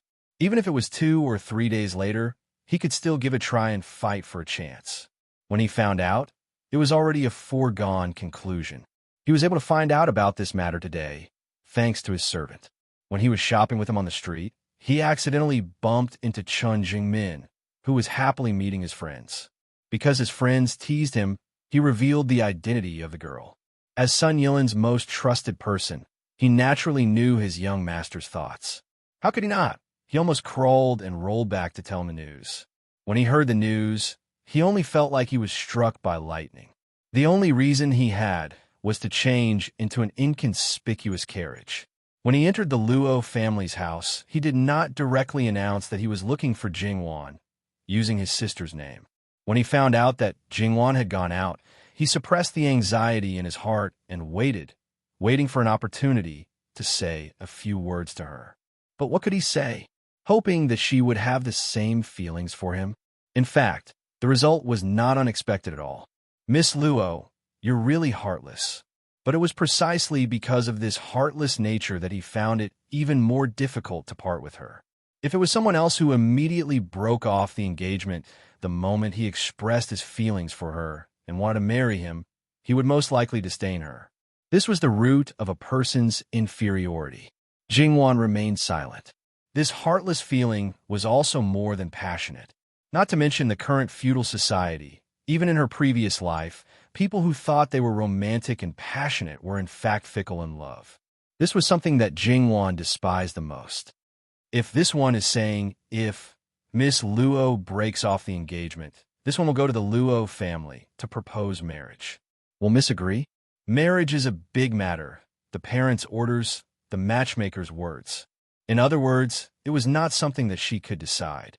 Sun Yilin could not say whether this answer made him happy or disappointed. Perhaps she actually had a trace of good feelings towards him, but because of the girl's modesty, she gave a proper answer. Or perhaps she really did not care at all, but in order to save her face, she did not say anything that was hard to accept. This one understands. It was rude of me to suddenly look for Miss Luo today. Please forgive me. No, young master does not need to take it to heart. It is rare for Ijia to have a close friend who understands her. I hope that your friendship will not become distant because of this one.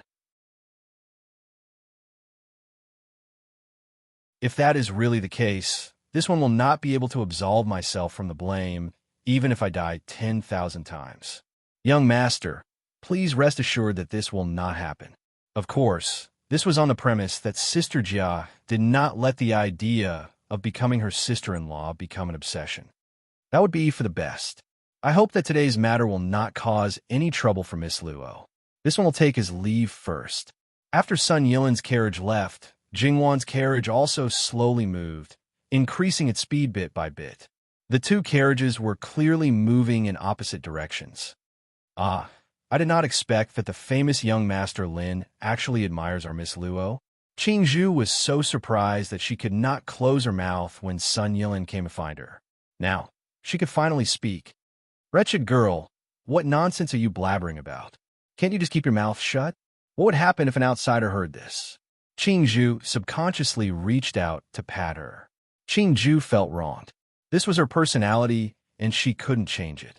Because of this mouth of hers, she was often reprimanded by the wet nurse and wet nurse. Fortunately, she had never said anything she shouldn't say outside, and she had Jingwan's protection. That was why she was able to stay in the position of head maidservant. Otherwise, she would have long been kicked out to be a maidservant. Moreover, so what if young Master Lin fancies our Miss Luo? Our Miss Luo is so good, it would not be strange for any young master to fancy her. Qingzhu slapped her own mouth. This servant was wrong. Sister Qingzhu is right. Our Miss Luo is the best in the world. Jingwan did not know whether to laugh or cry. She did not know when the people around her had such thoughts. "Don't talk nonsense. What do you mean by the best in the world? I can't afford to be called your Miss Luo. This servant is not talking nonsense. If you don't believe me, you can ask the wet nurse. Does she think so too?" Qingzhu said, rather unconvinced. "Yes." Wet nurse Gong nodded solemnly. She was not exaggerating. She really thought so. This time, Jingwan was really speechless. Fine. Whatever you say. I can't win against you. Just forget about this matter. Don't worry, Mississippi. How could they not know the importance of this matter? A few days ago, when she was stopped by Li Hongyuan, she was accompanied by Qing Lan and Qing Mei. If these two matters collided, she did not know what kind of thoughts they would have. Sun Yilin did not directly return to the Fu. Instead, he let someone drive the carriage aimlessly on the street. He just sat in the carriage silently. The manservant sitting outside and the attendant who was in charge of driving the carriage for him looked at each other and saw the worry in each other's eyes. Young Master's state was really not right. Even if Duke Ding had once asked young Master Lin to give in for the sake of young Master Lin and not let him stand out, and let him be a pure scholar, and not be able to fulfill his ambitions, young Master Lin would at most be silent. It was not like now, dead silence. Although it was a random walk, it was basically to some of the places that Sun Yilin often went on weekdays. The flower market was burned. Even the shops that were not affected had been closed. Moreover, if he went to see the flowers at this time, it might make young Master Lin even more sad. After all, Miss Luo was also a person who loved flowers. Who knew if he would think of her when he saw the flowers? Born in a place like Duke Ding's mansion, all of his parents and brothers were normal people. Only Sun Yilin was clean and honest. It could be said that he was incompatible with them. He was not a normal person. Once, even Duchess Ding suspected that her son had a hidden disease, so she did not even want to arrange a room for him. In fact, Sun Yilin accepted the treatment of the imperial physician without any hesitation. The result was that he was very normal. His likes and dislikes were all elegant and not deliberately cultivated. It was as if he was born this way. In addition to flowers and trees, Sun Yilin's other hobby was nothing more than calligraphy, and rare paintings. When he had nothing to do, he would talk with his friends.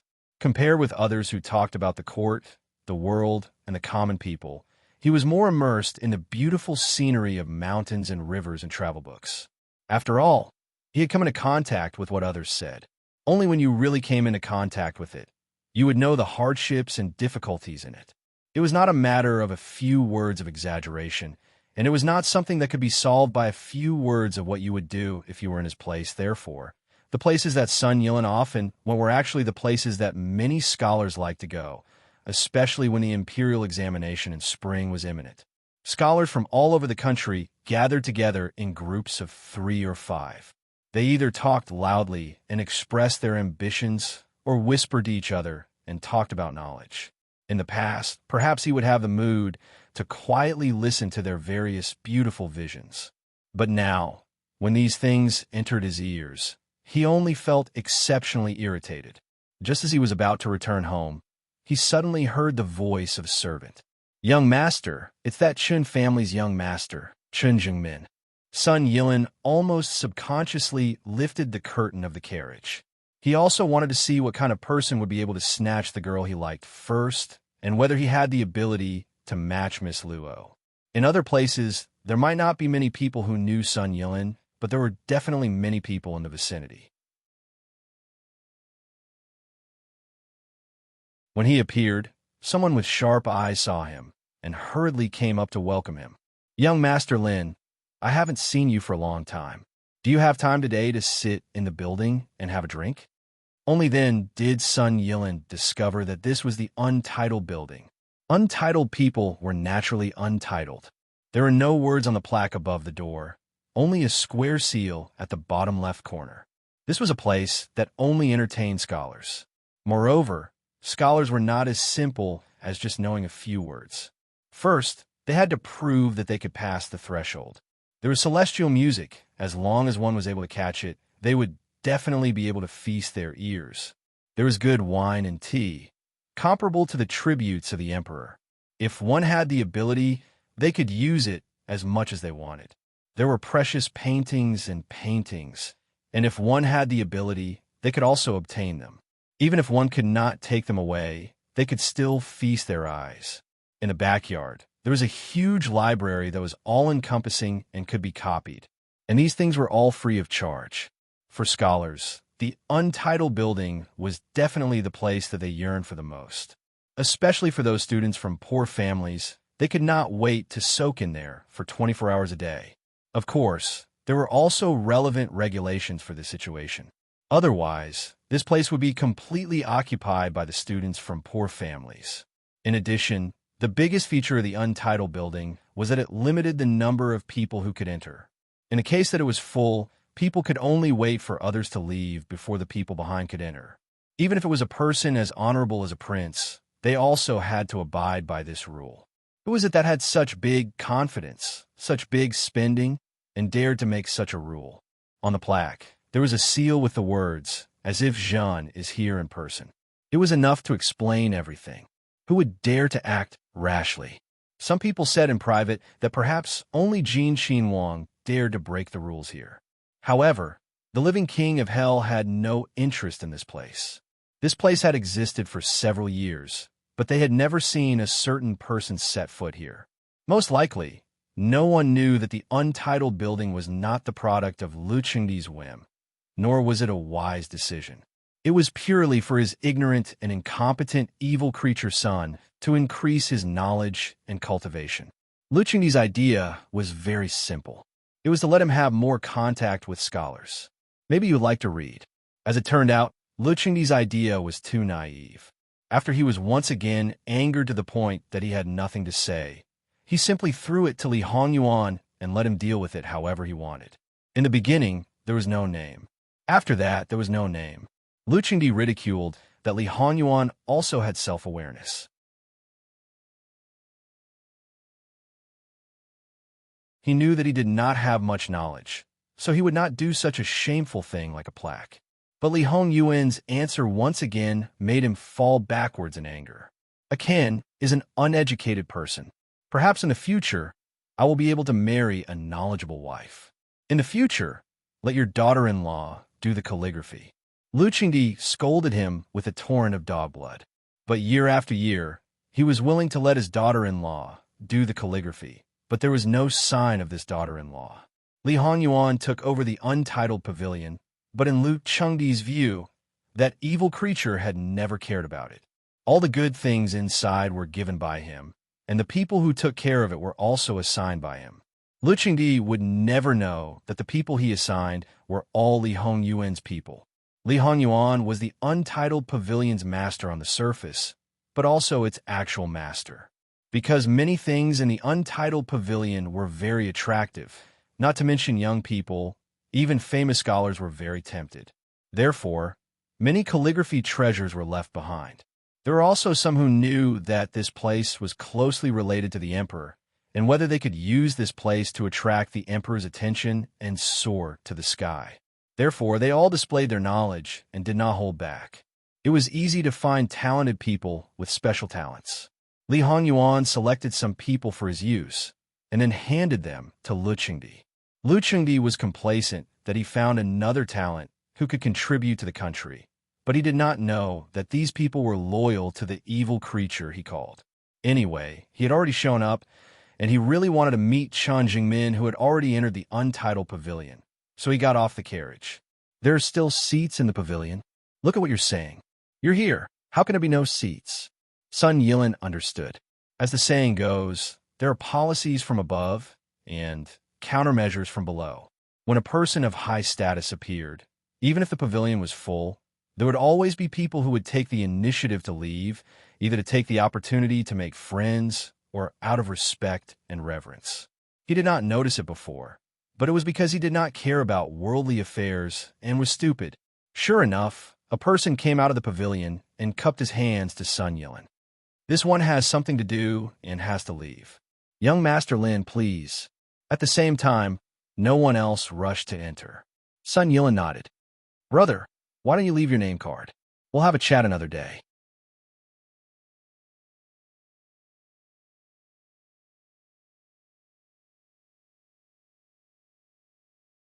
Chapter 94. Because of this small change, countless people in the building who were waiting to watch a good show beat their chests and stomp their feet. It was not like this had never happened before, but they did not know if this noble young master was pretending not to see, or if he did not care about them, or if he was completely ignorant of the ways of the world. If it happened once or twice, perhaps people would still have some hope, but if it happened 3 or 4 times, it would inevitably cause people to be disheartened. As a result, those who would give their seats to him in the future were mostly people who truly admired him. The person who had just left was like Chen Jingmin, an imperial scholar who had entered the capital a long time ago. However, he had no background, no backing, and his talent was average. He knew that his ranking in the spring examination would be very low, and in the final core examination, if he did not do well, he could be in the top 3. He was also a person with an ulterior motive, so he did not want to give it a try. Although it was very likely that he would end up like those people before him, and lose the seat he had obtained with great difficulty. The closer it was to the spring examination, the harder it would be to obtain a seat in the untitled pavilion. However, he mysteriously got up and left the pavilion, and then he received a completely different response. Sun Yilin's servant took the name card, and then watched as his master entered the untitled pavilion. There was no other way. Normally, servants like them could still sneak in, and the people in the untitled pavilion would turn a blind eye.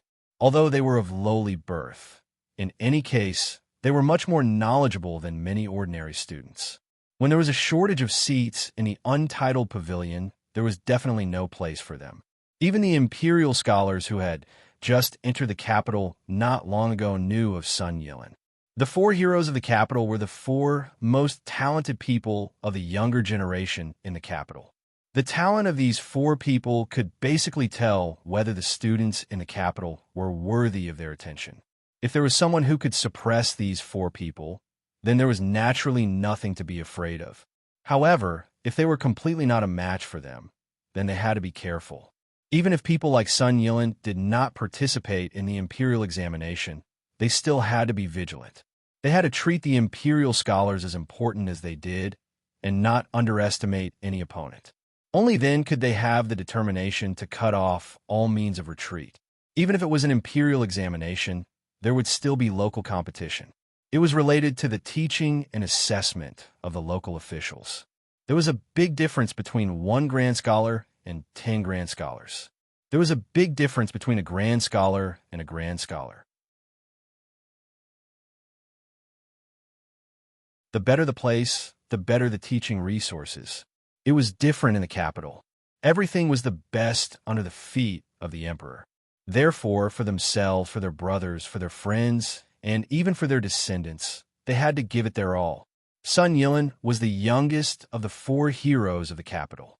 One had to know that among those who participated in the imperial examination, there were many who were over 40 years old.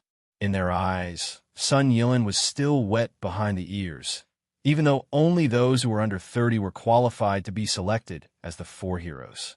Sun Yilin had not appeared for a long time, but everyone knew about his deeds in detail. He had become an official of the internal court and close to the emperor. Who knew how many people were jealous? They all thought that it was only because of his good family background and that he did not have any ability. Some people even said that if he participated in the imperial examinations, would he be able to pass as a county scholar?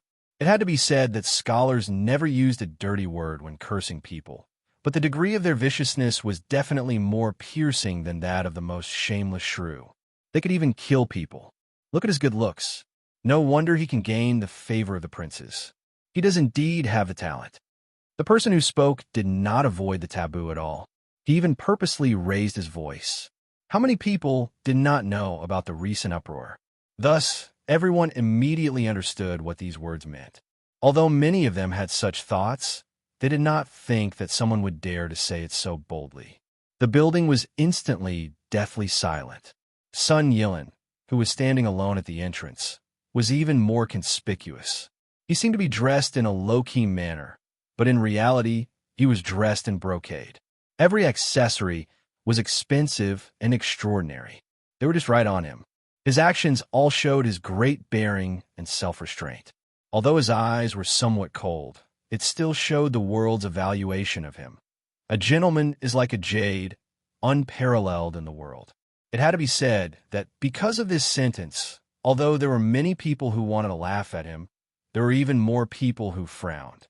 This person was clearly trying to please the crowd with claptrap. He did not have the slightest strength of character and self-restraint that a scholar should have. It was really embarrassing, especially those who had lived in the capital for a long time and had seen Sun Yilin's talent. They were very indignant. However, they did not know whether the recent events were true or false. They were only worried that if they spoke up, it would bring more trouble to him. Therefore, they did not speak up to help him. It was Chun Jingmin who ignored his good friend's obstruction and said, "This brother, please be careful with your words. It's just a false rumor." A scholar should have a clear mind and not listen to rumors and stir up trouble. Oh, another one who hasn't grown up yet. You're so protective of that young Master Lin. Could it be that you have an affair with him? Ha ha ha. As he spoke, he laughed arrogantly. Because he had attracted everyone's attention, he became even more complacent. Chun Jingmin was very angry. Sun Yilin had long been used to being the center of attention.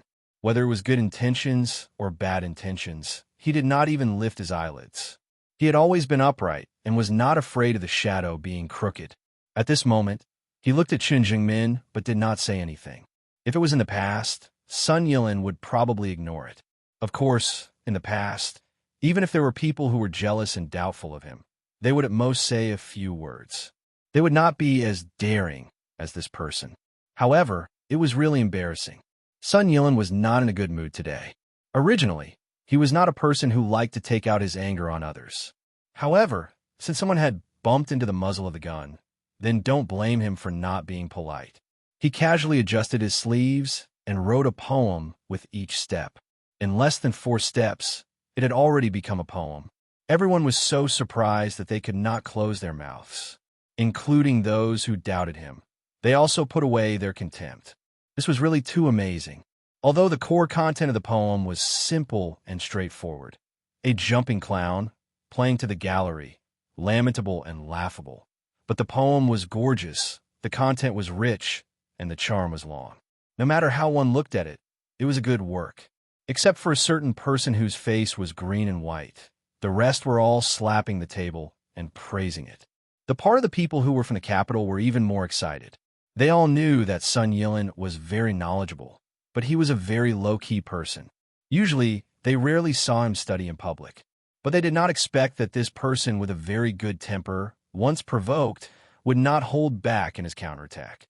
He could directly trample people to death. Not to mention other things. Once this poem was out, that person just now, even if he could get a good ranking in the imperial examination, in the end, he was afraid that he would not get a good result. Those who had the heart to mock Sun Yilin before had to restrain themselves at this time. He had worked so hard to get to where he was today, but at this crucial moment, he made a mistake. The gains did not make up for the losses, not to mention that it was just because of his cheap mouth. Moreover, Sun Yilin was the favorite person by the emperor's side. Offending him was definitely not a wise move. perhaps thinking of what might happen to him in the future.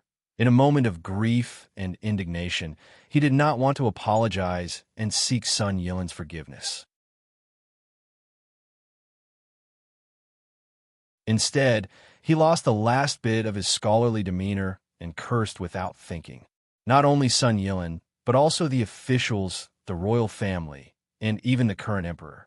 He used his background to not give people a way out, oppressing the common people, eating a vegetarian position, not doing anything in a superior position, and so on.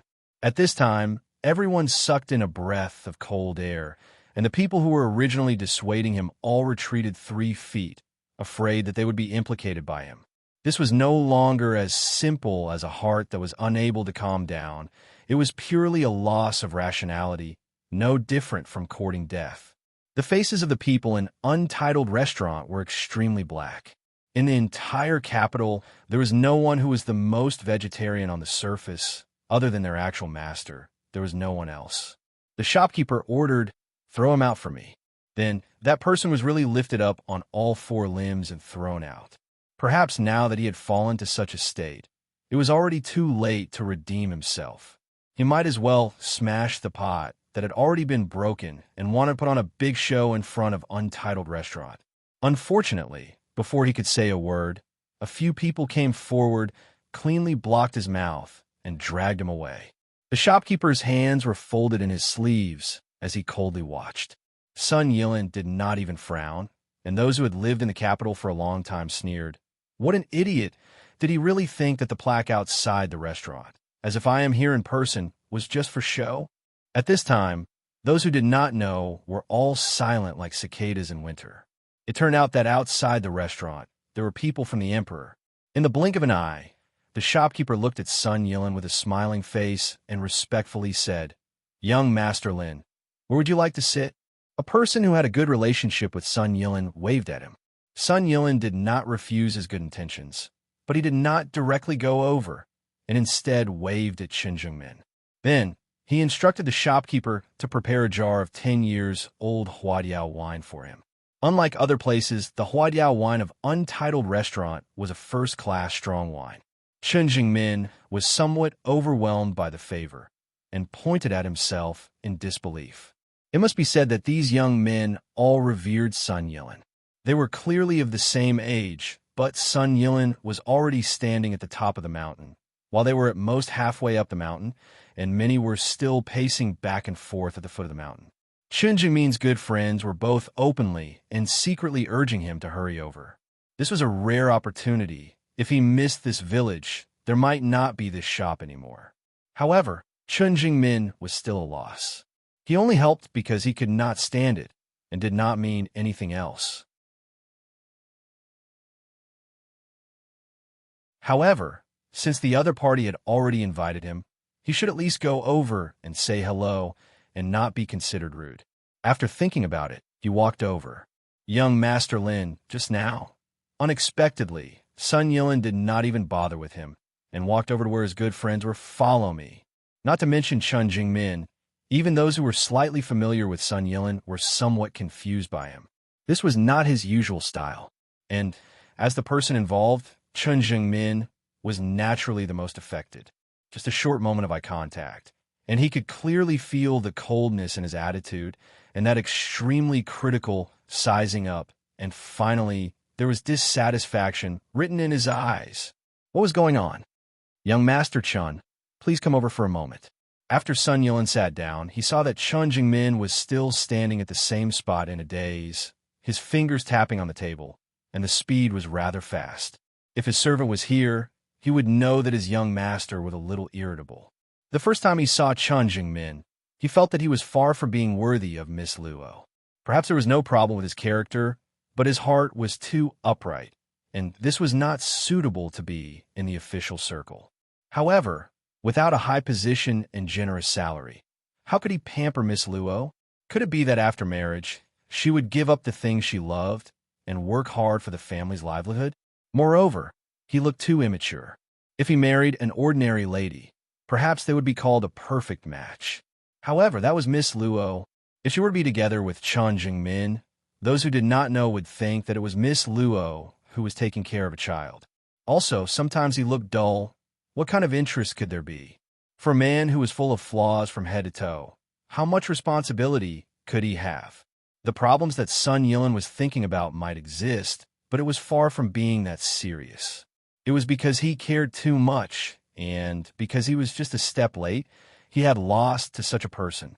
Even if it was unintentional, he had subconsciously magnified the other party's flaws by 100 times and was nitpicking at him.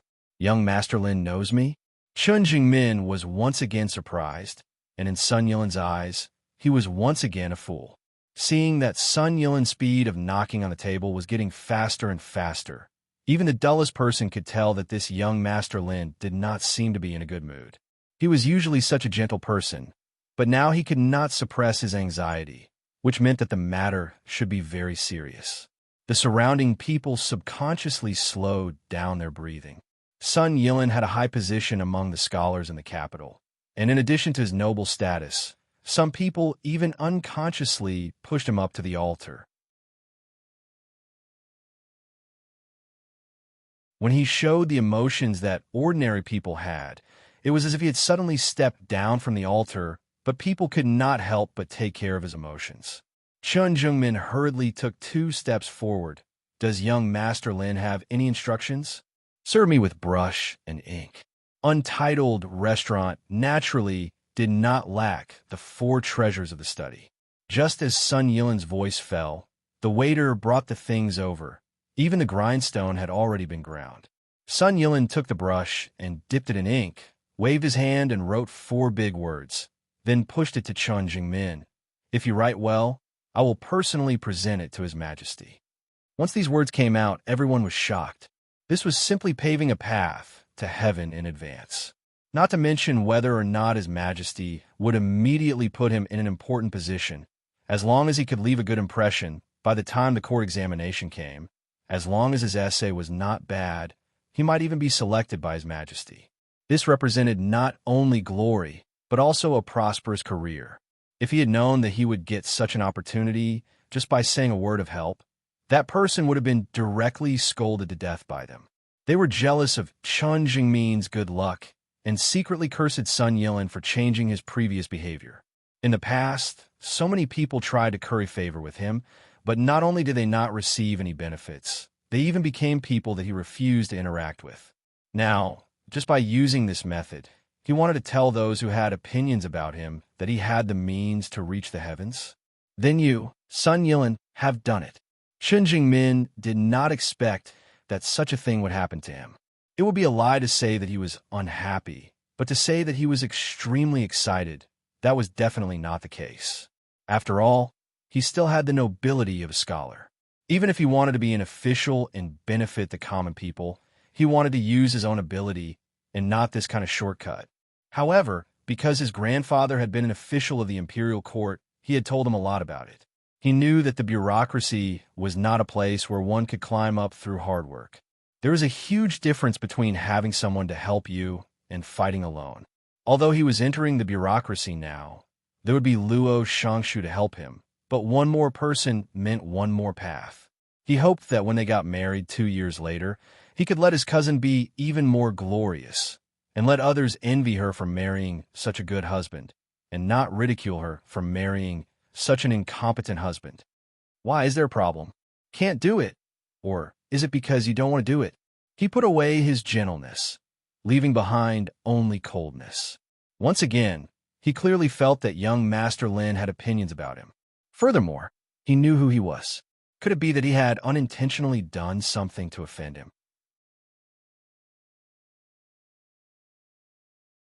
Now, he was clearly giving him a chance, but in reality, he was preparing to make things difficult for him. But after thinking it through, he found it hard to reject such an opportunity. Whether it was an opportunity or a trap, he would only know after the matter was over. There were both good and bad things, and if he did not do it, he might not be able to completely avoid it. But if he did it, there might be great benefits. There was no need to hesitate about what to choose. Then, this one will show his incompetence. Chun Jingmin's pen seemed to be full of spirit, and he did not stop writing. It could be seen that he was very confident, and his writing was also very smooth.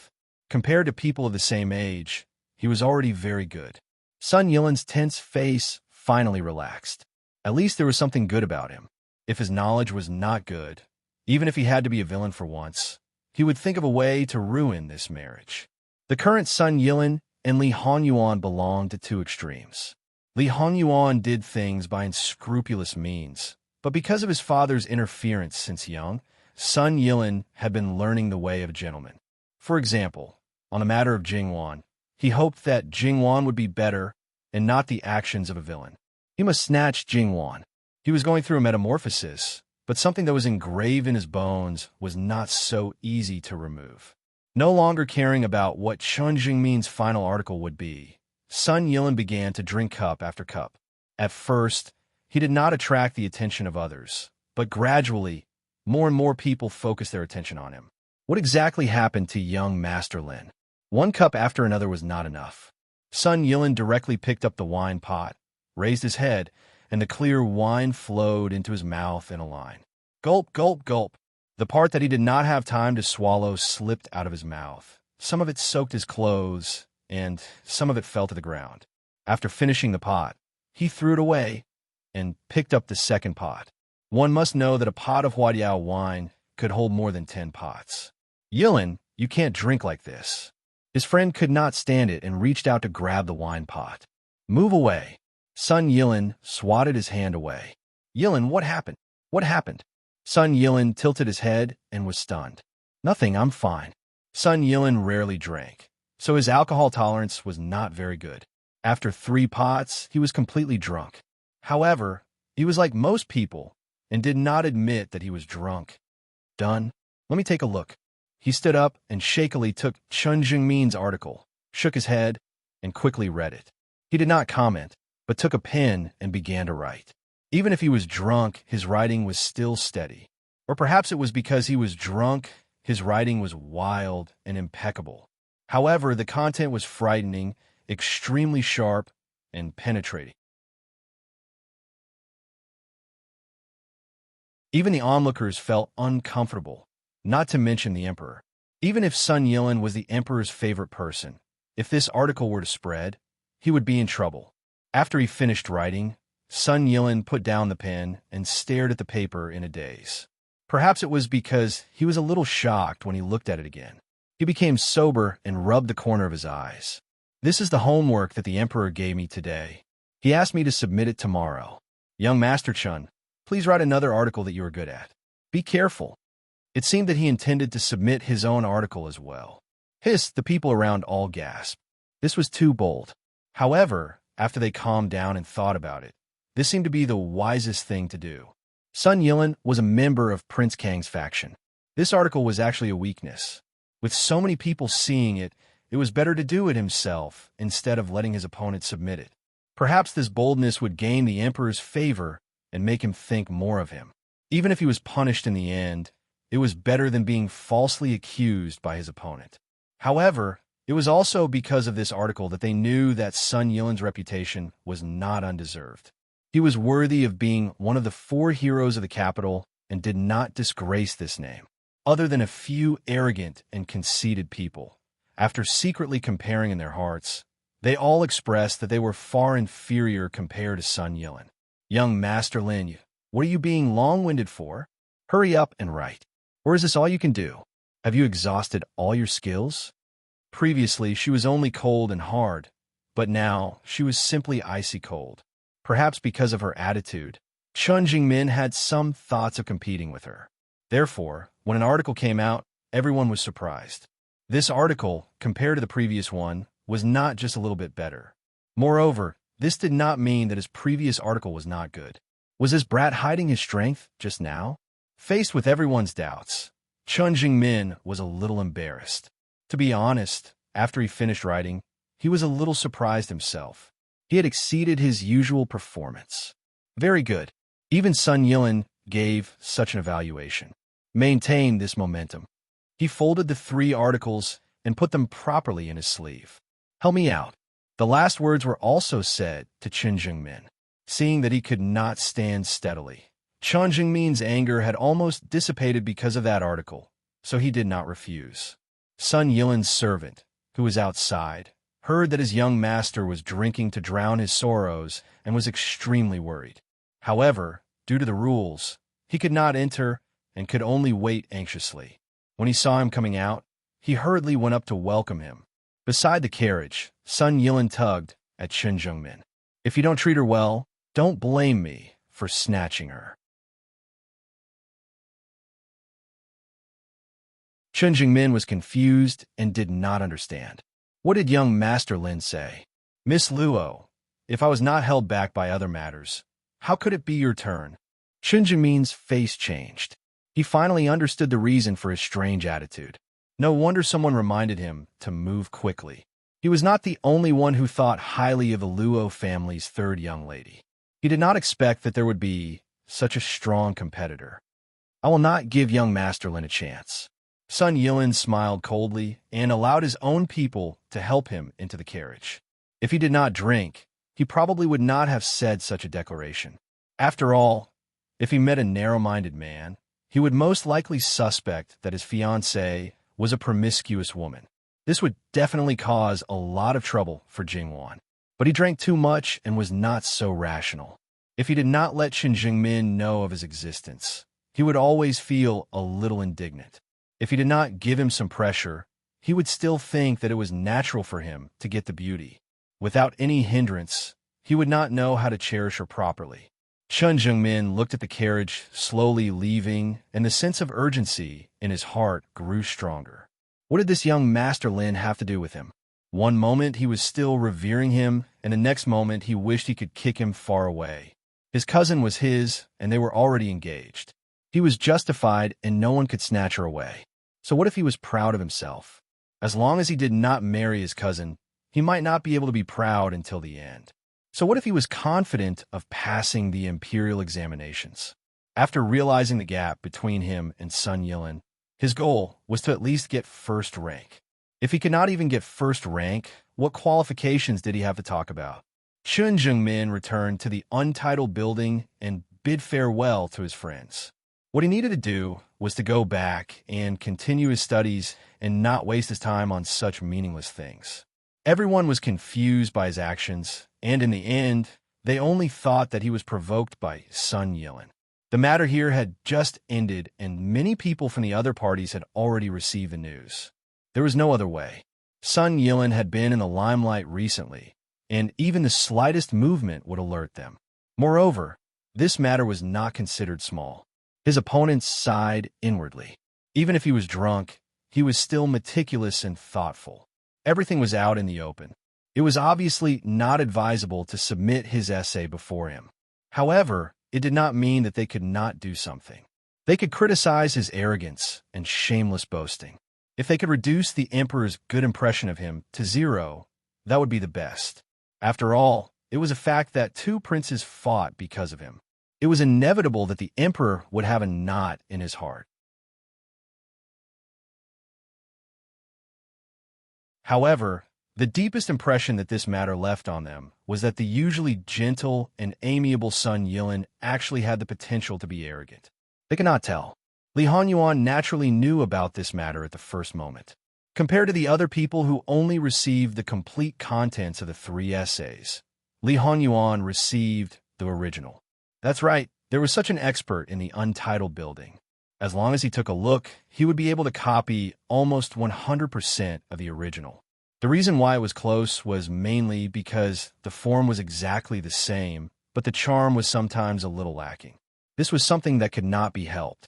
No matter how skilled a person was, it was not easy to enter the state of another person's writing. For example, Sun Yilan's essay. In Li Hongyuan's view, it was already not bad if it had 20 to 30% of the charm of the original. Even if Sun Yilan was a love rival, Li Honyuan did not deny him. After reading Chen Jingmin's 2 essays, the difference was a little big, but that was it. He threw the 3 essays to the side. Sun Yilan was so kind to help recommend him. This will save us the effort of wasting our time on Chen Jingmin. If he still can't enter the first grade, don't blame this prince for giving him an even worse wife.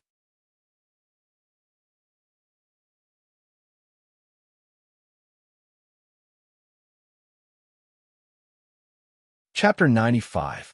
As for the previous farce about the love triangle, Li Hongyuan was also very straightforward at the beginning. He directly threatened that he liked Sun Yilin, so he might as well let him enter the residence with Sun Yijia. In ancient times, there was a beautiful story of a sister serving a husband. Now that he had a sister serving a husband, it might become a beautiful thing many years later. Not to mention Lu Chengdi and Duke Dinghua. Even the Empress was very angry. In the past, whenever Li Hongyuan caused trouble, although she stood in the Empress's position and demanded severe punishment, out of 10 times, at least 7 or 8 times, she was just putting on show. Although she was angry about the other 2 or 3 times, it was only 20 or 30%. This time, her anger soared to 12%. Although Li Hongyi was a good-for-nothing, he was still her son and the biggest chess piece in her desire to seize power. Without this son, all her schemes would be in vain. However, Li Hongyuan ruthlessly injured him. Li Hongyi also said that at that moment, he really felt that Li Hongyuan wanted to kill him. She didn't think that her son would lie to her about this kind of thing. How could this be? There was also Sun Yilin, who was her most promising nephew and also a good chess piece she had prepared. The higher his status at Lu Qingdi's side, the more advantageous it would be for her future. Otherwise, why would she repeatedly create opportunities for Sun Yilin to show his face in front of the emperor? Everything was going smoothly.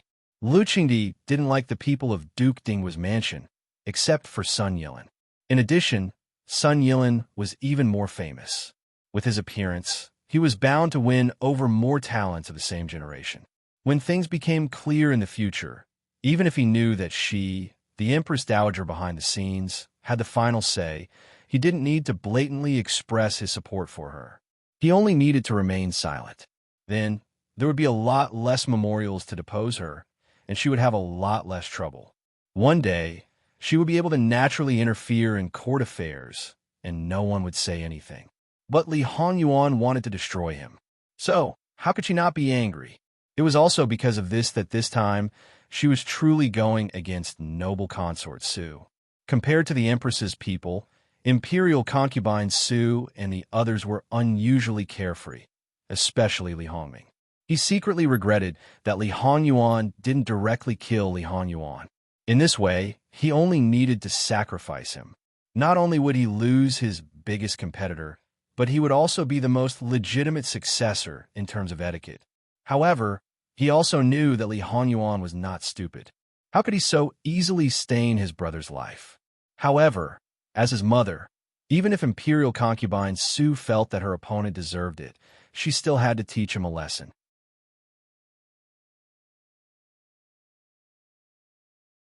Therefore, unlike the Empress who insisted on severely punishing Li Hongyuan, she scolded Li Hongyuan while pleading with Lu Qingdi. The 2 most noble women in the imperial harem also began to quarrel. The Empress said that Imperial concubine Su had to take the main responsibility for Li Hongyuan's current situation. It was she who didn't teach the prince well and had let down the emperor's grace. Imperial concubine Su said that Li Hongyuan was just playing with Sun Yilin. It was Li Hongyi who started it first. If he didn't resist, would he just wait to be beaten to death? One had to know that her son was still injured. Li Hongyi was so vicious that if he wasn't his brother, he wouldn't be the eldest brother. Her Yuaner should be punished, and he couldn't escape the blame. The back and forth was really lively. In contrast, Lu Qingdi was strangely calm. Lu Qingdi received a bunch of memorials to impeach Li Hongyuan.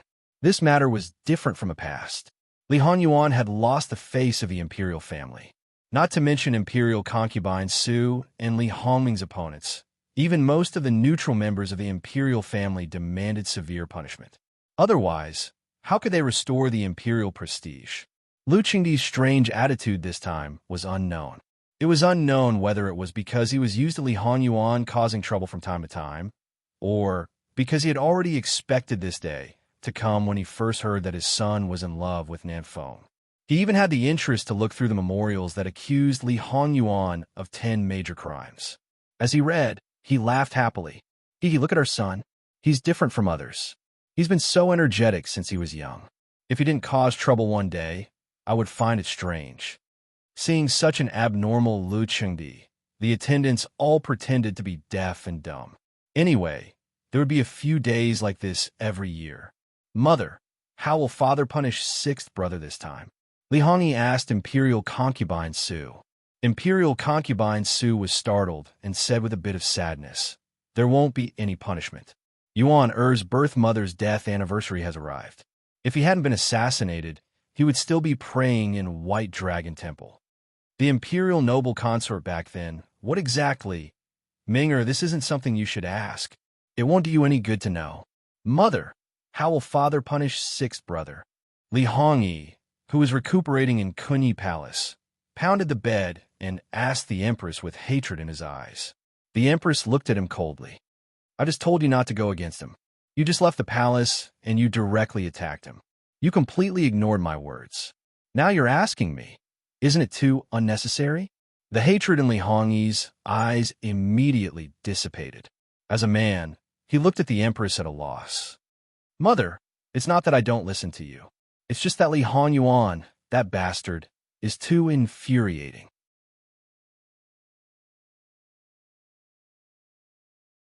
I was muddle-headed for a moment. The Empress sneered. The result of being muddle-headed for a moment is that you lost all your advantages. Even if you were reasonable, you became unreasonable. You still want Li Hongyuan to be punished. You haven't woken up yet. I'm injured like this. Are we just going to let it go like this? Li Hongyi was so angry that his eyes were red. That's because you're not as skilled as others. You asked for it. Besides, Li Hongyuan is your father's favorite. Who do you think you are? If he is severely punished, do you think you can escape? It's good enough that your father can give you some compensation. Besides, the imperial noble consort's death anniversary is approaching. These days, your father is the most unreasonable. It's possible that he will punish you and reward Li Hongyuan. Think about it carefully. How many old officials actually impeached Li Hongyuan? Even if they did, it's just for show. After the initial anger, the Empress immediately thought that this time she might only suffer a loss. However, she had already made a fuss. She couldn't stop just because she wanted to. Otherwise, how could she explain to her own people? It was hard to get off Tiger. She could only continue to make a fuss. The result was probably that Lu Qingdi would be even more annoyed. Because of this, it was more and more depressing. Since the imperial noble consort is so important, why didn't anyone mention her in the past few years? Why didn't my father worship her on her death anniversary every year? I said you're stupid. You're really stupid. Do I have to tell you clearly before you understand? That woman's death is strange. Is it strange that your father doesn't worship her? How many people will remember a person who has been dead for more than 20 years? Because your father is the Son of Heaven, his every move is watched, so that woman hasn't been completely forgotten. Those old officials who know about this clearly know that your father hates it, who will be stupid enough to spread it everywhere. They know that your father is abnormal on these days every year, so naturally, they won't provoke him. This year, Li Hongyuan happened to cause trouble, so the Empress paused. Maybe Li Hongyuan also chose this time to deliberately provoke you. Maybe someone wants to take advantage of this special day to assassinate him in White Dragon Temple. But each of you lost people. Who will benefit the most? Because his own mother said that he was stupid, Li Hongyi almost refuted her and said that she also gave birth to him. But in the end, he couldn't say it. He was angry, but he couldn't say it. Now, seeing that she was still lost in thought and didn't take him seriously at all, Li Hongyi didn't know how to react. Maybe it was because he was stupid and easy to control that he could live well until now. If he was smarter and didn't obediently be a pawn in her hand, she could naturally ruthlessly abandon him. Maybe she could use him to plot against noble consort Su once, and then adopt someone who would listen to her. Li Hongyi thought that it was rare for him to be smart, but the result was so sad. Yilin's attitude is a bit strange this time. Wasn't it very strange? From the beginning to the end, Sun Yilin was very quiet and calm. Except for telling the truth about the incident, he didn't say anything else. He didn't judge others right or wrong. Even when he faced Lu Qingdi with others, he was the same. He didn't get angry because of being humiliated, nor did he pretend to be calm. Duke Ding let him take the position of the victim's family and let Lu Qingdi make a decision for him. He was bound to get justice. Sun Yilin just looked at him for a moment and then opened his mouth. Actually, I'm not father's son.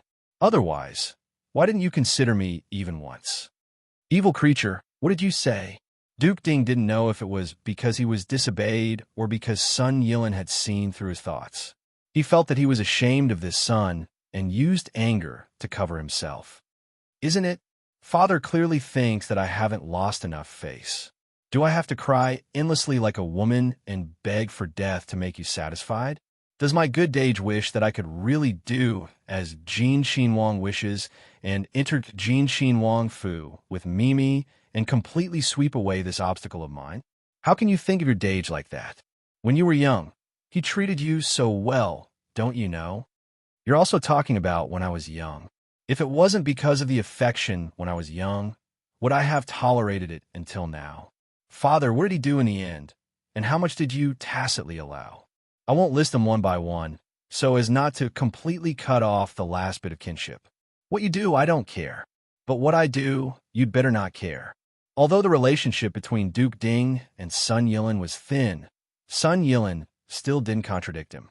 Suddenly, Duke Ding only felt that his dignity as a father was seriously provoked. Evil creature, you're rebelling against the heavens. At the same time, he slapped him. However, Sun Yilin really rebelled against the heavens. He grabbed Duke Ding's hand. Even if I'm rebelling against the heavens, it's because you forced me. Evil creature, you still dare to fight with Lousy. Do you believe that Lousy will expel you from the family? Sun Yilin sneered. When I was in White Dragon Temple, I asked Mother to bring you a few words. Obviously, she didn't tell you. Father, you might as well go and ask. After asking clearly, you could decide how to deal with me. If you really want to expel me from the family, I will frown. Once I leave the gate of Duke Ding's mansion, I will die without a burial place. But before that, I have to have a good contest with my good Dage. You might as well let me take a good look at Dage's ability after running the business for so many years and with your help.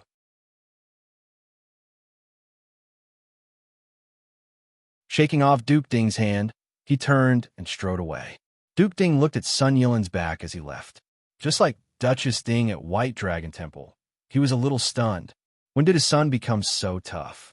However, his ruthlessness made him look like a real member of his Sun family. But why was his attitude toward the family instead of the outside world? Duke Ding couldn't help but reflect on whether he had really done something wrong. He also knew that he was ashamed of his son and admitted that his son was better than the eldest son. It wasn't that he didn't hesitate, but he knew very well that there couldn't be two tigers on one mountain. Everything he did was for Duke Ding's mansion. If his son was the eldest son, then there would be no problem. Unfortunately, there weren't so many ifs in the world. Of course, he was angry to expel his son from the family. If he really did that, he didn't know how many people would laugh at him. People such as his mother and the Empress sister would definitely kill him. Not only that, if he dared to do so, his son would be received with the courtesy of a distinguished guest when he went out. How stupid would he be to do such a thing that would harm himself and benefit others? However, his wife had concealed such an important thing, so he had to ask her immediately. If he didn't know the thoughts of his son, who he thought he understood very well, but in fact he didn't understand at all, he would only be more passive and lose his dignity as a father. Not to mention how Duke Ding and his wife quarreled, Sun Yilin also let Li Hongyuan talk nonsense there. He insisted that there was something unusual between them.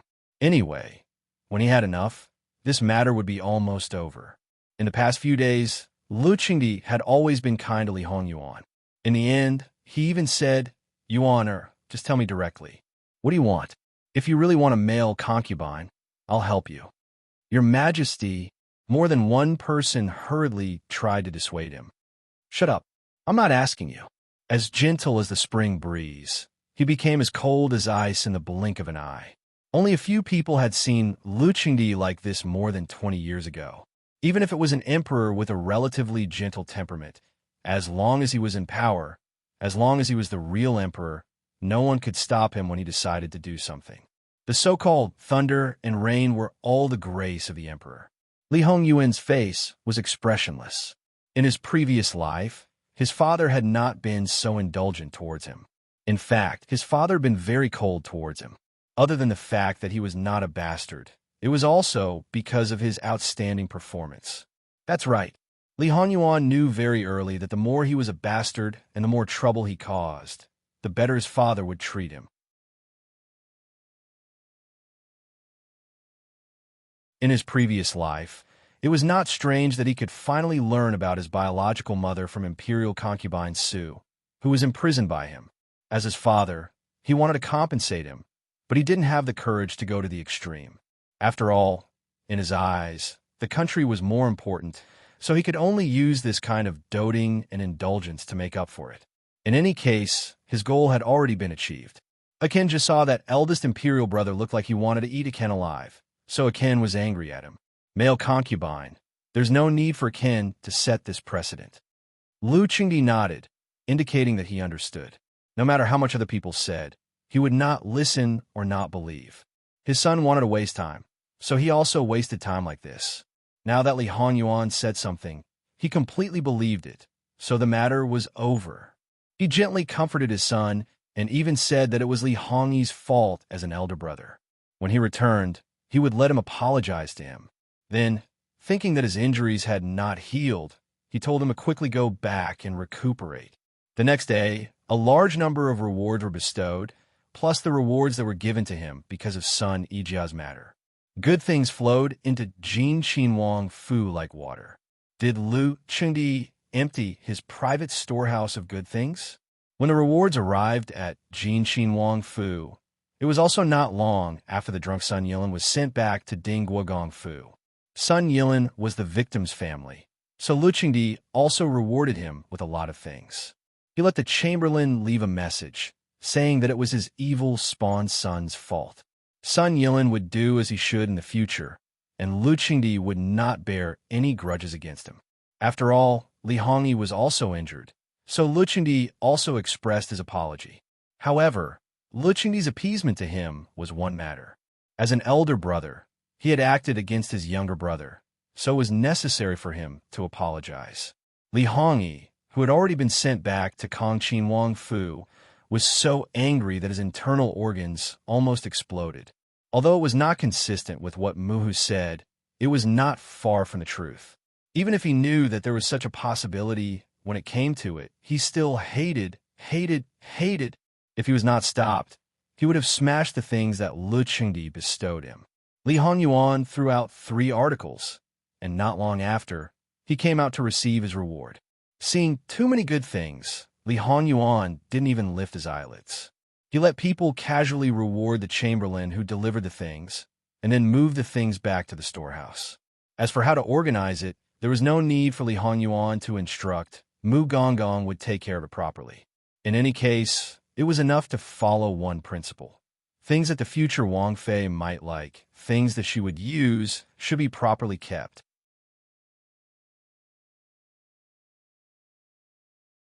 As for the other things, no matter how precious, should be directly kept at the bottom of the chest and stuffed into the innermost part. Although Li Hongyuan's temper was very bad, when it came to sending things to his fu, the chamberlains still fought over it. There was no other way. Li Hongyuan's hands were wide, and any random reward would not be less than 100 taels. This was a good thing that would not happen anywhere else. Once again, Lu Qingdi's actions were known to the entire capital at the fastest speed. Whether it was those who already knew that he had no bottom line towards Li Hongyuan, or those who had just entered the capital and hadn't heard of it, they were all speechless for a long time. Then, those who were in the know warned those who were not in the know that in the capital, no matter who they provoked, they shouldn't provoke the king of hell, Jin Qinhuang Li Hongyuan. If they met him, it was best to stay far away from him. At the same time, some people's thoughts began to become active. This Jin Qinhuang was so favored. Maybe in the future he could, if he was under his tutelage. In the blink of an eye, this idea was ruthlessly dispelled. In the past, it wasn't that no one had done this, but the end was very miserable. Before entering the gate of Jin Qinhuang Fu, their legs were broken and they were thrown out. If there were still people who didn't give up, what was thrown out was a human skin. If their lives were gone, what glory, splendor, wealth, and rank could they talk about? However, Lu Qingdi had said that this was only a misunderstanding. In the end, nothing happened. Sun Yilin, Gongzi Lin, still wanted to drown his sorrows in wine, borrowing drunkenness to become crazy. What was the reason? Sun Yilin being carried back in a drunken state naturally alarmed everyone in the Fu. Whether it was genuine concern or fake concern, one by one, they all gathered in Sun Yilin's courtyard. Unfortunately, no matter who asked, Sun Yilin kept his mouth shut. When he was annoyed, he directly told them to scram. People who didn't lose their temper were the scariest when they lost their temper. When Sun Yijia arrived, Sun Yilin's door was surrounded by 3 layers of people. They thought that they were whispering very softly, but when there were so many people, they joined together, just like those annoying flies. Sun Yijia looked on coldly. Suddenly, a servant girl bumped into her from the side and pulled off her veil, seemingly intentionally or unintentionally. A scream instantly attracted everyone's attention. Then they all saw the hideous wound on Sun Yijia's face. One by one, they subconsciously covered their mouths. Previously, they didn't see how badly she was injured, but they didn't expect it to be so serious. There were some who sympathized, but there were even more who gloated. Older sister, I'm sorry. Younger sister was suddenly frightened, so no, actually that. A girl who was dressed very delicately was frightened. She was trembling, but she pretended to be calm and stammered as she explained. She looked very pitiful. The servant girl who bumped into Sun Yijia also knelt on the ground, kowtowing and begging for mercy. Older sister Jia's face, slap a crisp sound rang out, and everyone fell silent. They looked in disbelief at Sun Yilin, who had just finished hitting Sun Yilin and calmly put back his veil. Noisy. She gently glanced at the servant girl on the ground and said, "Take this impetuous servant girl away and flog her 50 times. After 50 flogs, those who were in good condition could still be alive, but most of them would directly die." The servant girl was scared and really kowtowed to beg for mercy. After a few thuds, blood appeared on her forehead. However, Sun Yilin was completely unmoved. 2 strong old maids behind her directly came forward, gagged the servant girl, and dragged her away. The girl who had been beaten covered her face, and her eyes were full of hatred. However, probably because she was used to enduring, she didn't lose her temper. But her tears rolled down like a broken string of beads. Older sister, She was very aggrieved. "If you dare to say one more word, I will make you become like me." Sun Yilin touched her face meaningfully. In the eyes of everyone, Sun Yijia, who was disfigured, was like a mad dog. Who knew if she really did what she said? Others didn't dare to say anything, but the girl's mother was very distressed. Her face was beaten so hard that it was obviously swollen. In 3 days, it would be great elder princess's birthday. What should she do if the swelling still didn't go down? Sister Jia, as the saying goes, when it is possible to forgive, forgive. Besides, your sister is just timid. She is not. Sun Yijia glanced at her coldly and said, "I am teaching a servant girl and a sister of a concubine a lesson. As a concubine, how dare you interrupt? Who gave you the courage? This is my 5th brother's courtyard. As a concubine, what are you doing here?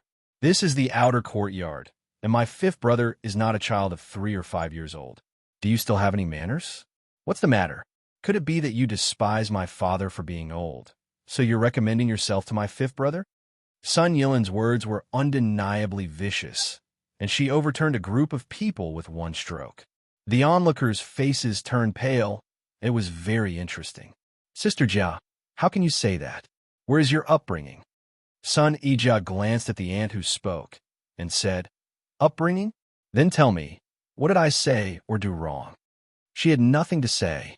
This was indeed not a place where they should have come. At most, it would be good enough if the brothers and sisters came to take a look. Even if the aunts wanted to come, they had to choose the right time.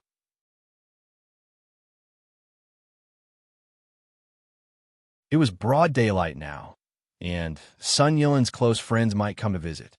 It was not good to bump into them, not to mention those concubines who usually could not go out without the guidance of the head wife.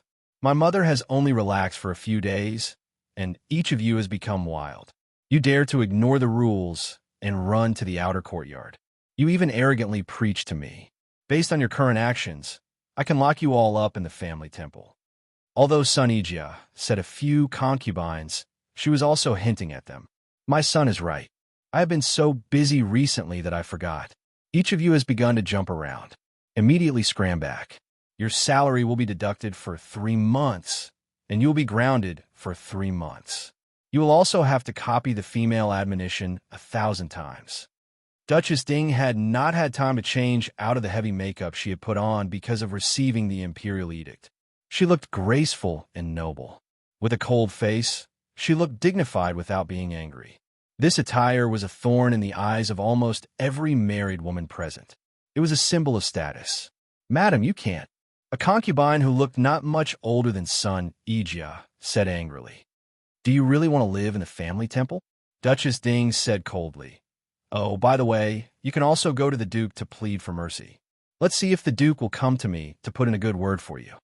There was a hint of mockery and disdain in her voice. As long as there was no real problem with the inner courtyard's affairs, or there was a reason for it, this man would generally not intervene. If they met a head wife who was willing to pretend to be virtuous and magnanimous, the concubines and concubines should thank the heavens. When she shed all pretense of cordiality and did not intend to play with them anymore, if they dared to bump into her, it was no different from courting death. Why are you still here? Are you waiting for me, your sister-in-law, to invite you one by one? They had thought that her daughter and son had been in trouble one after another, and they heard that she quarreled with Duke Ding almost every day. Moreover, the inner courtyard of Duke Ding's mansion was really loose.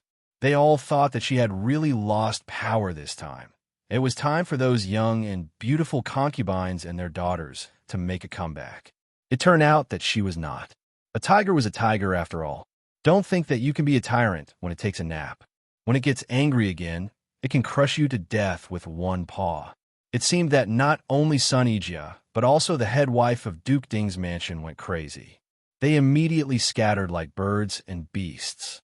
Even if these girls were deprived of the opportunity to go to great elder princess's mansion, they did not dare to say more. Duchess Ding's face softened. Ijia, I'm sorry to make you suffer.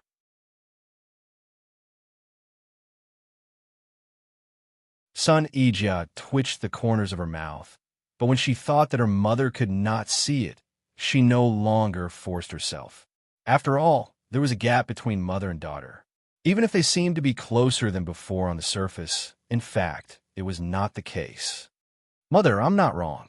Then they looked at each other speechlessly and walked into the room at the same time, trying to dispel the invisible embarrassment. You're tuning in to the Romance Rendezvous YouTube channel. We're so grateful for your support, and don't forget to subscribe to join us on this incredible journey through captivating stories. Your generosity through donations truly makes a world of difference, as it's the primary source of revenue that allows me to expand and enhance this channel for you. Thank you from the bottom of my heart for being a part of this adventure.